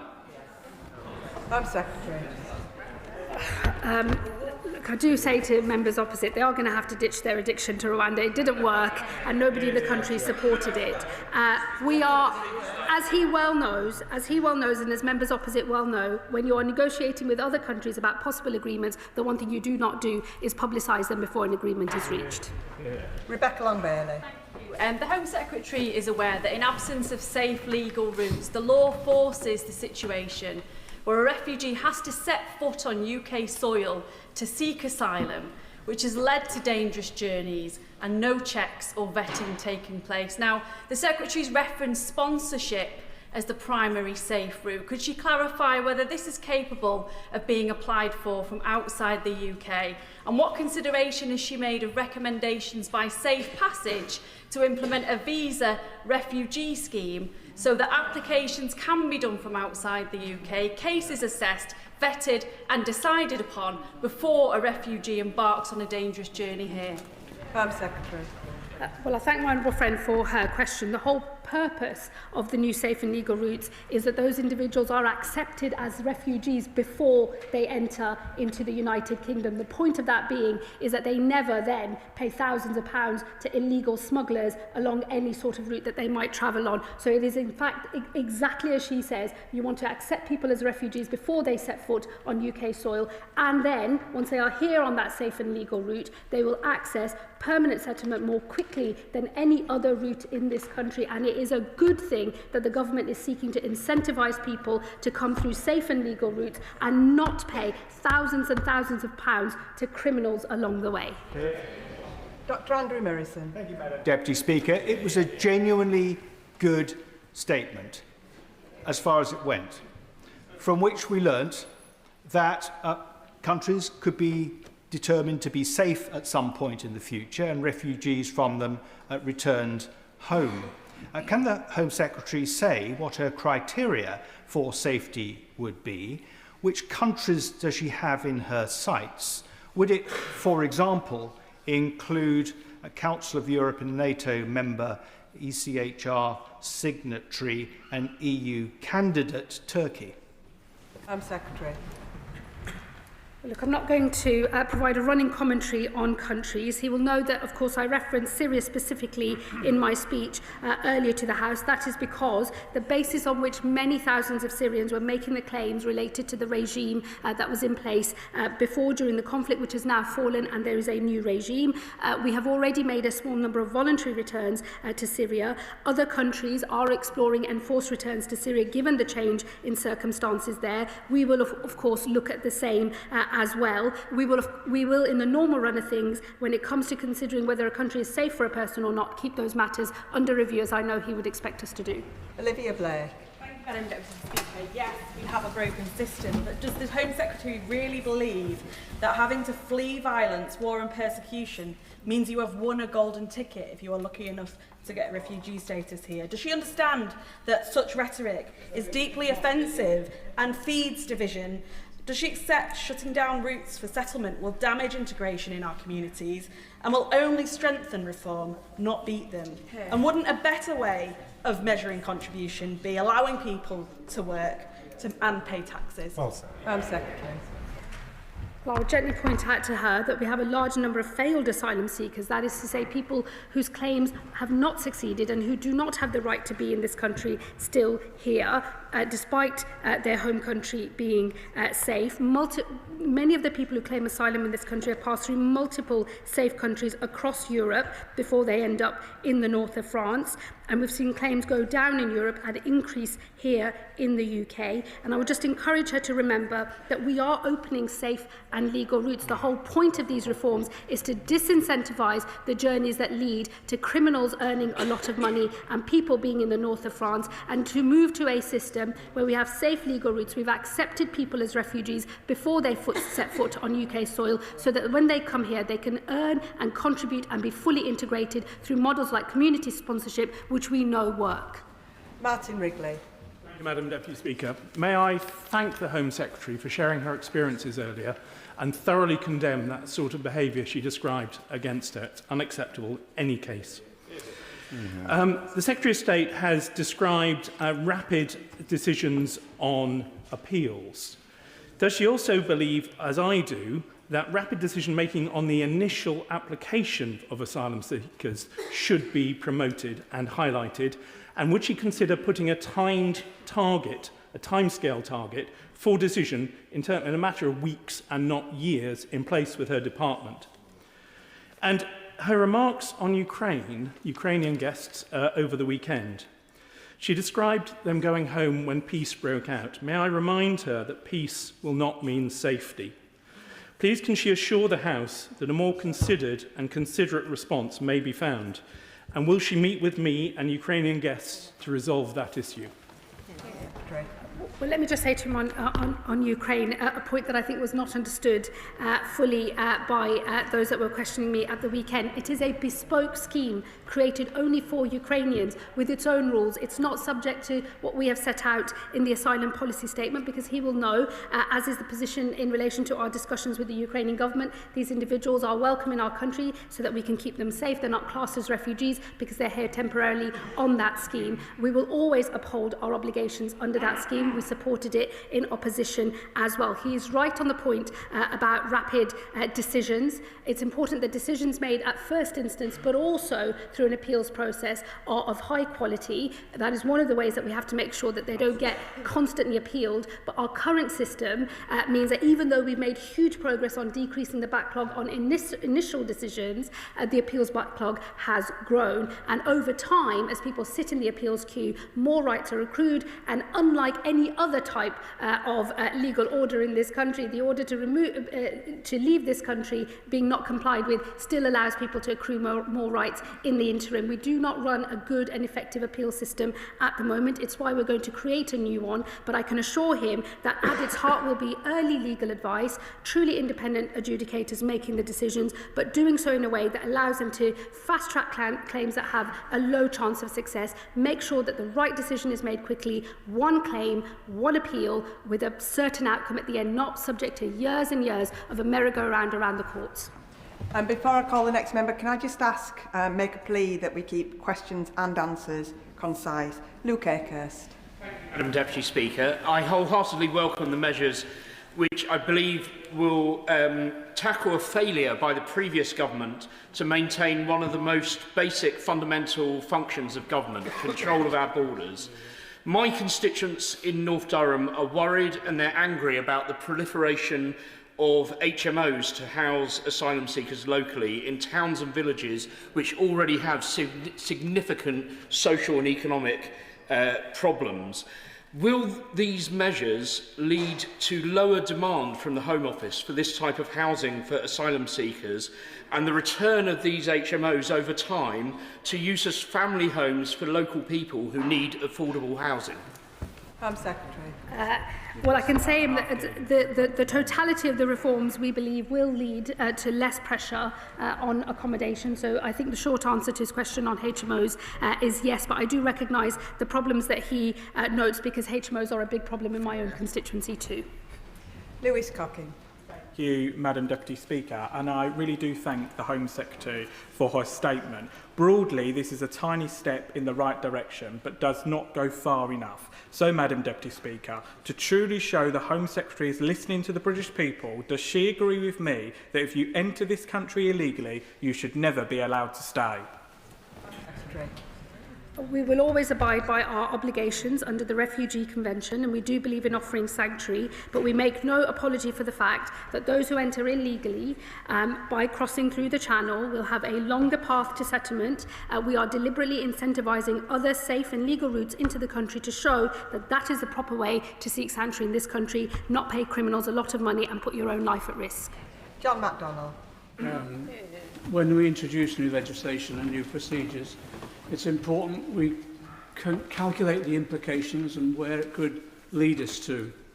Like my old friend from Vauxhall, I work with, and have done for decades, to be frank, with asylum families, and in particular the children. And what I find is the children are extremely traumatised. And what we try to do to them is give them security and peace of mind for the family. Now what will happen is every 13 months, that security could be undermined and they could face the removal. Could I ask my right honourable friend whether or not she's consulted the Children's Commissioner, or education psychologist or others about the implications of what she's saying today. And the other issue as well is that in the past she's mentioned forced removement of families. I just remind my colleagues, in the past that was happening, and the families were often detained in Harmonsworth Detention Centre. I used to visit the children. That was one of the most distressing experiences I've had as an MP. Could she give me the assurance that no child will be placed in detention as a result of this policy change? Home Secretary. Well, let me tell him, firstly, there will be a full equality impact assessment for all of these measures in the usual way. And as the consultations take place and as the legislation is drafted and then debated in this House, I'm sure all of the individuals that he has said, has mentioned, will have their say. I would expect them to as well. I would just gently remind him that when we're talking about the asylum system today, we're not just talking about those who arrive illegally on small boats. We're also talking about people who arrive on visitor visas, on student visas and on work visas, who the minute those visas come to an end immediately claim asylum. We know that the relative generosity of that route, the effective automatic permanent settlement after 5 years, is one of the things that attracts that behaviour. It is right that we clamp down on that and disincentivise people trying to stay in this country in that way, and instead incentivise people who will come through safe and legal routes. As I say to him, as we get order and control in the system, the safe and legal routes will start relatively modest, but I do anticipate them growing more generous and growing over time, because this country is fundamentally open, tolerant and generous. Sammy Wilson. Madam Deputy Speaker. Thank you, Madam Deputy Speaker.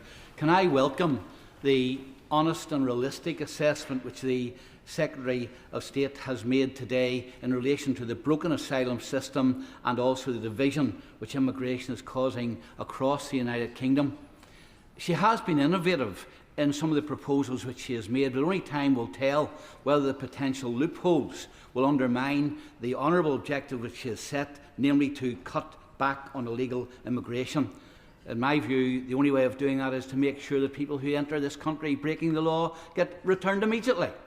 But on the issue of the ECHR and its the expanded interpretation, can she give us an assurance that whatever changes she makes in that will apply fully to Northern Ireland, where unfortunately the previous government embedded the ECHR in the Windsor framework and has proven already to be a means of undermining immigration policy?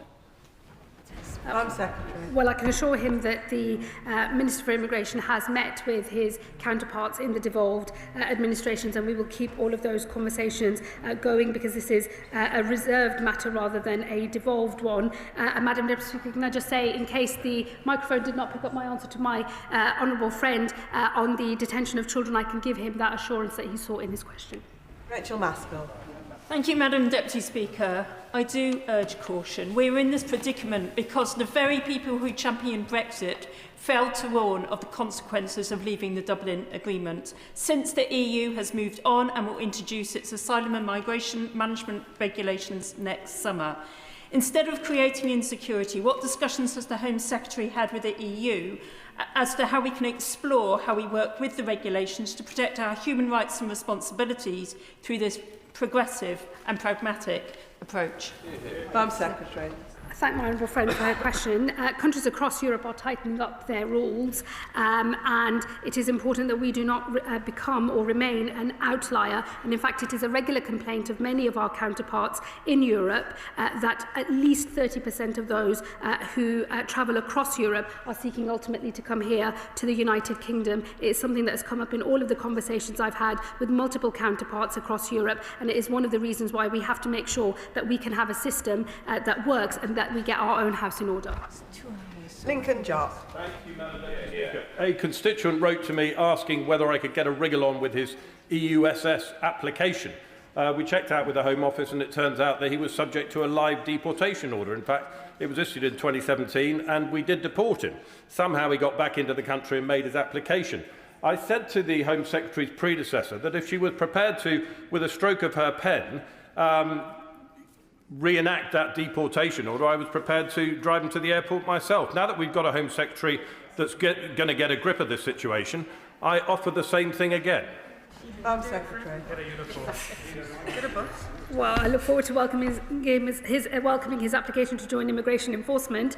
If he wants to write to me about that specific example, I will look into it. I know that the systems at the Home Office need a lot of tightening up. It is work that actually my predecessor started when she brought in a new permanent secretary into the department to make the necessary changes, and it is the work that I will continue. Ian Lavery. Thank you very much, Madam Deputy Speaker. I agree with my right honourable friend that this system is absolutely smashed to smithereens. It's smashed to smithereens because of 14 years of destruction from the benches opposite. But of course we all want to see the control of our borders. We want to stop the boats. We want to see better, safer, legal routes. But I appeal to my right honourable friends and honourable friends on the front bench. When the opposition parties, the Tories, Reform UK, not to mention that odious racist chancellor, bankrolled by the world's wealthiest man, are championing our policies, is it not time to question whether we're actually in the right place? Home Secretary. I have a lot of time and high regard for my honourable friend, and what I would say to him is he shouldn't allow mischief making by those that he names to throw him or our party off course. I hope that he will have heard the support from our own backbenches today, from members of Parliament who can see that these are changes that are necessary to fix the very broken system that he agrees that we have. And I would just ask for people, please don't keep repeating the name of a man who doesn't even think I'm English. I find that very offensive, and I would just ask everyone to refrain from doing so. We don't need to do that, and we do not need to go there. Don't fall for the mischief that others are making here. We know there is a broken system. It is our solemn responsibility as a Labour Party and as a Labour government to get on with fixing it. Charlotte Kane. Thank you, Madam Deputy Speaker. I agree the asylum system is broken, and I welcome the commitment to safe and legal routes for people to seek asylum. But there is much in this bill that I think is cruel, impractical and won't work. I pick out one example, is making people have reviews every 2.5 years for 20 years. Yeah. It's cruel because those people are not going to be able to get a sense of security and safety. It's counterproductive because those people are going to struggle to get good quality, secure, high-paid jobs and contribute to our society. And it won't work. We already know that the Home Office can't cope with what it's currently having to do. My casework is full of people whose papers, when they're trying for immigration status, their papers get lost. The digital right to work system doesn't work properly. We've got a backlog in the asylum claim. How are you going to make this work? Secretary. I'm making changes that I will ensure will work. Let me assure her of that. And secondly, what I would say to her is I make no apology for disincentivising routes into this country, which basically make people smugglers very, very rich men and fuel other disgusting crimes across Europe and in this country as well. It is right that we reserve a privileged status for those who get into work and education, as refugees on core protection will be able to do, and also those who come via safe and legal routes. That should be the proper way that people come into this country. It has better integration outcomes as well. Nadia Whittam. Thank you, Madam Deputy Speaker. Earlier today, the Home Secretary advised that I wait for the detail of the reforms before criticising them. Well, now the detail's out, and I'm afraid it doesn't reassure me in the slightest. It's hard to know where to begin when so much of what has been announced flies in the face of decency and compassion, but I'll focus on family reunion. Limiting access to family reunion for refugees will force children and spouses into the hands of the very people smugglers that the Home Secretary is seeking to smash. It will push them into unsafe dinghies, risking their lives. Would she be comfortable with this? Home Secretary.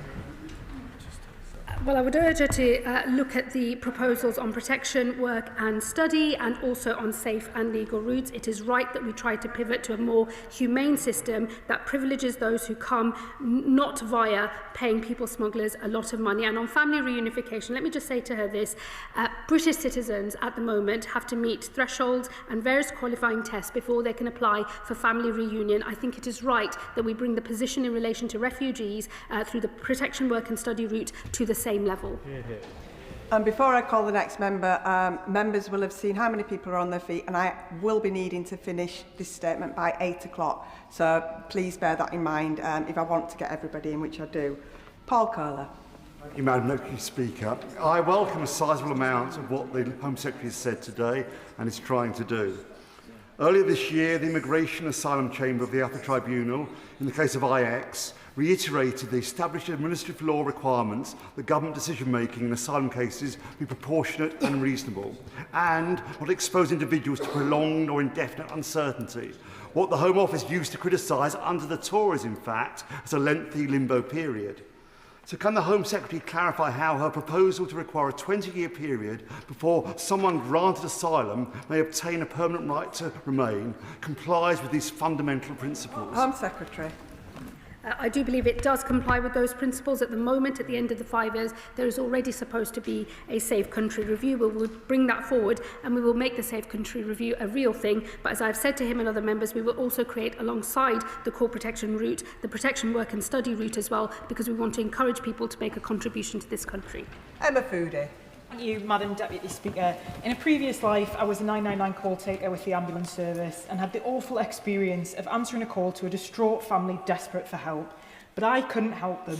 I couldn't help them save their loved one. And why? Because they couldn't understand the life-saving instructions which I was trying to give them over the phone due to the language barrier.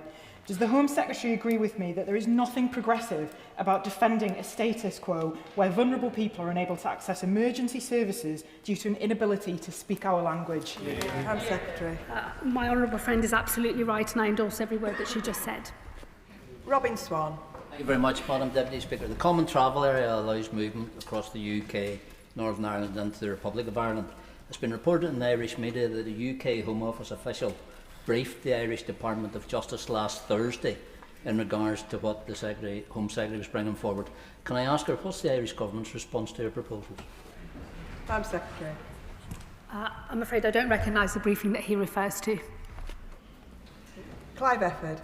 Madam Deputy Speaker, I can recall a predecessor of my right honourable friend who described the Home Office as not being fit for purpose, and I've never known a time when there wasn't a backlog of cases with the Home Office. And this set of proposals is going to require people's cases to be reviewed every 30 months. Is that a realistic aim? And is she clear that she can make the Home Office fit for the purpose she set out today? Home Secretary. Well, we're already supposed to do safe country reviews and we will ensure that they are done every 2.5 years. We will also ensure that wherever possible, refugees move into the protection, work and study route instead. And I just say to him, I recognise the phrase not fit for purpose. I've been very clear that I don't think the Home Office is fit for purpose yet. There is new management at the Home Office. They're getting on with making the changes that are necessary, and I will ensure it is both fit for purpose and able to enact the reforms that I've set out today. Lara Sultana. Thank you, Madam Deputy Speaker. Sivan London warned, and I quote, "What Enoch Powell says today, the Conservatives say tomorrow, and Labour legislates the day after. Seizing valuables belonging to asylum seekers, making refugees wait 20 years before they can apply to settle permanently, and deporting entire families, including children, who have built new lives here because their country of origin is deemed safe. These measures are straight out of the fascist playbook." The Home Secretary has described herself as a child of immigrants, so I ask her, is she proud to introduce measures that punish and persecute desperate and vulnerable people seeking sanctuary? And how does it feel to kick away the ladder and be praised by fascist Tommy Robinson? And I must add, he has a... Order, Home Secretary. Home Secretary. Order, Home Secretary. I'm just going to clarify a point of fact. She said I described myself as a child of immigrants. It's not a description, it's just a statement of fact. And everything else she said is beneath contempt. Madam Deputy Speaker, migrants make immeasurable contribution to our communities. In Manchester, Russian, Wendy, who has Jamaican heritage, is a community health champion. Najma from Somalia leads local initiatives to tackle knife crime. And Hafsa grew up in the Middle East and leads nature improvements projects. So does my right honourable friend agree that the language we use to talk about immigration must reflect the important role immigrants play in the functioning of our nation? Home Secretary. I absolutely agree about the contribution that migrants and refugees make to our country, and it is precisely the reason that I'm making these reforms, because I can see a broken system that is creating deep division across our country, and I think it is important we not only fix this system but make sure that we retain public consent for having an asylum system at all. Jim Allister. At an earlier point in this debate, the Home Secretary said that nothing matters more to her than holding our own country together. Does she therefore accept that to succeed, her reforms must operate equally across the whole United Kingdom, including her adjustments to Article 8 of the European Convention? And if so, how is that application to be secured in Northern Ireland, given the impeding effect of Article 2 of the Windsor Framework? How is that going to be achieved? Secretary. All of the measures in the asylum policy statement are compliant with the Windsor Framework. Anna Begum. Thank you, Madam Deputy Speaker. Deporting families after they've resettled here because their country is deemed safe is simply wrong. Could the Home Secretary tell us how the government determines what a safe country is, and will she publish the criteria? And given that she mentioned the DRC earlier, is she really saying it is a safe country over there? And will she also publish all existing returns agreements so that members of this House and indeed the British public can properly scrutinise them? I have done the reading and it's not in the detail. Home Secretary. Well, we already do safe country reviews, so we would seek to continue that. They are publicly available in terms of our position on different countries, and in fact mostly pass through secondary legislation in this House. I make no apology for a system that will privilege in the future those who come to this country through a safe and legal route rather than those who pay people smugglers thousands of pounds and end up in the north of France instead. And the point on visa sanctions is related to the fact that many countries do not comply with us when we seek to return people lawfully to their own countries, and this is just one of the tools that we have at our disposal to have compliance with those countries so that they do take their own people back. Iqbal Mohammed. Thank you, Madam Deputy Speaker. Given the UK's historical and ongoing involvement in unlawful military interventions alongside allies such as the United States and Israel, how does the Home Secretary assess the correlation between these foreign policy actions and wars and the displacement of populations resulting in increased numbers of refugees and asylum seekers arriving in the UK? And what steps will her government make toward proactive peace-building initiatives and the restoration of overseas humanitarian aid, which could address the root causes of displacement and reduce the long-term pressures on our asylum system? Secretary. Well, the government always plays its full part in peace processes wherever we can. We put our shoulder to the wheel on the delicate and diplomatic efforts that are required to bring conflicts to an end. But that is not actually what is relevant for what we're discussing today. We have a broken system today. We have thousands of people stuck in the system today, and we have thousands of people coming on boats through the north of France through reasons that are nothing to do with the British government, but we still fulfil our international obligations, and we will do so going forward as well. But I make no apology for wanting to move to a system where we incentivise safe and legal routes instead. Colette Hamilton. Thank you, Madam Deputy Speaker. I agree with the government that we desperately need to tackle the issue of illegal migration. I hear this at the doors and see it in my mail each week in Birmingham, Erdington. Can the Home Secretary tell us how, after these proposed changes come into force, how quickly will the government ensure that safe legal routes are in place, because this will be the key to stopping the boats? And also, how will the government deal with the issue of those that have claimed that they are minors, but they're clearly not? And that is another massive issue. Thank you, Madam Deputy Secretary. I thank my honourable friend. We are moving to a system of age verification based on AI modelling, which we believe is effective in actually being able to verify someone's true age. So we are moving on that. And let me assure her, we will move to legislate on these, consult and then legislate on these measures as quickly as possible. I am seized of the need to move quickly to restore public confidence. And as we get order and control into the system, we will start opening up the safe and legal routes. They will be modest to begin with, but they will grow and be more generous over time as we restore order and control. Sarah Perchin. Thank you, Madam Deputy Speaker. The Daresbury Asylum Hotel in Runcorn has been emptied thanks to my by-election campaign. But what assurances can the Secretary of State give my constituents of Runcorn and Helsby that the many HMOs in Runcorn will be emptied of illegal migrants and criminals under her government, and that they will be deported without delay, never to be allowed legal entry into the UK?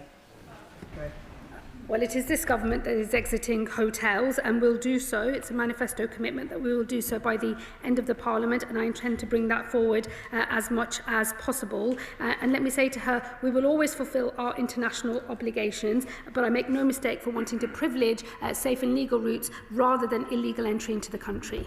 Samantha Niblett. Thank you, Madam Deputy Speaker.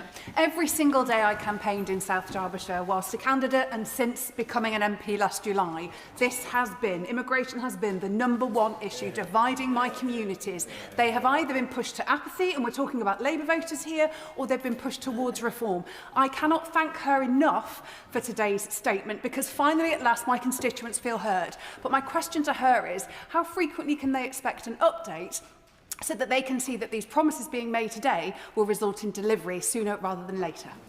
Home Secretary. Well, I thank her for her comments and her question. Let me assure her that I know that the way to build public confidence in the new system is not just to announce the reforms here, but to get on with legislating and then implementing those reforms so that her constituents, my constituents and people all across the country can see the impact and can see that we can fix this system and that the public confidence in having an asylum system at all can be retained. Adnan Hussain.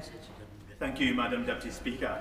Stripping people of the very few belongings they have left after fleeing war and persecution runs contrary to the very principle of asylum, a principle rooted in protection and compassion.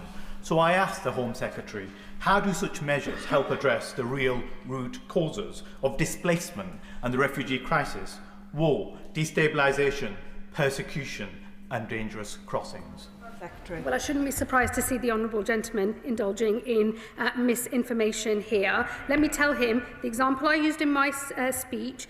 As somebody who has access to £800 a month from their family, has enough money to acquire an Audi and is not expected to contribute to the cost of his asylum support at all. I think it is right that we change that. British citizens have to have give account of the assets they have before they access benefit support. I don't think that these individuals should be in a privileged position if they have access or have assets of high value. I've made it very clear when this is not about taking jewellery off people or their wedding rings and so on at the border. That will never happen, but it is right that those who have assets are asked to contribute to the cost of their asylum accommodation. Abtisam Mohammed. Thank you, Madam Deputy Speaker. Under the previous government, we have had hostile policy after hostile policy, from the go-home bans to Windrush scandal to Rwanda, all of which failed to deter dangerous crossings or fix the asylum system. What is dividing communities is the constant anti-refugee rhetoric pumped into our politics, which has resulted in the vile racism that the Home Secretary has been subjected to, vile racism that I have been subjected to, vile racism that my mother has been subjected to. Let's be clear, there are some people who will never be appeased, who will constantly stir hatred in our communities. The new proposals of forcing refugees to reapply every 2 years just adds huge cost and pressure to an already overstretched system. Has the Home Secretary assessed the cost to the Home Office of processing thousands of repeated applications, an area of law in which I used to practice in, and how will this impact on an already overstretched system facing huge backlogs? Secretary. Well, let me tell her, what I think is dividing our country and communities all over our country is an unfair, out-of-control system that's putting pressure on communities across the whole of the nation, and it is incumbent on me as a Home Secretary and on this government to fix that system and to retain public consent for having an asylum system at all. And it is also my job to make sure that we have the administration capacity and the funding to enact these reforms, which we will. Gareth Snell.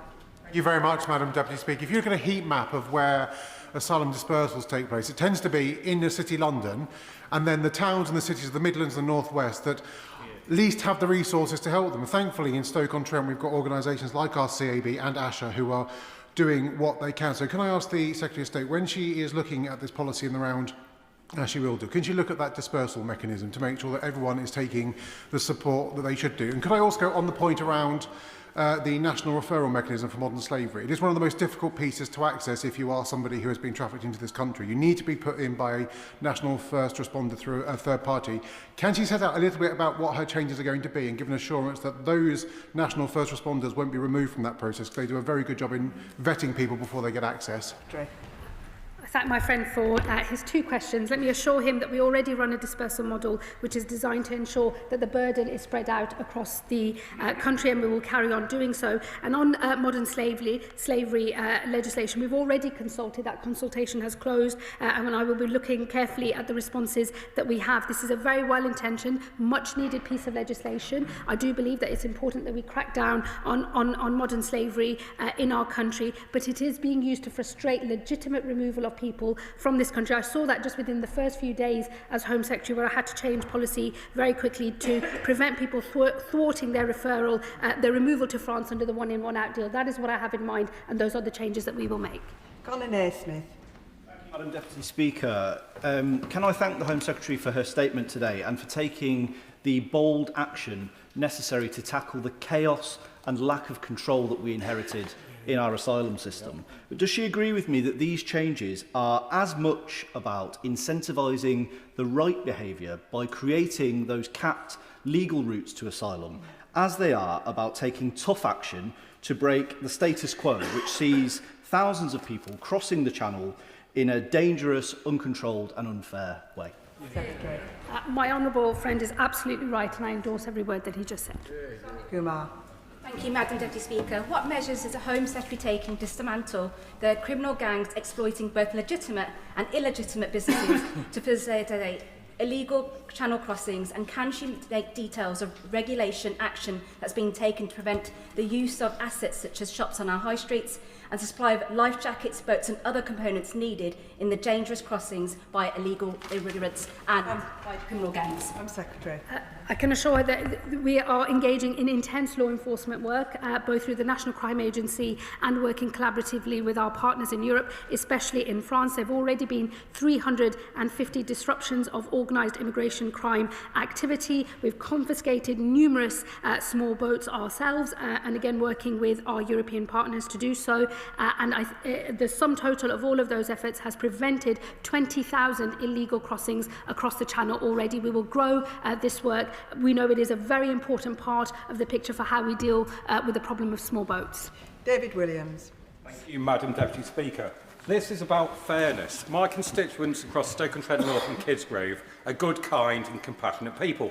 We've got a proud tradition of supporting those who need our help the most, yet they know, like we all do, that the current immigration system is broken. Does the Secretary of State agree with me that, unlike the previous government, who were more concerned about campaigning on the matter, we must take action to bring back that fundamental value, our British value of fairness, so that we can resolve those issues at our borders?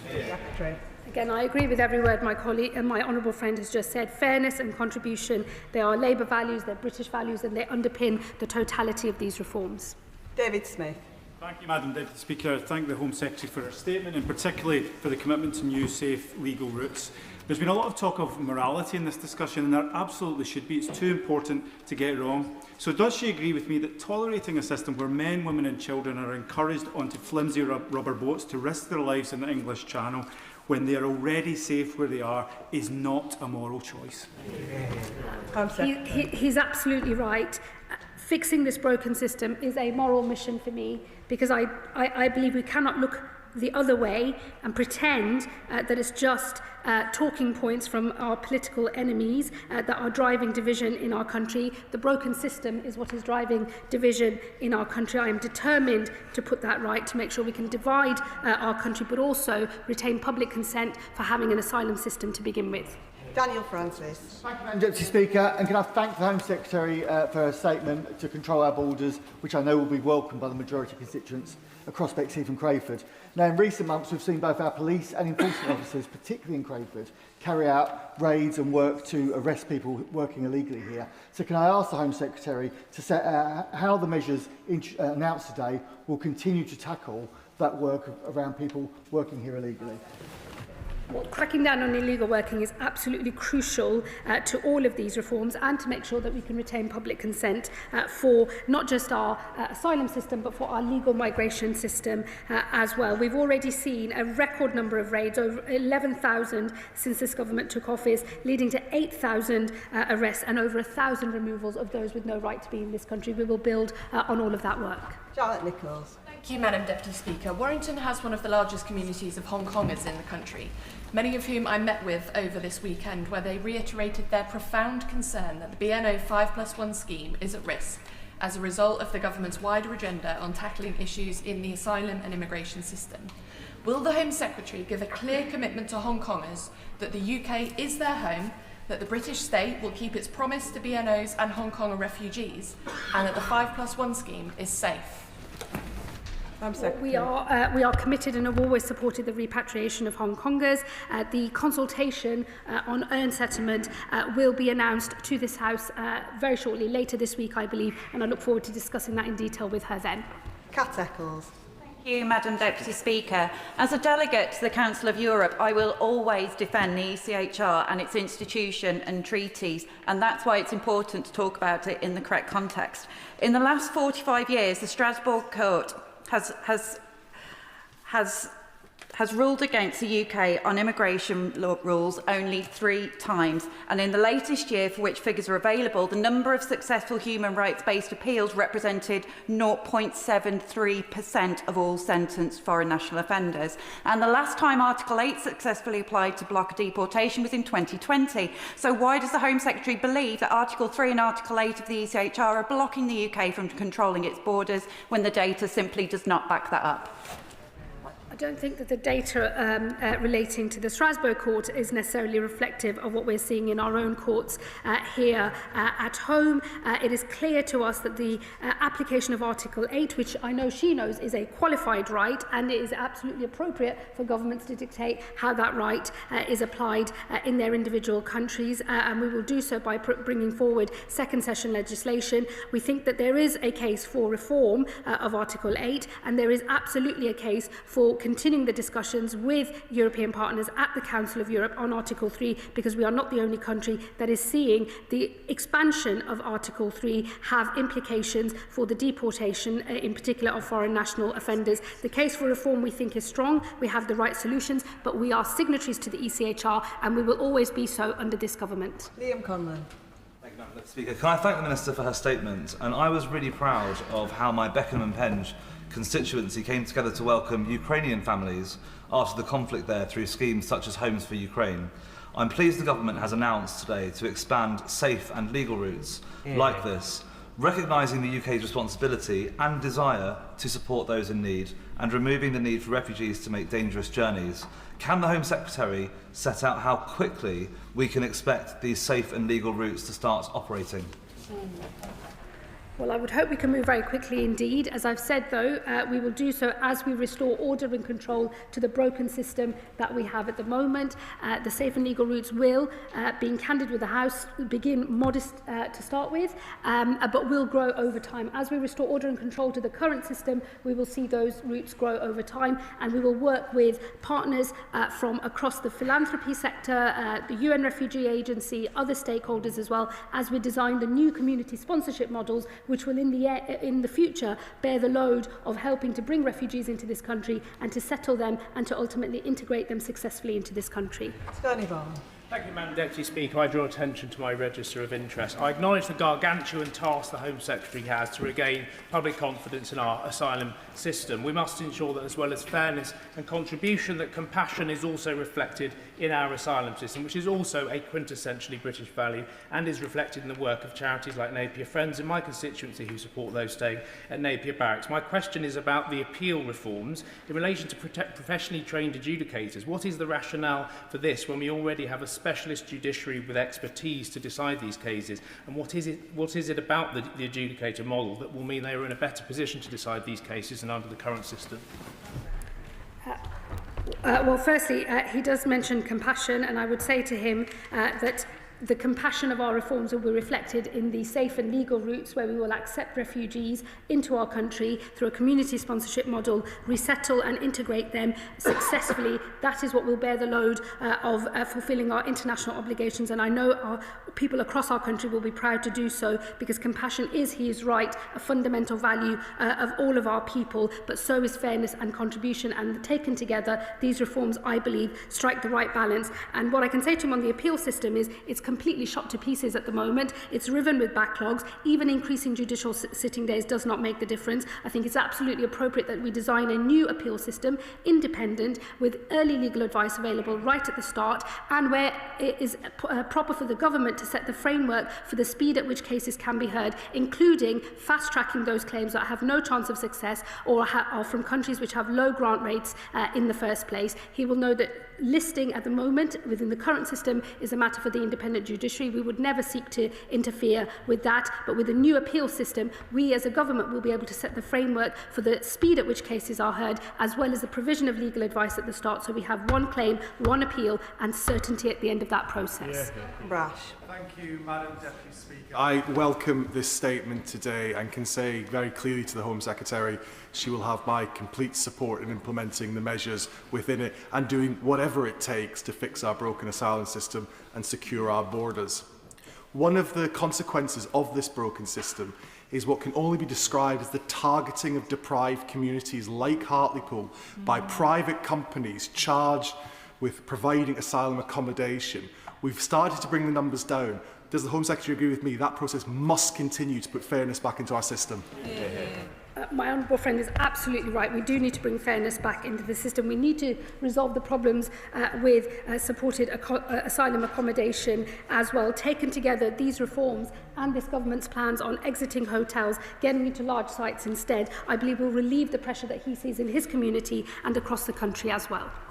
Smith. Thank you, Madam Deputy Speaker. I take great pride in our country's track record of offering sanctuary to people fleeing conflict and persecution, and I know Afghans, Syrians, Ukrainians and many others who are now settled here and making great contributions to our economy and society in our hospitals, our schools and our businesses. So I welcome the Home Secretary's commitment to getting the proposed safe and legal routes working urgently. And will she also ensure that the right incentives and support are in place so that people arriving this way can integrate successfully? I agree with my honourable friend, and as I've already set out, for those who are on core protection, we will seek to encourage people to move into the protection work and study route so that they can start contributing and integrating more effectively into this country. That will get them to a slightly earlier settlement period as well, but the bulk of these reforms will focus on safe and legal routes, which will be the most privileged route to settlement in this country. It is right that that is the case. It is the best way to integrate people into this country. The community sponsorship model is the way forward, and I look forward to working with her and others in the House as we design that and move forward. Thank you very much, Madam Deputy Speaker. South Norfolk expects to have a robust and compassionate asylum process. I welcome this statement today. One of the aspects that I'm most interested in is the penultimate paragraph on page 28 of the document, which states that the new model will give greater say to communities and support refugees to settle and become self-sufficient. I was wondering if the Home Secretary could expand on what mechanisms would be put in place to make sure that happens.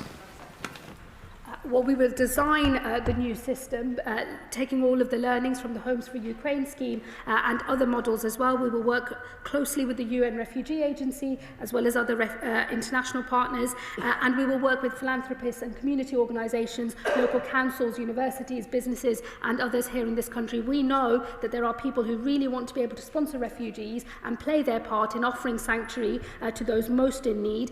People recognise that the current system is broken. As we get to grips with the current broken system, we will be able to increase the number of people that come on safe and legal routes in the medium and long term, and that is the right future and that is the right compassionate answer, and it enables us to fulfil our international obligations as well. Jacob Collier. Thank you, Madam Deputy Speaker. The Home Secretary has outlined common sense measures to ensure that the British public is no longer asked to fund or accommodate foreign national offenders. At the same time, she is right that our country has a proud and long-standing tradition of offering sanctuary to those fleeing persecution. So therefore, can she confirm that the United Kingdom will send no individual back to a place where they may be tortured, killed or persecuted?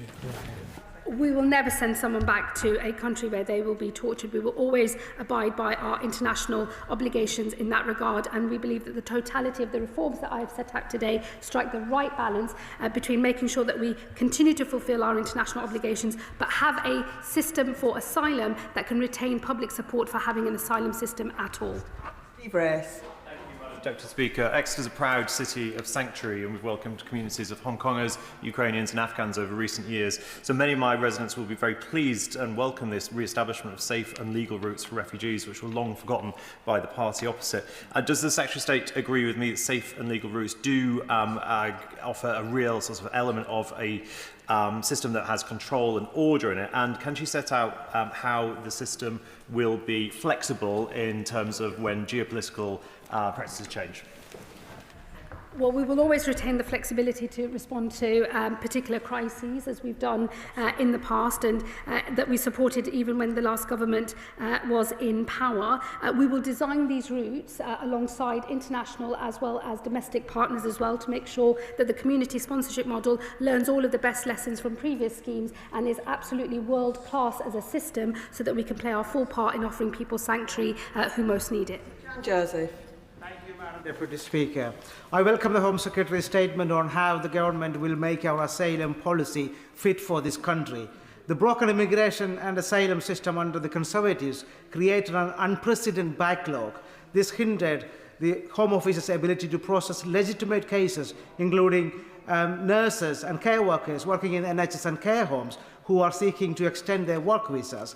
How will the Home Secretary ensure that the measures she has announced will be properly enforced so we can restore order to our borders?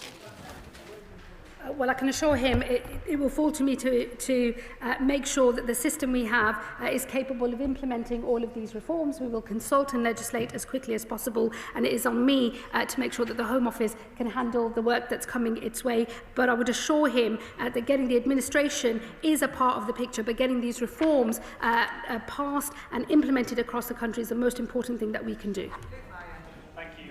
Deputy Speaker, the measures that the Home Secretary has set out to restore order and fairness will be very welcome in Middlesbrough South and East Cleveland, but the overriding sentiment will be a feeling that we will believe it when we see it. I'm afraid trust is so low after years of broken promises, and so what assurances can the Home Secretary give that she will not only talk the talk but also walk the walk as well?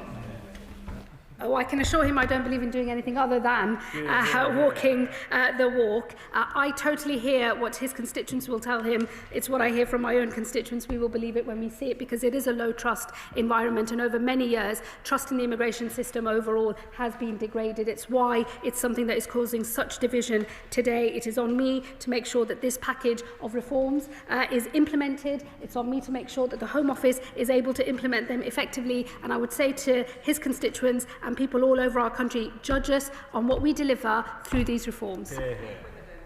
Thank you, Madam Deputy Speaker. The proposal to raise the threshold for indefinite leave to remain from 5 years to 20 is deeply concerning. At a time when far-right groups exploit fear and spread misinformation, our government should lead with compassion and fairness, not forcing some of the most vulnerable in our society to live in limbo for 2 decades. Will the Minister explain how denying security and rights for 2 decades reflects British values of justice and humanity? And what will access to services look like for people during that time? Tell my honourable friend not to defend a status quo that sees people spend thousands of pounds paying people smugglers a ton of money to get on a boat and come across the channel through a dangerous crossing that puts their own lives and that of others at risk. I would really urge him not to defend a broken status quo, engage with the detail of these proposals which reflect a new protection work and study route which will be open to those who are offered core protection in this country, and that we will open new safe and legal routes as well. Thank you, Madam Deputy Speaker. Does the Home Secretary share my concern that the scrutiny from the benches opposite is somewhat sparse this evening? But on a more serious note, can she reassure my constituents that one of the key outcomes of this statement is that we will finally bring down the taxpayers' bill for asylum accommodation? Time and again, this is a concern raised with me by my constituents, and to reduce that bill will help many feel that there is far greater fairness in our asylum system. Well, I suspect the lower numbers on the other side are down to the fact there's not that many of them anymore. And what I would also say is he's absolutely right on the cost. Fairness and contribution are the principles that underpin this asylum policy statement. And I hope that as we bring costs down, we can retain public support for the asylum system overall. Madam Deputy Speaker, there are quite a few things needing challenged in this statement. First off is that Britain has always been a welcoming, generous and warm place for immigrants and people seeking asylum.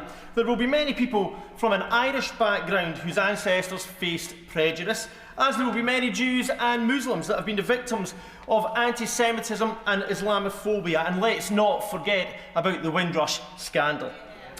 With what we have heard today, I'm afraid, the government has surrendered to past discriminations and the vile rhetoric of reform that we hear today.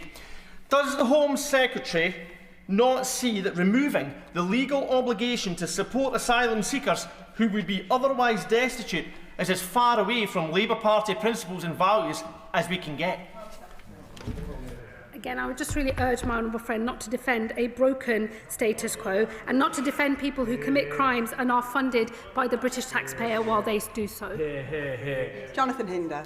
Thank you, Madam Deputy Speaker. Having gangsters control who comes into our country is intolerable. It's not fair, it's not humane, it's not socialist. And my constituents in Pendle and Clitheroe say to me that they just want control. They want the politicians they send to this chamber to make the decisions on who comes into this country, not the gangsters. So can the Home Secretary reassure my constituents that she will not rest until every migrant, refugee or otherwise, comes to this country through a safe and legal route? Well, I thank my honourable friend for his question. He is absolutely right. There is nothing humane or socialist or indeed any other group that people might want to put themselves into about paying people smugglers a lot of money to get into a boat in the Channel. It's a dangerous thing to do. It fuels further crime. It is not the way that people should seek to come to this country, and I will not rest until the way that people come to this country to seek refuge, be granted refugee status, is through a safe and legal route instead. Final question, Amanda. Thank you, Madam Deputy Speaker. I want to start by fully supporting the Home Secretary's statement today and in getting the balance right.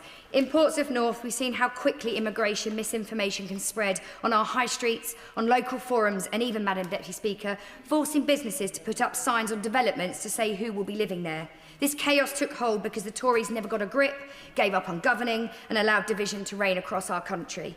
Does the Home Secretary agree that our new enforcement plans and streamlined appeals system are essential not only to enable much-needed action, but also essential to restore trust and give clarity to stop refuelling misinformation division in our communities? Well, I do agree with my honourable friend, and I endorse every word that she said, Madam Deputy Speaker. And that concludes the statement. Point of order, Carla Denyer. Madam Deputy Speaker, the Secretary of State accused one of my Green colleagues of hypocrisy when in fact She was objecting to the warehousing of asylum seekers in military barracks, which is a position in line with Greens in the Chamber and, in fact, all major refugee rights organisations. So, Madam Deputy Speaker, I do wonder if the Secretary of State would like to withdraw her grossly misleading remarks and baseless accusation of hypocrisy. Point of order, Adnan Hussain. I understand that this also relates to remarks made by the Home Secretary. Intervention, the Home Secretary stated, and I quote, that she shouldn't be surprised to see the honourable gentleman indulging in misinformation in here. Madam Deputy Speaker, I take my responsibilities in this House extremely seriously. I'm confident that every point I raised was made in good faith, based on publicly available information, and was neither misleading nor inaccurate. May I therefore seek your guidance on how a member may respond or have the record clarified when a minister makes such characterisation without providing any evidence, clarification or correction, in particular where it risks implying dishonesty on the part of a member who has had no opportunity to respond further at that moment. Say in response to him, I'm very happy to say it wasn't misleading, it was just wrong. So I can clarify that for the record. And let me say to the Honourable Lady opposite, I don't think, I think it's a fair point of debate to point out that the Green Party is often indulging in hypocrisy, and I shall look at carefully at what her colleague has said in relation to the large military sites. But I would say to her, the Green Party never seem to offer any solution, only commentary that does not work. And I thank both members for their points of order, and their comments are now on the record. We now proceed to read the orders of the day. Biodiversity Beyond National Jurisdiction Bill Committee. No. Order.